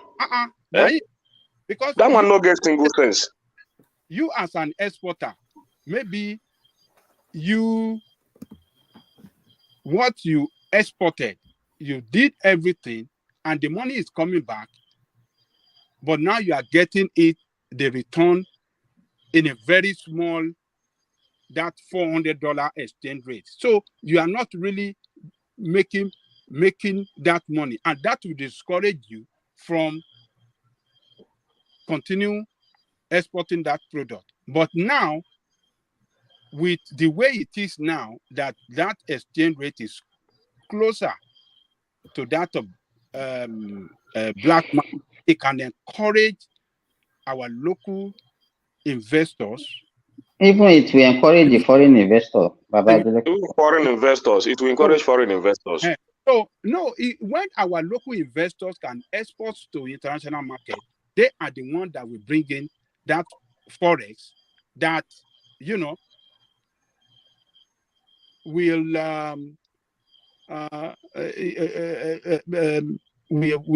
run the economy as expected. So that is the advantage. Babajeko, what used to happen before is this. By the time they are bringing their dollar in, the foreign investor, they will come and invest the dollar at maybe the 460, 450 central bank rate. By the time they want to repatriate, they have to go to black market and get it at 760.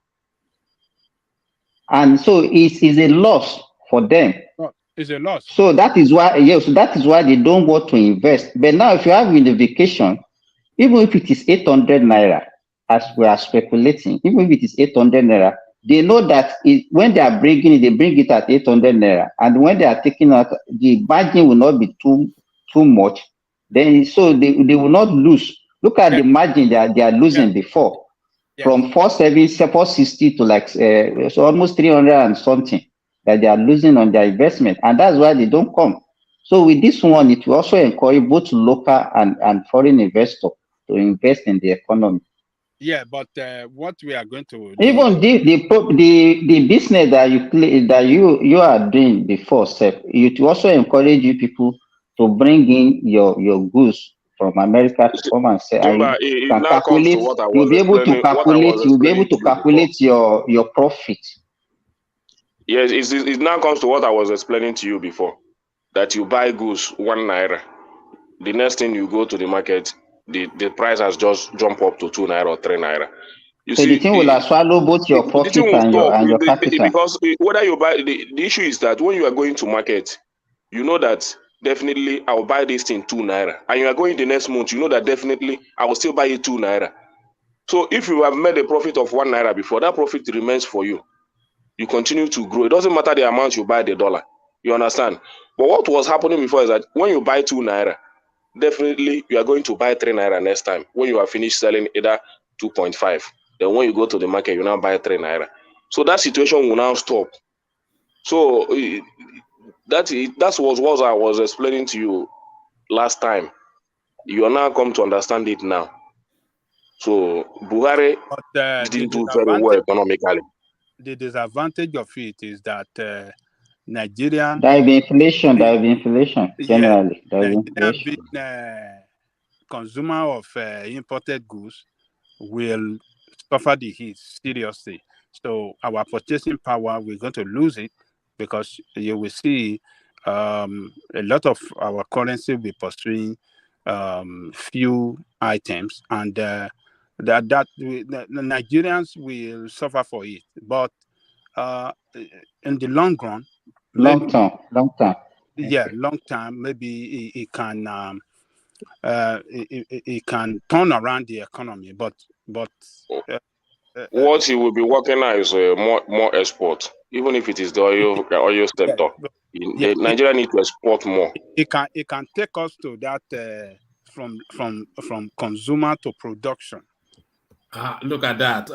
So at last you've landed back on Peter V. That is a fact. Nice fact now.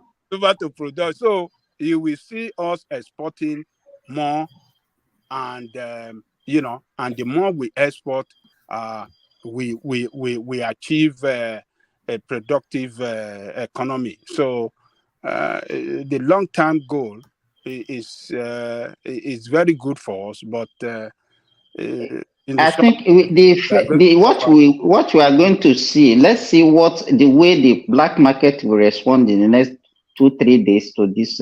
Maybe by Monday we will know how whether it's going to actually bring it will be to the black end of this market. month. Look, to the end of this month. Let me tell you, as long as we have black market in Nigeria, as long as we have them operate the way they operate as free market, they are not even black market. They operate freely in Nigeria. As long as we have them operate the way they operate in Nigeria, our bank rate will never be as good as black market, except government take a very radical action. You cannot do away with those guys. I think is actually the let's say this way: the only if government can supply enough dollar, they don't have any option that will bring it down, because nobody will patronize them if people can get whatever they need at the bank rate. Yeah, if the bank start to sell now. So it's the supply that will actually. Do you think the run on the dollar will be, because if they said that let the free market decide and they open up the CBN vaults, do you think the run on the dollar will be such that they will start to limit it, that you can only buy up to, let's say, if you're a business person, you can only buy $10,000. If you're a private holiday, no, by the time they start by the time they start limiting it, then that is failure of the unification. Then people will go to alternative market, they go to black market to go and resource for their dollar. Yeah, so but is the economy robust enough for them to open up the vaults of the central bank? Is it robust enough? Do we have enough? It's not, one man. It's not at all. So, look. Bro, Babami, what does it have to do with central bank? Everybody goes to, but if you float it, you don't have to do with central bank. What do you mean? You buy your, like one man said, like central. I didn't even understand. Like central bank. The way what one man is saying, I see with central bank that will be releasing the dollar out. No, that's don't what have he's to saying. do. The dollar is coming in and out into the country. I mean, you can transfer. You have a domiciliary account. If you transfer money into UBA bank, they have it. They have dollar. Even just last week, Fatai, I just transferred to First Bank, and my wife just collected it about 3 or 4 days ago. And I want to, if you transfer into First Bank, and me also, I want to go and buy dollar at First Bank. So First Bank have dollar. Exactly. So I will, and they will use it to give it to me. So what Woma was describing is what was happening before. The Emefiele had a stump on the dollar. If you want money, you have to go to Emefiele. Now I don't even need to know the name of the central bank governor now, right? Because it's just the market. I go to what will happen is exchanges will be set up, and you go. I think the exchange right now is the banks. So you will have forex exchanges where people you can even have online exchanges, whatever it is. It's in itself a business on its own.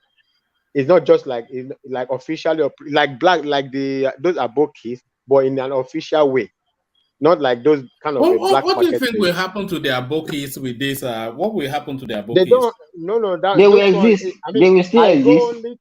I will go only to Aboke if I am bought to go to the bank. So there's no. They The will issue have is to that find those more are bookie. business. They will still sabotage it because those guys have more. But They have more dollar more than the bank, and the bank is not our bank. I don't know what is happening to them.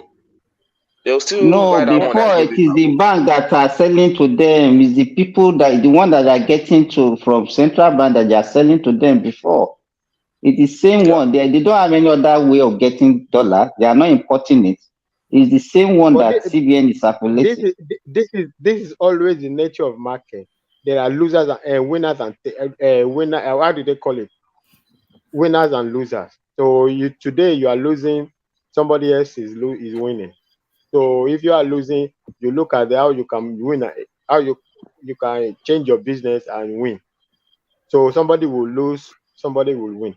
As before, what was going on, they were winning, other people were losing. Now it's just the table is turned. They are going to lose. They have money to find a way to. They can even establish. They have so much money they can establish an exchange and a forex exchange. They can become a director, open your business, forex exchange. So it's large volume in large. If they have an exchange with large volume of money, right? They can even be doing more exchange than the banks are doing. But now it's going to be the price is not a cap from CBN. It's the market opens in the morning, closes in the night, right? And everybody, it's availability, investors' interest, investors' confidence will be deciding how much is going. As they said it, willingness to buy. If I want to, just the way we do it with the abokis. I go there, say 700 naira. I say no, aboki give me for 690 now. He said no, I will find 690. balance. No. It's the same thing, but now it will be operating in an official way. It's not this black market, which it doesn't contribute to the official transaction of the economy. It doesn't really, you don't even know They just how make money, it's of pack no money, and benefit. go out. Yeah, it's of no benefit to nobody. Right? Even the abokis themselves, even the more the economy is destroyed, it doesn't even matter. You are packing, especially only if you just keep your money in dollars. Because if you make, or even if you make all those big 300 naira range, and you are make all this money, you cannot convert the money to naira. So you are rich only in dollars, and you are not allowed to spend dollars. I mean, okay. I mean, at the time, nobody had a choice except to be spending dollars in Nigeria, which is illegal. So nobody actually is rich. It only becomes a better part of my neighbor economy. So everybody, the angel for our, that's what it will. I mean, chicken they chop chicken intestine. So that's why everything will just collapse in the end. So the abokis, they will find their level now. If the whole economy collapse, the aboki, everybody will collapse in the end. No? So what is happening now is just be a normal person. Just be normal. That is before it's like, what are you doing? It's not naturally, it's not even supposed to be a big deal, right? If it like Iran also is doing this, countries do, because and why that you have to have something you are trying to correct. It's not like it's a strange concept in financial market, in financial whatever. It's not a strange concept to have multiple exchanges, but it's for a purpose to correct a problem. Iran is under heavy sanctions. They are hemorrhaging. Inflation will kill them. So you do something to take care of something. A lot of people do. There is a lot of mago Russia did when the Ukraine conflict started. So a lot of everybody does something in a little way, but it's not to just throw the whole economy. And you have this what, and even Iran, the difference in real in the official market and in the, I mean, I think they have 3 exchanges or something like that. The difference is not 1 million the gap. It's just maybe 20 riyad different or something like that. It's not 300. What are you crazy? What are you doing? That's why all the money. all the money was everybody wants to take away their money. So Emirates now. So Emirates, they were duping Nigerians, right? They would sell their tickets at the black market rate, whatever, and they want CBN. So after they make so much money, after they want to get it at official rate. At official to give rate. them dollars. So almost times 2. Yeah. So they already kill us. They already kill Nigerians by selling to us at double price, right? And then they now go and make another. So it's like times 4, right? So the only good thing about Emefiele, right, is that it wasn't letting them repatriate the money. In a way, it's good because if you just as they are applying, is giving them, the country will just run down in 2 seconds. But at the same time, also that is not good. I can't do business and I can't take my money. That means I will not come again. So in a way, it's like he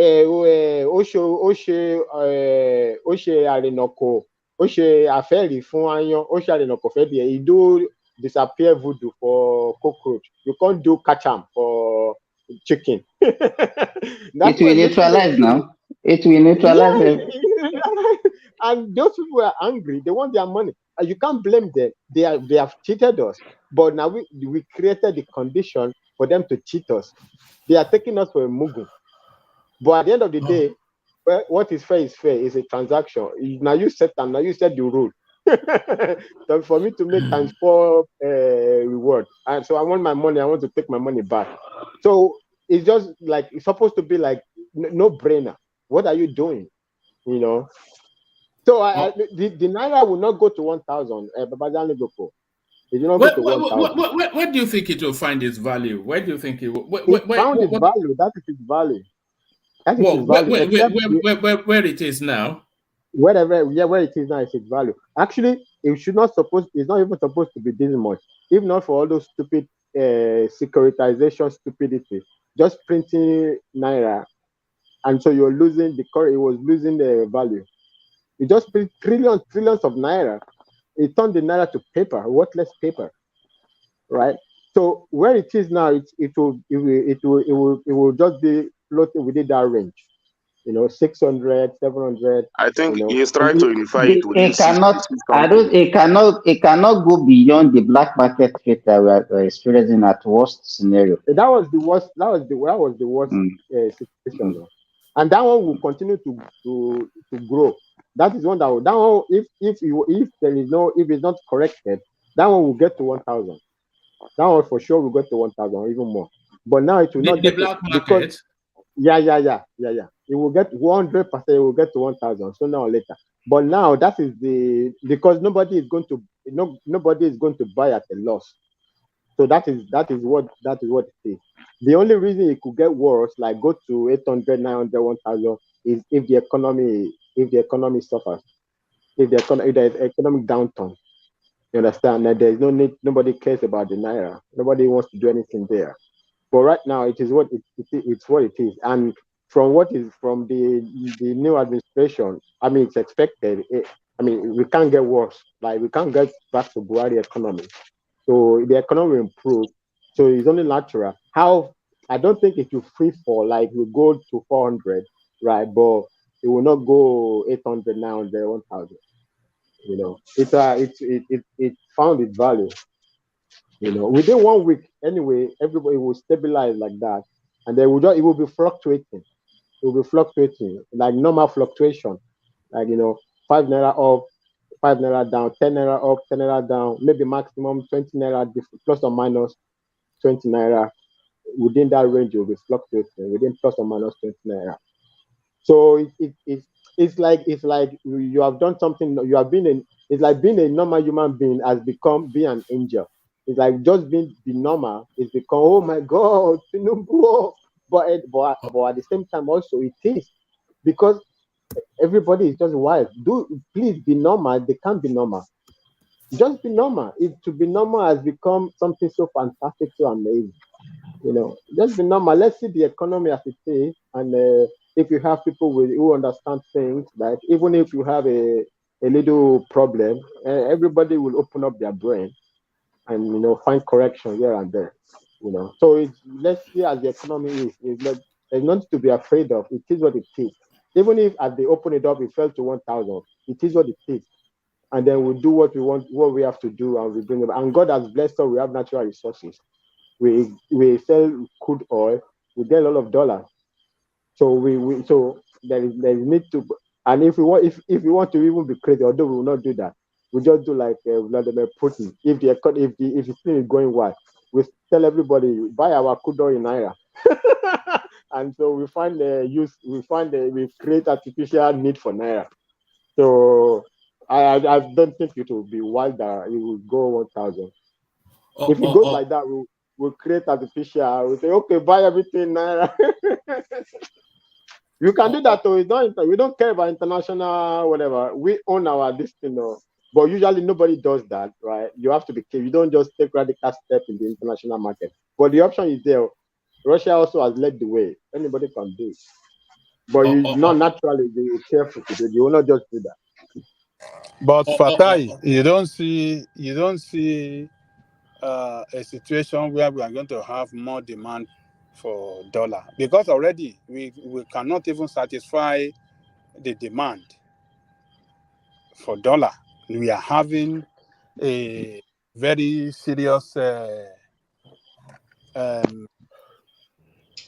setback on our exchange rate. So if now they make it more open, where okay, you can repatriate your money, you can the bottleneck created by Emefiele is taken out, you go and apply for it, and there is no sufficient to satisfy demand, it will further suffer a setback. Hey, but Babame, you don't forget, say we get crude oil now. If we don't have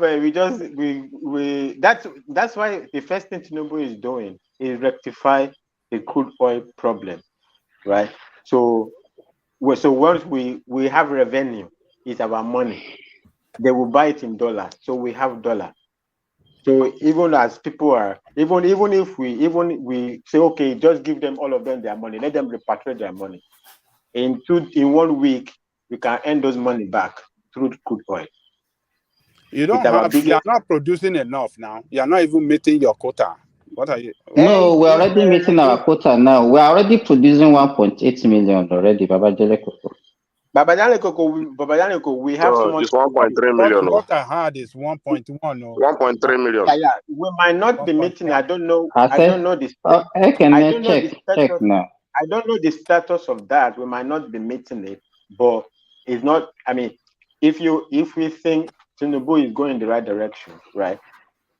Like for instance, if it's indeed that he favored Akpabio, like if it's not, I don't believe it. But if it's indeed, it will mean that it's going in the direction to make, like, also he called Wike in, he called the former Delta governor, he called everybody in. So it might be that they have a discussion with the stakeholders in the South, so that they will take care of that crude oil production, of that crude oil.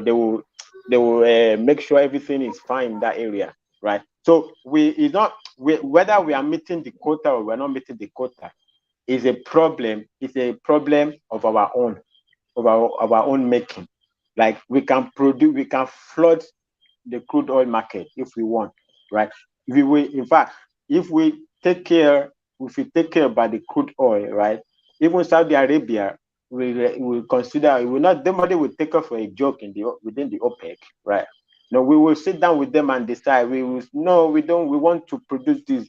Tinubu's dream is to go to 1 million, to go to 4 million in the end, by the end of 4 years or whatever. He wants to go to 4 million. Fatai, that 1.8 allocated to us by Saudi Arabia organization, OPEC, it's not even enough to satisfy our need, our financial need considering the infrastructure, considering the Baba, me important. fight against security, insecurity, and other things. Yeah, we need to get our house in order and so take our rightful place with we it. have to leave that organization for us to be able to produce 4 million or 5 million Yeah, that can earn us a Baba, month. Yes. Yeah, Baba, but we need to get our house in order. We need to, once we get our house in order, we will take our rightful place within OPEC, right? They can't be dictating to us. We are not children. Give only 1 million. Why they give 6 million? No, we have a lot. In fact, they are known. The quantity of their crude is known. The quantity of our crude is not known yet. It's undervalued, right?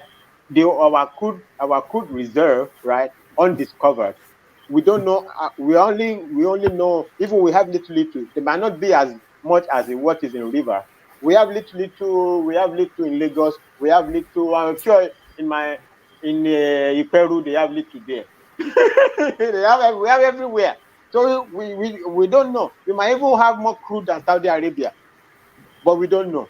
Yes, we are discovering more crude now. I mean, they just discovered some and it might even within the cattle we have crude. We have crude everywhere. We have crude everywhere. Why would some? It's because we don't put our house is not in order. We put our house in order. We are not supposed to be everybody passing around like somebody would tell us they produce only 1 million barrels. Why? You know. So, but we have to get our 1 house in million order. barrel for 200 million population and 6 million barrel for 5 million population. For Five 500 million. people. Simba, Dr. Simba, get it to 5 million. 500 ni one. 500,000. Me more. 35 million. 35 million. 35 million. 35 million. Yeah, I want to put here. Wọ́n pọ̀jù èrò tó wà lẹ́kọ̀ọ́ lọ́nà tẹ̀bí kò ṣe